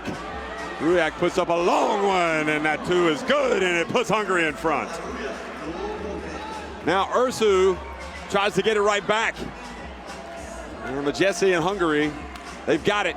Quick pass inside to Szabo. Great play by Hungary. Now they are in the ascendancy. They're up by 2.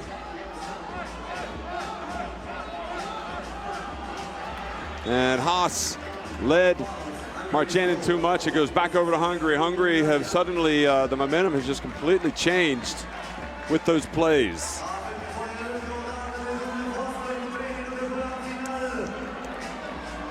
Romania need to make a play on defense here. And they get a hand on that one. Szabo's got it. Majesi, though, gets inside and scores. Now it's a 3-point game for Hungary. Just Romania have just gotten knocked out of sync. And Marchenin misses with the 2. Szabo passes it up and gets inside and earns a trip to the line. Chiposh said, "You're not going to have a free layup."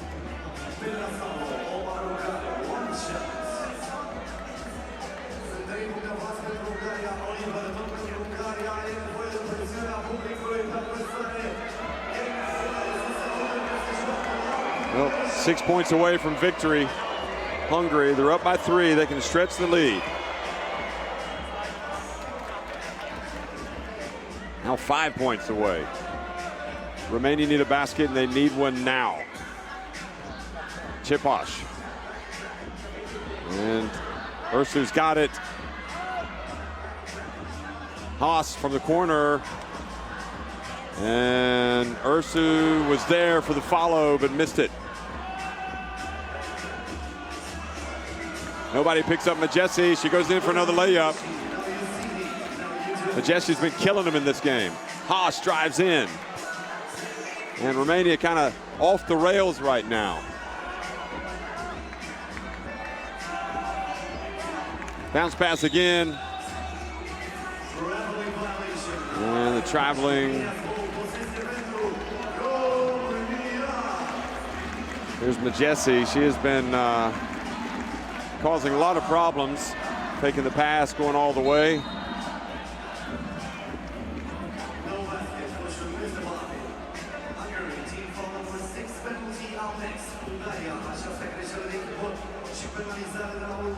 Right now, it's all about scoring and stopping the opponent.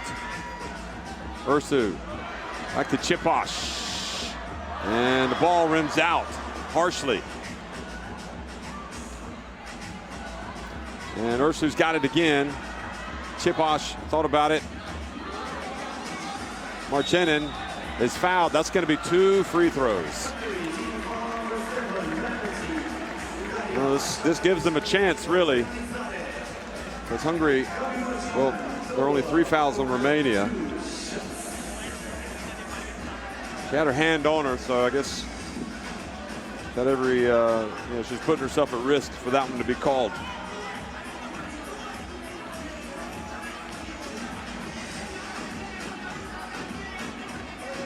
First one's good.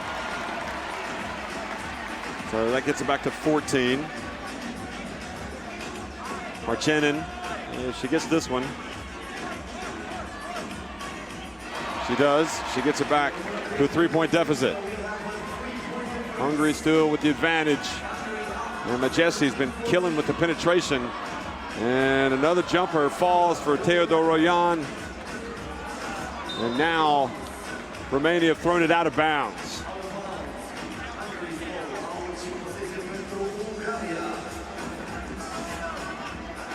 Rujak, and that was not good defense by Haas.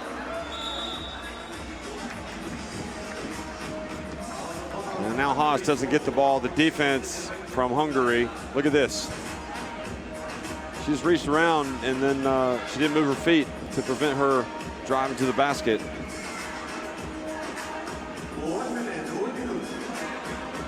Teodoroyan tried to win it with the 2. Now wide open Haas. If it falls, nope, it could bring the house down. But as it is now, Hungary and the clock are the enemy of Romania. Majesti for 2, and that wins the gold for Hungary. It's party time back in Budapest. As well as here, Hungary have done it. They've gone undefeated at the FIBA 3x3 European Championship. They had some adversity to overcome here in the final against Romania, but they did. They've won it, and they applaud the fans. They say thank you for a brilliant event, obviously brilliant support, and Hungary now on top of Europe.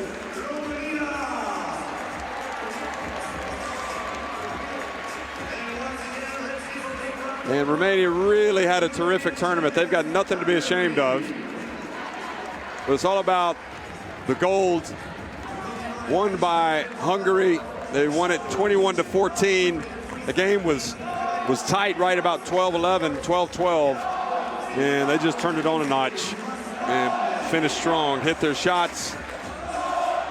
Just asked some questions of the Romanians that they just couldn't answer.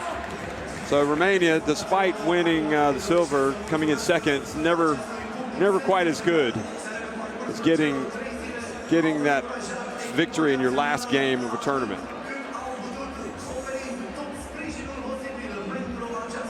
Let's go down to the court side and hear from Gabriel Marchenin,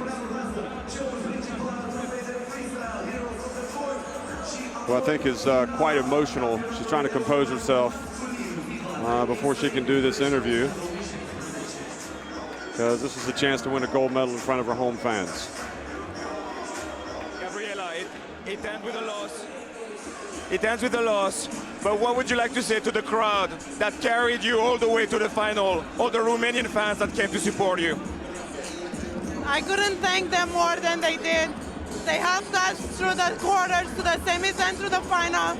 I'm sorry that we lost in the final, but they were great.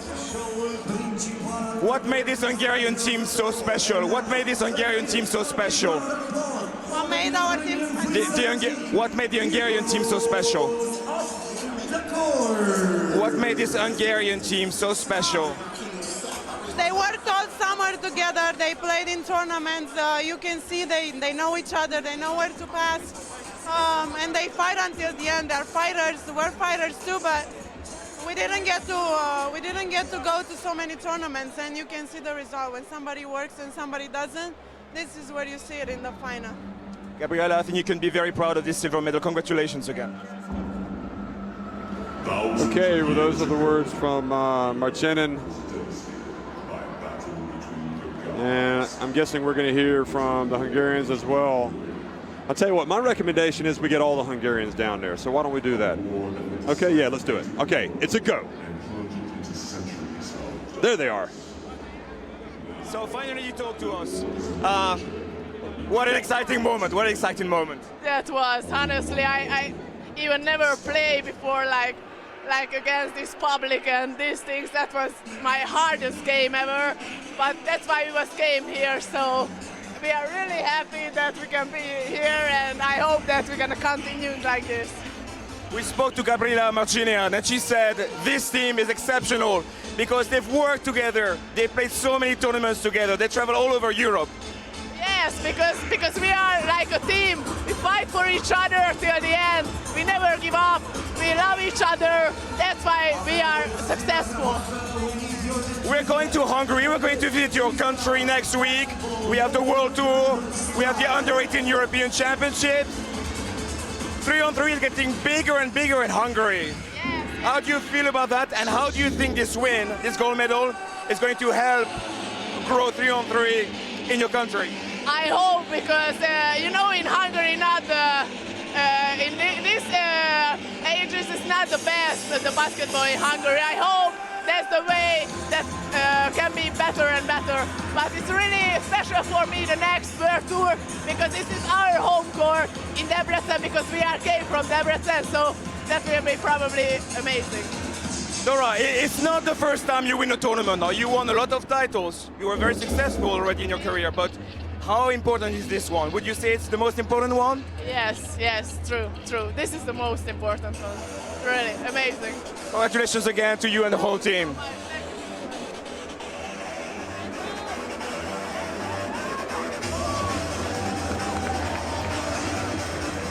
What an interview.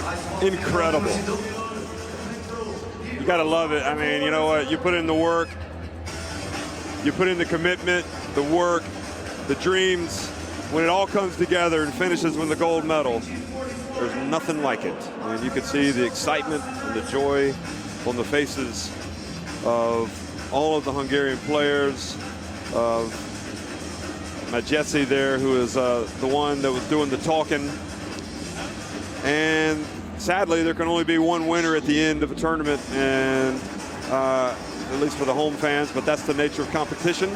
And Romania now realize you know, what it's going to take for them to get that next level. Maybe is they need to get together and play a little bit more, but nevertheless they still did very well to get to the final and to get that silver medal. And of course Russia also got the third place, so they got the bronze. And maybe the game didn't go down to the buzzer like some of the other thrillers, but it was a good final because, you know, Romania led for a long stretch of that, and it was just at the end where Hungary really kind of pulled away and clinched that title. So there you see it. That was from the quarterfinals on today.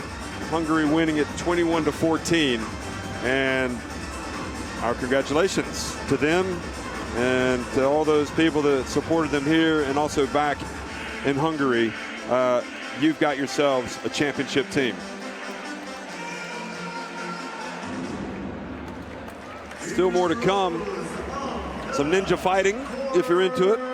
Or after that, we're going to have Serbia v Slovenia. And that will be the men's gold medal game here at the 3x3 European Championship. Thanks for watching that one, and we'll be right back.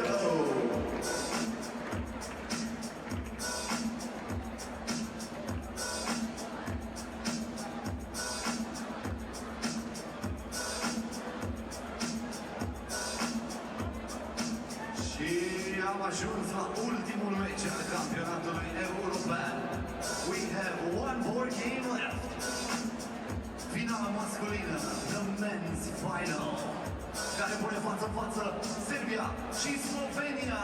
Serbia versus Slovenia for the European gold.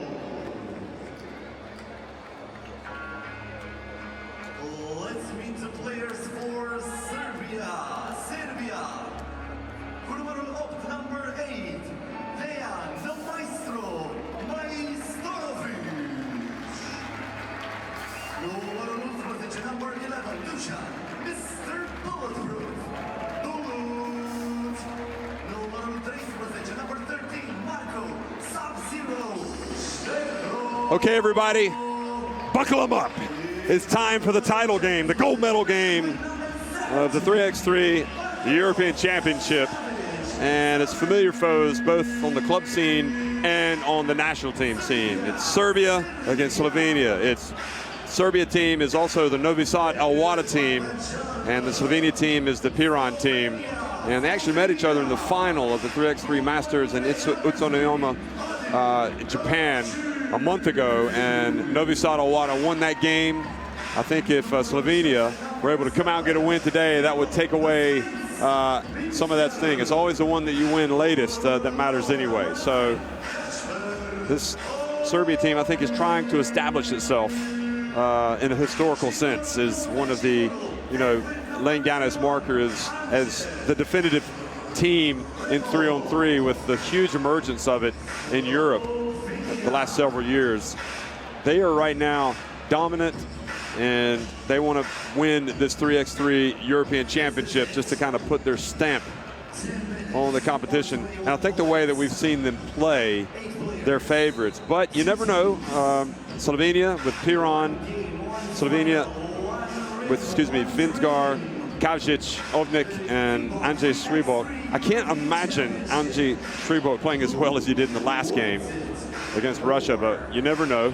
Dusan Domovic, Bulut, Bulletproof, Dejan Masterovic, the Maestro, Marko Savic, and Marko Zdero, the Sub-Zero, the players of Novi Sad Alwada, and here playing as Serbia.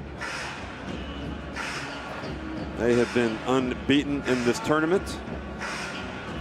I'll tell you what, they came through a tough pool as well when you think about it. They came through a pool that also included France and Spain.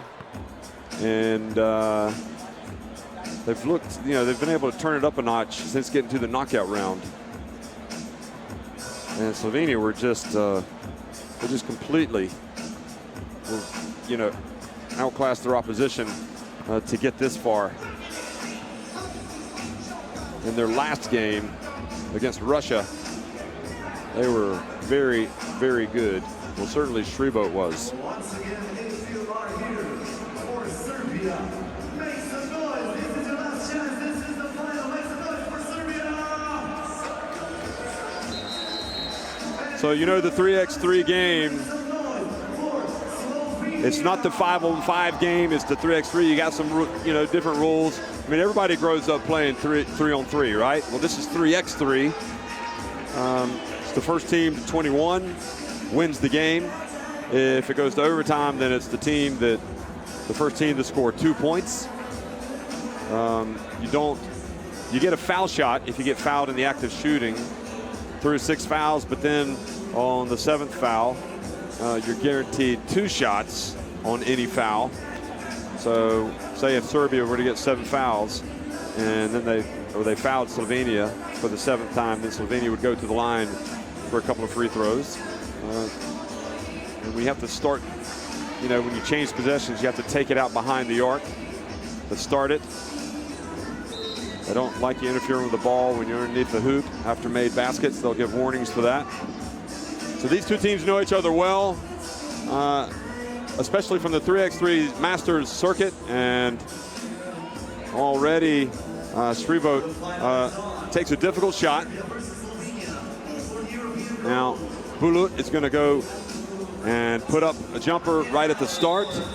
And a foul is going to be called on Sub-Zero, Zdero.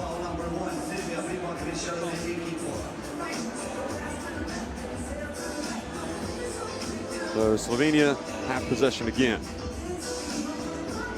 Now Sribot again goes inside, denied by Dusan Bulut.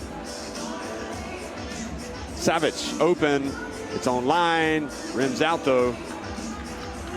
Finsgar has the ball knocked away by Masterovic. And Bulut goes in and scores the first points of the game. Sribot with the bounce pass to Finsgar. And how in the world did he get that pass in there? Now Sribot puts up another one, and he is fouled by Masterovic, shooting the 2. So 2 free throws coming for Masterovic. Excuse me, coming for Sribot. And it's kind of a silly foul, really.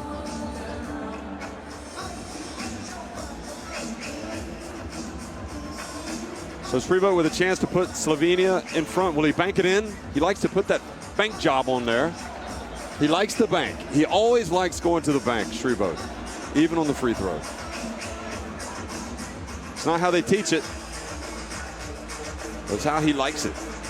And that's what matters.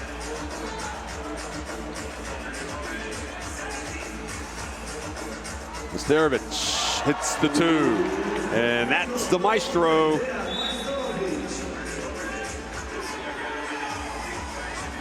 So Kauzic comes out and Serbia forced the turnover.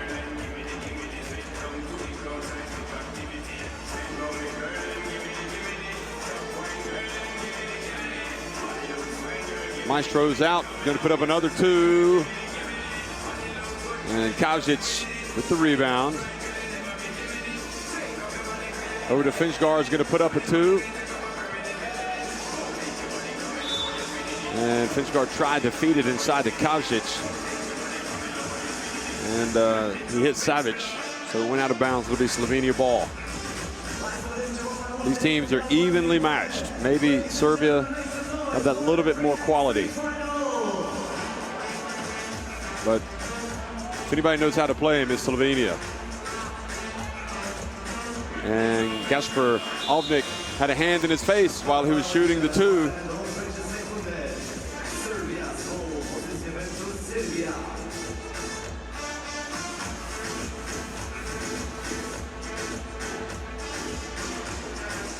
Bulut goes up against Kauzic.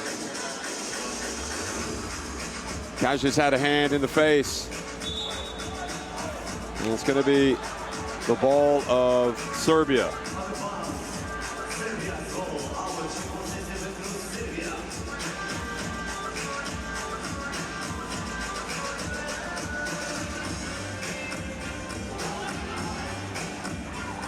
Savic open, rims out.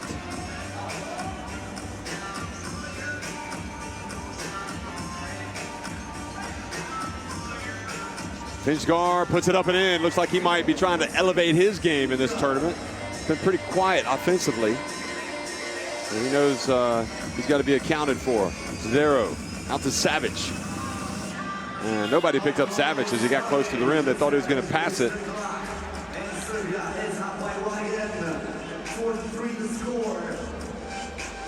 And Šribo just puts up a prayer. I think he must have thought the shot clock was about to expire. Bulut steps back. And Serbia choosing to attack from the perimeter for the most part.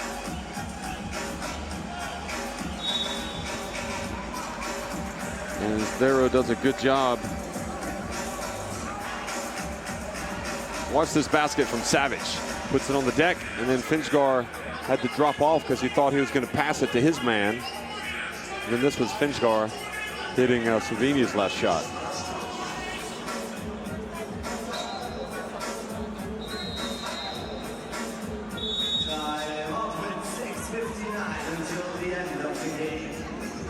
So timeout on the court. It's as tight as we expected. 4-3, Serbia on top of Slovenia. And Slovenia not really presenting a threat from two-point range right now.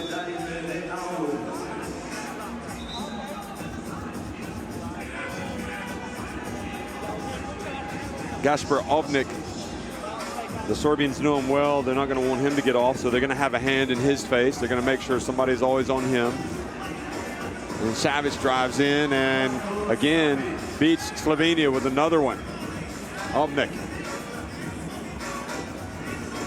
Kauzic hustling. Great defense from Bulut.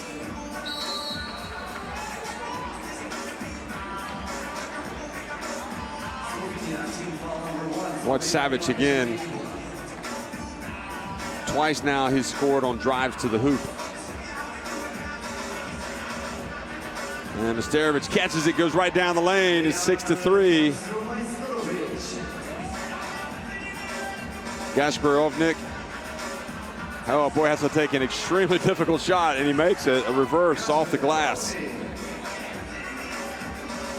Hooping and scooping. Mesterovic puts up an air ball. So somewhat of a deflating factor for the commentary. We thought it was going to go in. Finchgar at the line, dumps it down low. Oh, they're going to count it. Are you kidding me? Reboot. What a crazy shot. He is the master when it comes to making crazy shots. Watch this. This is absolutely ridiculous. He gets bumped, throws it over the backboard, and it comes down and goes in. The master of the trick shot. Here he is again. Thank you very much. And here he is at the line, and he banks in another free throw. Slovenian women's team over in the corner there, you can see him near the scoreboard cheering them on. Savic again drives in and should have made that one. He knows it. Shreboat. I think Shreboat wanted to bank it, and I think Masterovic wanted to pass it. Slovenia, team foul number 2, Slovenia are going to the table.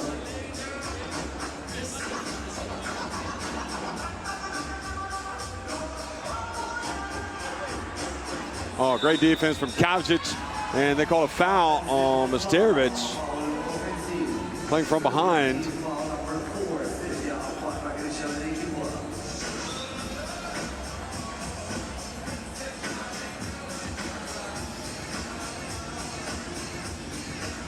Some people think I'm saying Masterovic. I'm not. I'm saying Masterovic.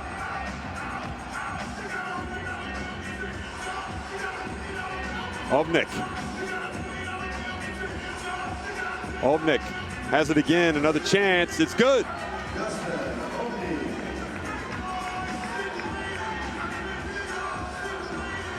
Now it's Zero. Sub-Zero gets into the lane, puts it up,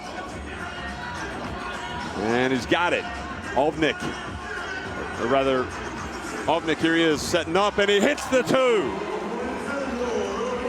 Now Slovenia up 9-6. And Bullet cuts, passes over to Zdero. Ovnik inside. Shreboat couldn't collect it. And Bullet, oh, how did he make that shot? Bulletproof. Had a man in front of him, had a man coming at him from behind, and made a very difficult shot. Shreboat puts it up. And Zdero is just terrific when it comes to boxing out.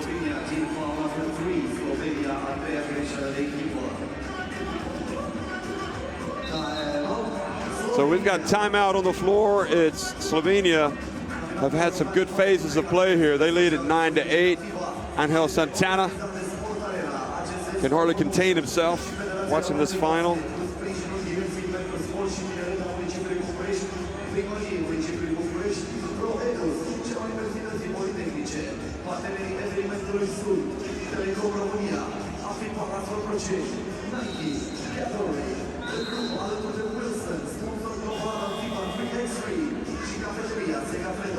So that was Majstorovic getting inside, and here is Bullet. Look at that. He had somebody behind him, somebody in front of him.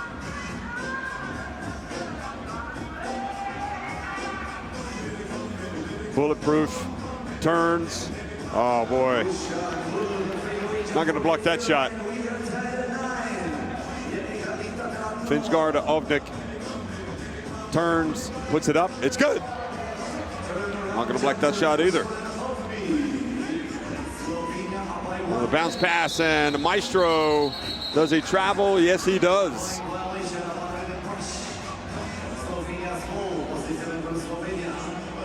And he's going to take his seat with Zdero coming back in.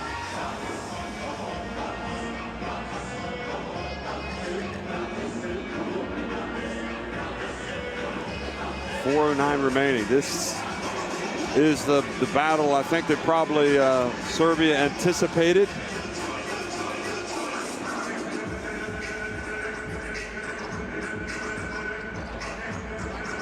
And Savic comes out, look at that, playing deny defense.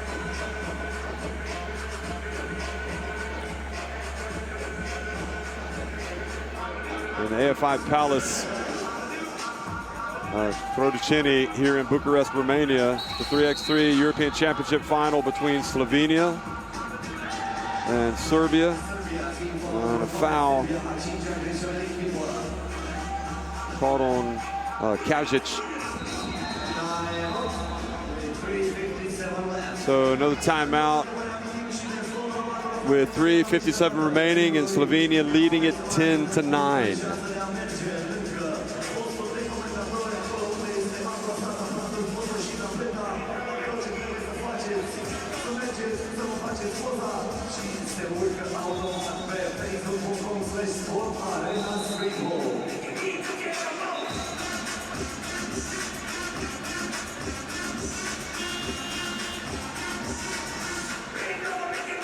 Italy looking on, Spain looking on. They played in this tournament. 9 on the shot clock.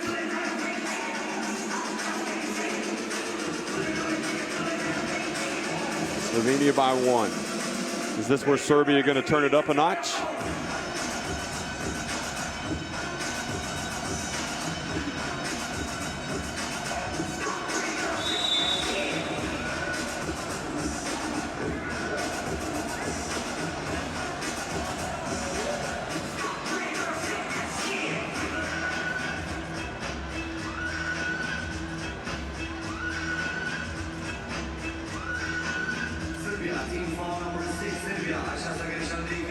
And the long jump shot, no good. Savage with the rebound. And the ball goes out of bounds.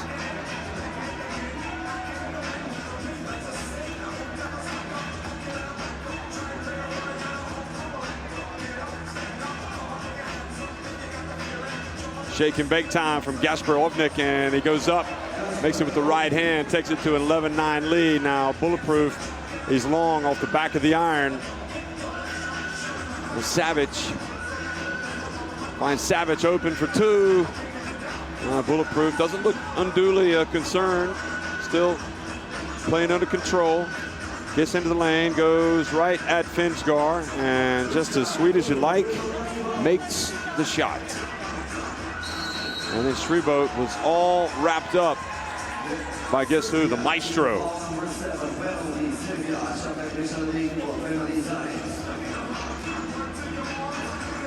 So free throws now, that's 7 free throws. That's 7 fouls. So that's going to be, as you look at Ovnik's last drive, that's going to be 2 free throws for Shrebo. And he will go to the bank. Oh.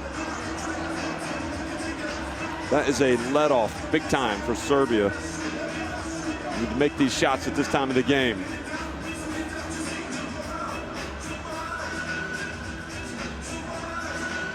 He makes 1 of 2. Puts it back to a 2-point game. Savage open. And Majsterovic misses the maestro. Now Shrebo.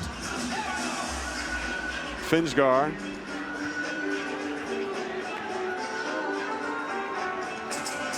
And Maestro gets inside, puts it up and in, cuts it to a 1-point deficit.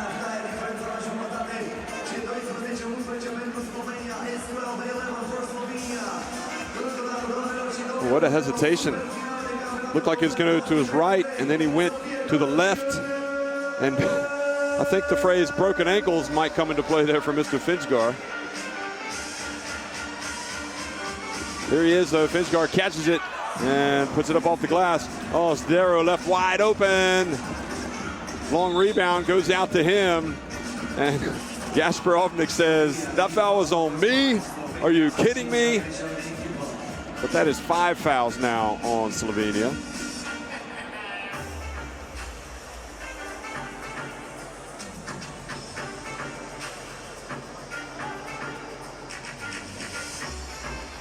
And Bulut just smoothly goes to his left, puts it up off the glass.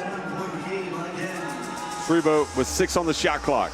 Puts up a 2 attempt, tries to go off the glass, and Kajic puts up a 2. That was huge. Oh, he gives the gun show. It's a 3-point lead for Slovenia. Bulut Back outside to Savage, wide open. Zdero for two. It's good. Boy, that is impressive, isn't it? Serbia. And the turnover now for Kavžić. Where's a technical foul's been called?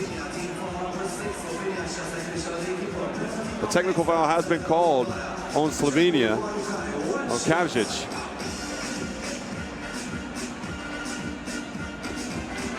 So they tie it at 15.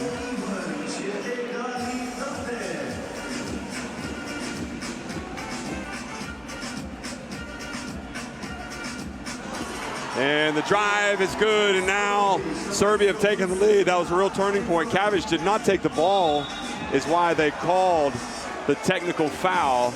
But now kind of a break for Slovenia because the foul, the holding foul, has been called on Bulut. Look at this.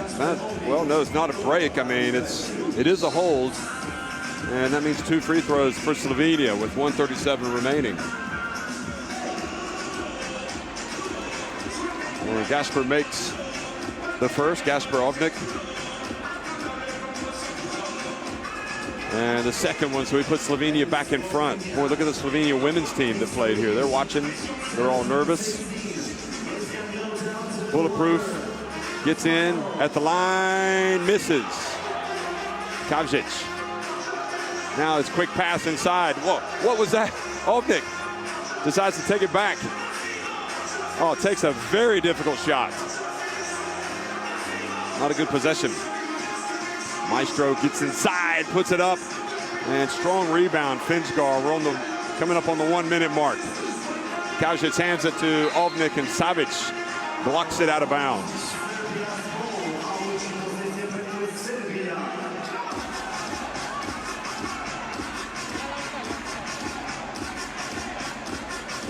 So Majstorovic over on the right wing. And the drive, not much D offered by Sribo at that time, and we got a tie game. Gasper Ovnik. It's all about D right now, isn't it? Finsgar, go, good, it's a 2. And now the pass. The Maestro collects it, goes between his legs. He's going to put up a difficult 2. And Slovenia have got the lead. They're up by 2. 29 seconds remain. This could be their year, folks. They're making the plays. Finsgar hit it. Oh, Savic makes a big steal, but he comes up short of the 2. Now Finsgar has it. Was that their last chance? Sribo, if they score here, it's going to be difficult for Serbia, but Bulletproof has it. The final 6 seconds, they got to go for the 2. It's Bulletproof. He misses Savic. They get one more look. He takes it, and they miss it. Can you believe it? Serbia have fallen to Slovenia. Bulletproof had 2 chances to tie it and send it to overtime. And it just goes to show you it is awfully difficult to win at this level all the time, no matter how good you are. As everybody knows, this Serbia team is. But Slovenia also play as Piran in the 3x3 Masters. And this Serbia team wanted to really stamp their authority on the 3x3 world, certainly in Europe. And they really did come out and they had a great tournament. And they know, you know what, you're going to win some, you're going to lose some. And quite frankly, they just didn't hit as many 2s tonight. It looked like they left some out there that they should have hit. But it was a great effort. And Slovenia, they are going to be celebrating into the night, perhaps with the Slovenia women's team.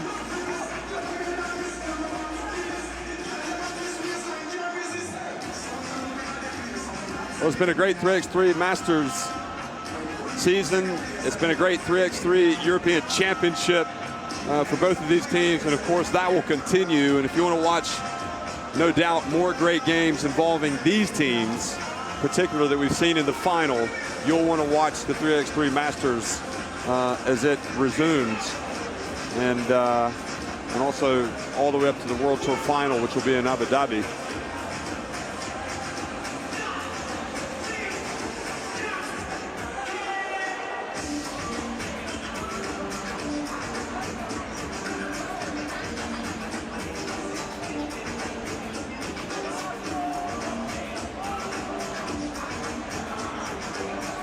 So we're going to go down to Gasper Ovnik again and get his thoughts on this win. You're the new, Gasper, congratulations, you're the new FIBA 3x3 European champion. Well, thank you. First of all, I would like to thank this amazing crowd. They really know their stuff here. It says like the 3x3. It's like the Mecca of 3x3. I can see now why. Thank you very much. Gasper, we talked about this other team, the Serbian team. The Serbian team beat you many times the last few years. How does it feel on a personal level to beat them in this final? It's a great feeling to win, especially if it's a European Championship, the next level, you know. We try to stay focused in what's in front of us. If you sleep on what's behind of you, you can always look back, regret it, and never move forward. So every day it's a day for improvement, and today it all pays off. Tell us about what makes this Slovenian team so special. Of course, you've played together for many years. What makes it different from any other team here at this tournament? I don't think that we're different. I think that we know each other. I think more than anybody else. Unlike the Serbians. Oh, look at this! He's getting the bath. Unlike the Serbians, they also know each other very good. That's why they're successful. But we try to stay focused. We're friends off the court. No, like family, I would say. So it all shows up on the court. Gasper, congratulations and enjoy your shower. Thank you very much. That was a fantastic interview. Gasper, first of all, saying, listen, it's been a fantastic event here as you look at what happened today with the quarterfinals, the semifinals, and the finals ending with the Slovenia win over Serbia. But recognizing this is saying, now I know why they call this the Mecca of 3x3, because quite frankly, these guys know what they're talking about here, these fans. They really enjoyed themselves. They put on a great show.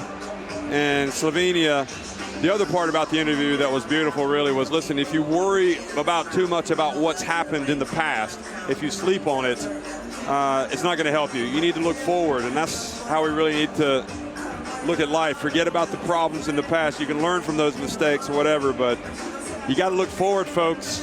It's what's ahead in life, in sports, that really matters. So Slovenia, no doubt they're going to be up all night. Maybe we can find them somewhere. And there you see the Serbian team. They'll just put this one behind them and move on to the next stop. And there's going to be that empty feeling inside all of us, leaving the AFI Palace Quarterfinal here in Bucharest, Romania, because it has been a fantastic few days watching 3x3. Let's go to Bulletproof and get his thoughts on Serbia's loss. Dusan, we know your objective was something else. You are here for the win. What do you want to say to all the people that follow you this weekend? There are so many. The whole of Serbia was following you. Yes, we are now like walking band, and people like travel with us. They like to watch tournaments live, stuff like that. I'm sorry that we didn't get the gold medal we wanted. We wanted because of all the people who following us, who cheer for us. But hey, there is World Championship. Maybe there we will do something that we didn't do last 4 years for Serbia. Congratulations, and thank you very much, Dusan, taking the time. So you'll be able to watch him on the 3x3 Masters Tour. And speaking about the disappointment, I have to say I was quite impressed by how calm he was in the face of adversity. And look at him going up and congratulating the Slovenians. That's what it's all about. You got to lose with class, and he is a classy performer. And now Bullet's going to go up to the referees and perhaps have a conversation about how certain calls are made and about how they're not made, just to get some clarity.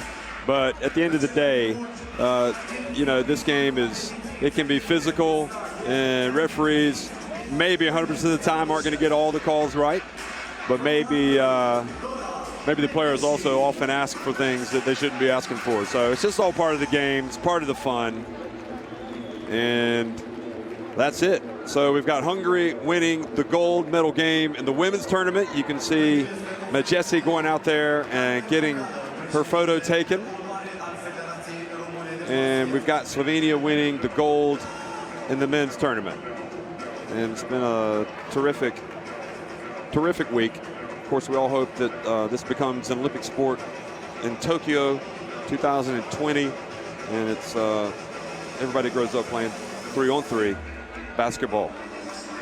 So it's a great sport, and you can see that when it's taken a lot of enthusiasm, when you've got the likes of the Netherlands, for example, that come out and put so much into it and get the bronze medal, and see how much it means to them, and you see how much it meant for the Romanian women to get to the final, for the Hungarians to get to the gold medal there. I mean, just massive. You know, a lot of work goes into this, and it's a great game to watch. I mean, there's a lot more physicality. It's a fast game. If you just think 3-on-3, you know, but if you watch it, it is a different game. It's got a lot, you know, it's basketball, but it's different. So, see, you know, everything can't be the same, and it's exciting to see something new on the scene, really, and that's certainly what this 3x3 is. So Romania coming out and receiving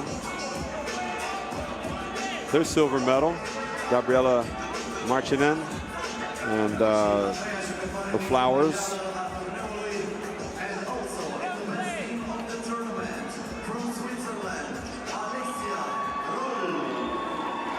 So now we're going to see the men come out. Oh no, we're going to see, sorry, Russia come out. And Switzerland. Congratulate everybody. From Hungary, Gabi Marcinai from Romania, and Alexia Roll from Switzerland.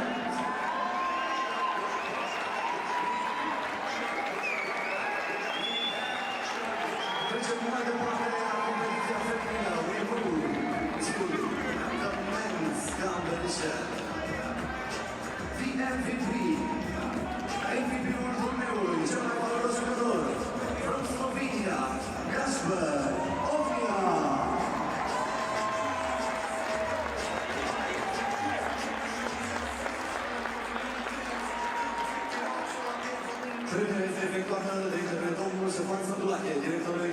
So the MVP is Gasper Ovnik of the men's tournament.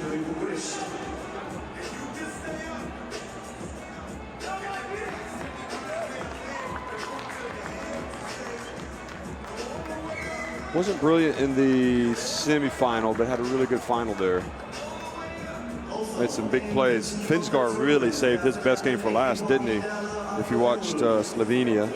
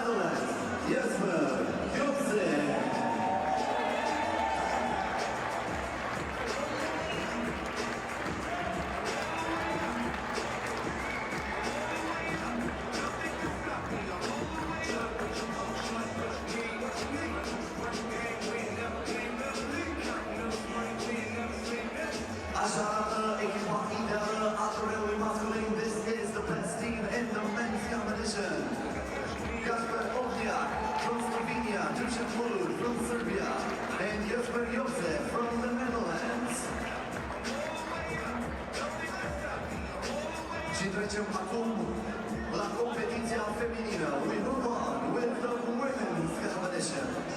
Locul al treilea și medaile de bronz on the third place and the bronze medals. Russia.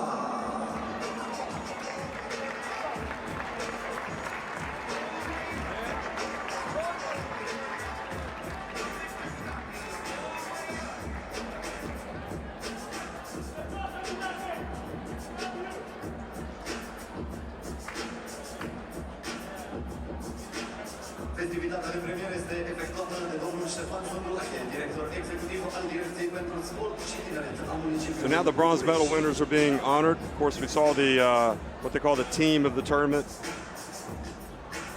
The all-star performances there for the men's and the women's, and now we're seeing the bronze medalists being awarded for the European Championships for the women's side, Russia. So it's a good honor for Alicia Roll for Switzerland.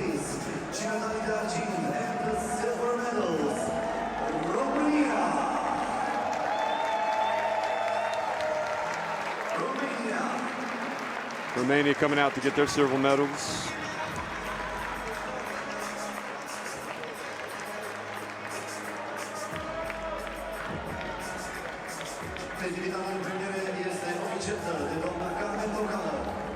Russia certainly is not short of enthusiasm. She's had a good tournament.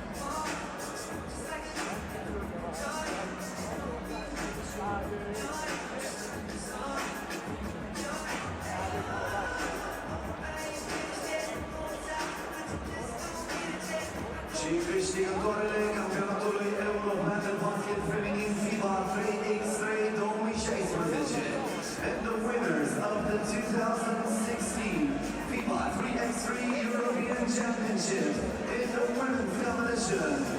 Și medalele de aur and the gold medals, Hungary. And here comes the gold medal winners, Hungary.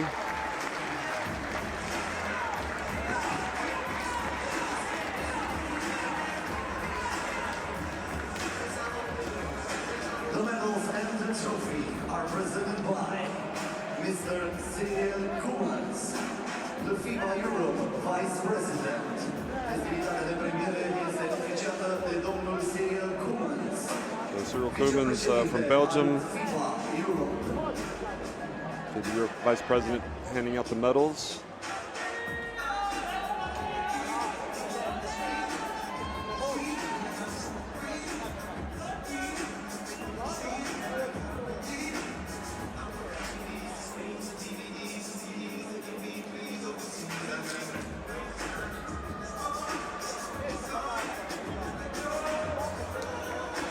Iar acum vă rog frumos să vă ridicați în picioare pentru imnul de stat al Ungariei.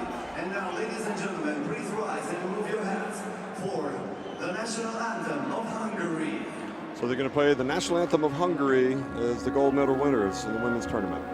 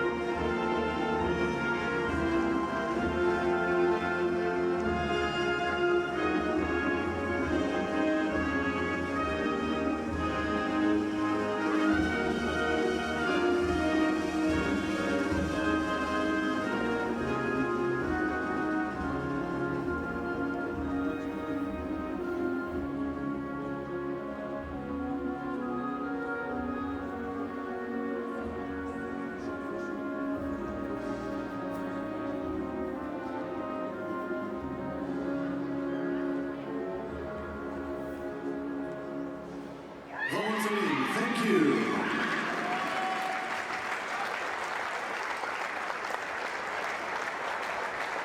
So there they are. They're going to celebrate. That's what it means to win. Russia and Romania also be celebrating. They've all got their medals. Saw some good games in this tournament. Of the men's competition at the 2016 FIBA 3x3 European Championship. Lupla Trila și medalii de bronz on the third place and the bronze medals. Netherlands, Hollanda. Now for the men's tournament, the Netherlands are going to come out and get their bronze.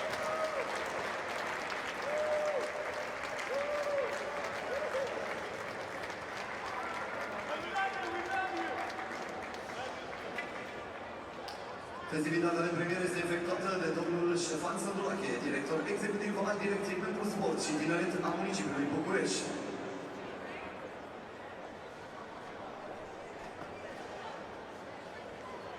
We invite all the winners to still stay with us. They really played well in the tournament. Only lost to Serbia. I mean, they were beaten pretty soundly by Serbia, but they came back strong against Russia in the bronze medal game. So that's a huge step forward for the Dutch.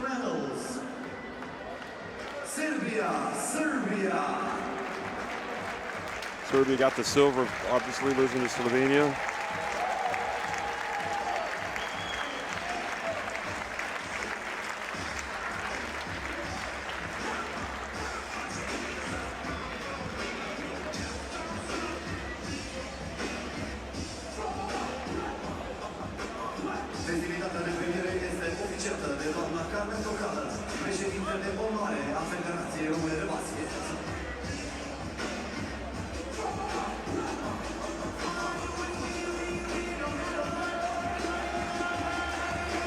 A lot of people thought that was going to be the gold medal winners, but they'll take the silver. It's important to be amongst the medals, no matter what the medal, and they were there. And Slovenia, they come out and carrying the flag, and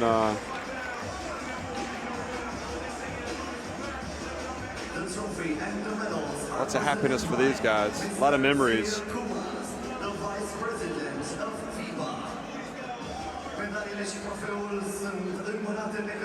Who can forget Sribote's performance against Russia? I mean, that was incredible earlier today. All those guys came up big, and Finchgar as well. Especially today, I think they really needed him to play at the level that he played at to beat Serbia. They had to be turning on all cylinders.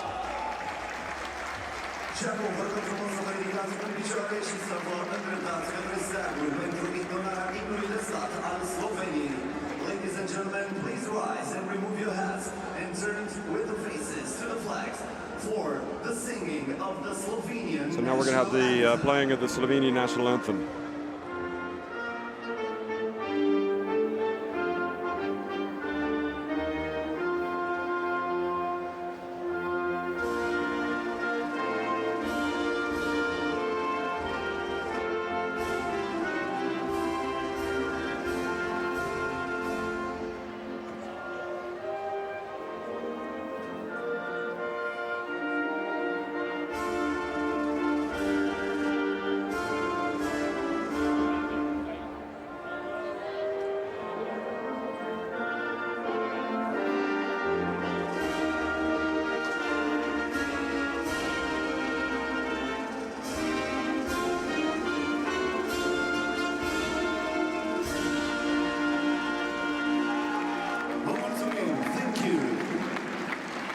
And now we invite all the winners to come to the court for the final group photo. Iar acum invităm toți câștigătorii și câștigătoarele să vină pe teren pentru o poză. So Slovenia get the gold medal, all smiles. Not surprisingly.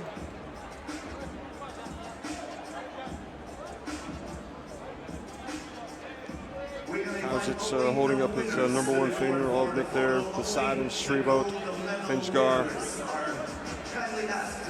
Funny, after they won their semifinal, they were all huddled over here behind us in a food court at a table, just sitting there talking strategy for like about an hour and a half. I mean, I'm guessing they were talking strategy. They didn't want to go find a secluded place anywhere. They just hung out here in the mall in the FI Palace, Quarterfinal. So one last time, congratulations to everybody, and to the fans, to the organizers, to Slovenia, to Hungary for getting to the top of the podium, and all the medalists and all the teams that took part. It's been a great, great time. We'll leave you with some final highlights here at the 3x3 European Championships. Thanks for watching, and be sure to support 3x3 basketball whenever you can. Tune in to watch the 3x3 Masters for the rest of this season. Thanks for watching.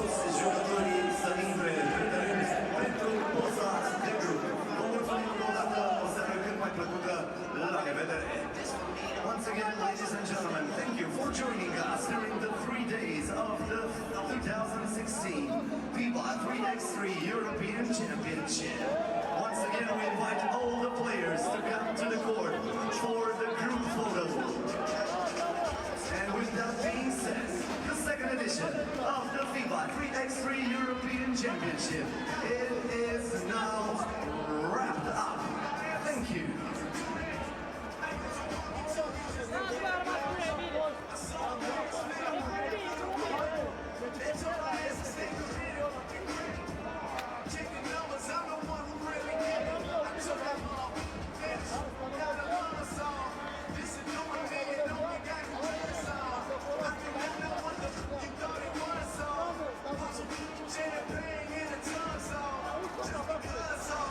What's the moon? Can I tell the truth? If I was Brooklyn, miss me, you and I have nothing left to do. Nah, this for me though. I'm just trying to stay alive and take care of my people. And they don't have no reward for that. Trophy.